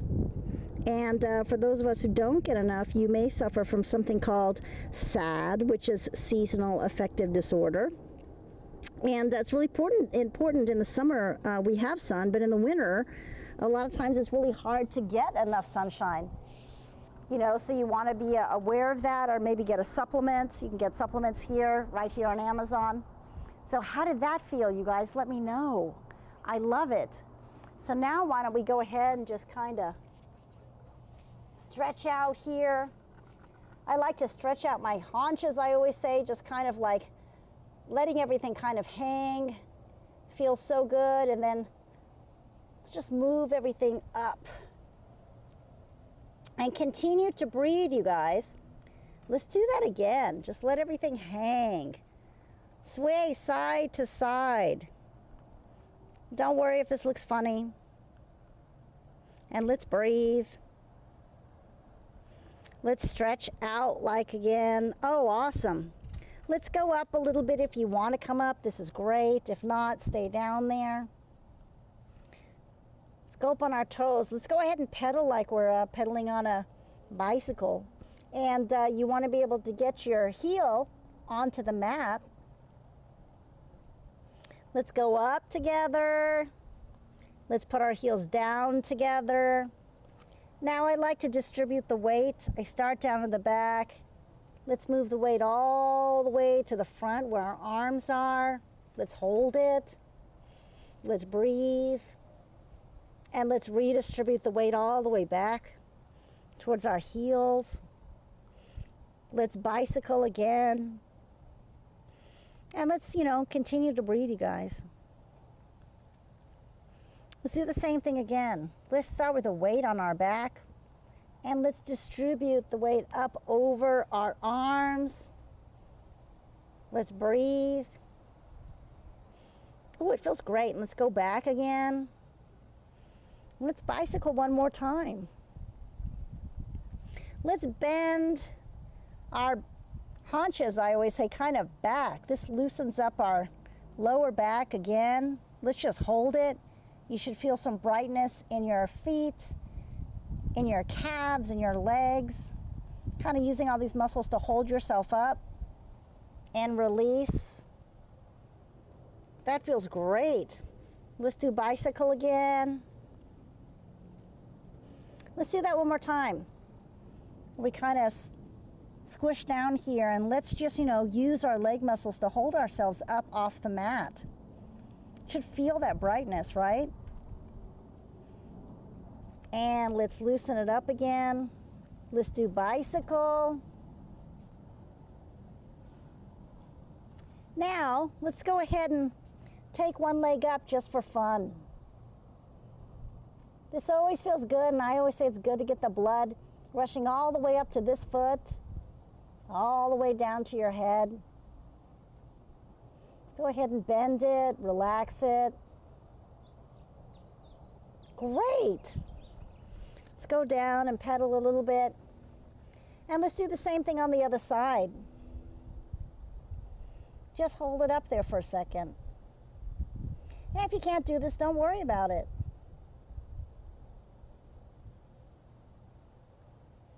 Oh, very great, you guys. Now let's bring these legs together here and slowly raise up. That feels so good. How are you guys doing out there? How are you doing? I know the camera's kind of low right now. You're seeing half of me, so you know what? I'll stretch down. Can you guys see me? Gonna stretch down here. Let's just stretch down to the front. You know, if you want to bend your knees here. It doesn't matter. And let's go to the side. This feels so good. Just let everything hang. You know, I think that's a lot of it, is you just kind of let everything hang. Maybe I could use Doug for a second. He's going to help me because I need a chair. I don't have a chair. Normally, if you guys are at home and you have a piece of furniture and you want to go ahead and lean against that piece of furniture for support, that's really good. I would highly suggest don't try to do this without support because you might fall and you don't want to do that. So anyways, Doug's here. He was relaxing. I was relaxing. He had his eyes closed, enjoying the sun. Now I'm going to use him like a piece of furniture. So if this was my chair, I could have it here, my piece of furniture here. Then I would definitely just use a piece of furniture. Oh, my mic is flipping here. You could use this as a piece of furniture. I like to just kind of grab my ankle. And I use the piece of furniture to support myself. In this case, it's Doug. And just, you know, hold your leg out and just move it around. This feels great. And if you want, you know, grab the leg by the outside and lift it up. Easier said than done. But, you know, if you can and you just want to relax it and you want to stretch it, this is a great way to stretch your leg. Move on this axis right here, and breathe. Hold it there for a while. And then, you know, feel like bending it down. I like to do this too. Now you could just go on the other side too. He's gonna be the other do-si-do, be the other piece of furniture. Same thing, you know, just firmly grab yourself. I like to use my crook of my elbow here, and I just put my knee into this crook. I like to move my foot around, you know, feel like my hip is really loosening up since we first started, which is great. Just move your foot around here, continue to breathe. And then if you feel like it, you know, with your foot is firmly planted on the ground and you're holding onto a piece of furniture or another person, then just grab your ankle and lift your leg up. And, you know, just hold it here and just enjoy this stretch. You know, try to lift your leg higher. Just really enjoy stretching this leg and stretching this foot out. Bringing it in, holding your knee. Relaxing. Oh, this feels good. Feel good? Yes, it feels really, really good. So important. You know, stretching really is so important. And, you know, like Doug was saying before, that he really didn't want to stretch at first. And I should have stretched now, but I said I had a crazy week and a little tired. But once again, you really have to push yourself, because by doing that, it really does wake you up. It just rejuvenates you. So especially as we age, it's so important that you stretch, because I am tight right now. Let me go check the chat one more time real quick. Oh, LA Mom, you started following. Thank you so much. That's awesome. Sammy, you're back from dinner. Hey, Sammy, how are you? Oh, did you have a great dinner? That's awesome. What did you have for dinner? Was it a healthy dinner? He wants to know if it was a healthy dinner. That's all about the food. So anyways, you guys, thank you so much. We've had such an awesome time. Thank you so much for joining us. And you know what? Like I said, it's like 90 degrees out here, right? So don't you think Don't you think it's a great time to go in the pool? I would think it's a great time to go in the pool, but I don't know if he wants to go in the pool. The last time that water was so cold, but with that said, there's nothing like a warm jacuzzi. I think you should go in the pool. No, I have a microphone on. We're going to go to the jacuzzi over here. Come on, let's go to the jacuzzi. Wait a minute, what is he doing? What is he doing? Hold on a second. What's he doing out there? Dude, what are you doing? I'm setting up here. All right, you guys. Okay, I'm gonna go. Let's go. We're going over to the jacuzzi. Man, that is nice. Wow. He's got his pants on. Woo. That is beautiful. All right. A nice change from the last time. Come on in. All right, I've got a mic. I'm gonna sit right here. I'm gonna put my feet in the jacuzzi. Oh, this is awesome. I got my Perrier. All right, you guys, thank you so everybody. much. Have a wonderful weekend. Have a wonderful weekend. Bye. Bye. Bye. I've got a microphone on. Wait. I forgot my Perrier. That's okay. That's so much nicer than the last one.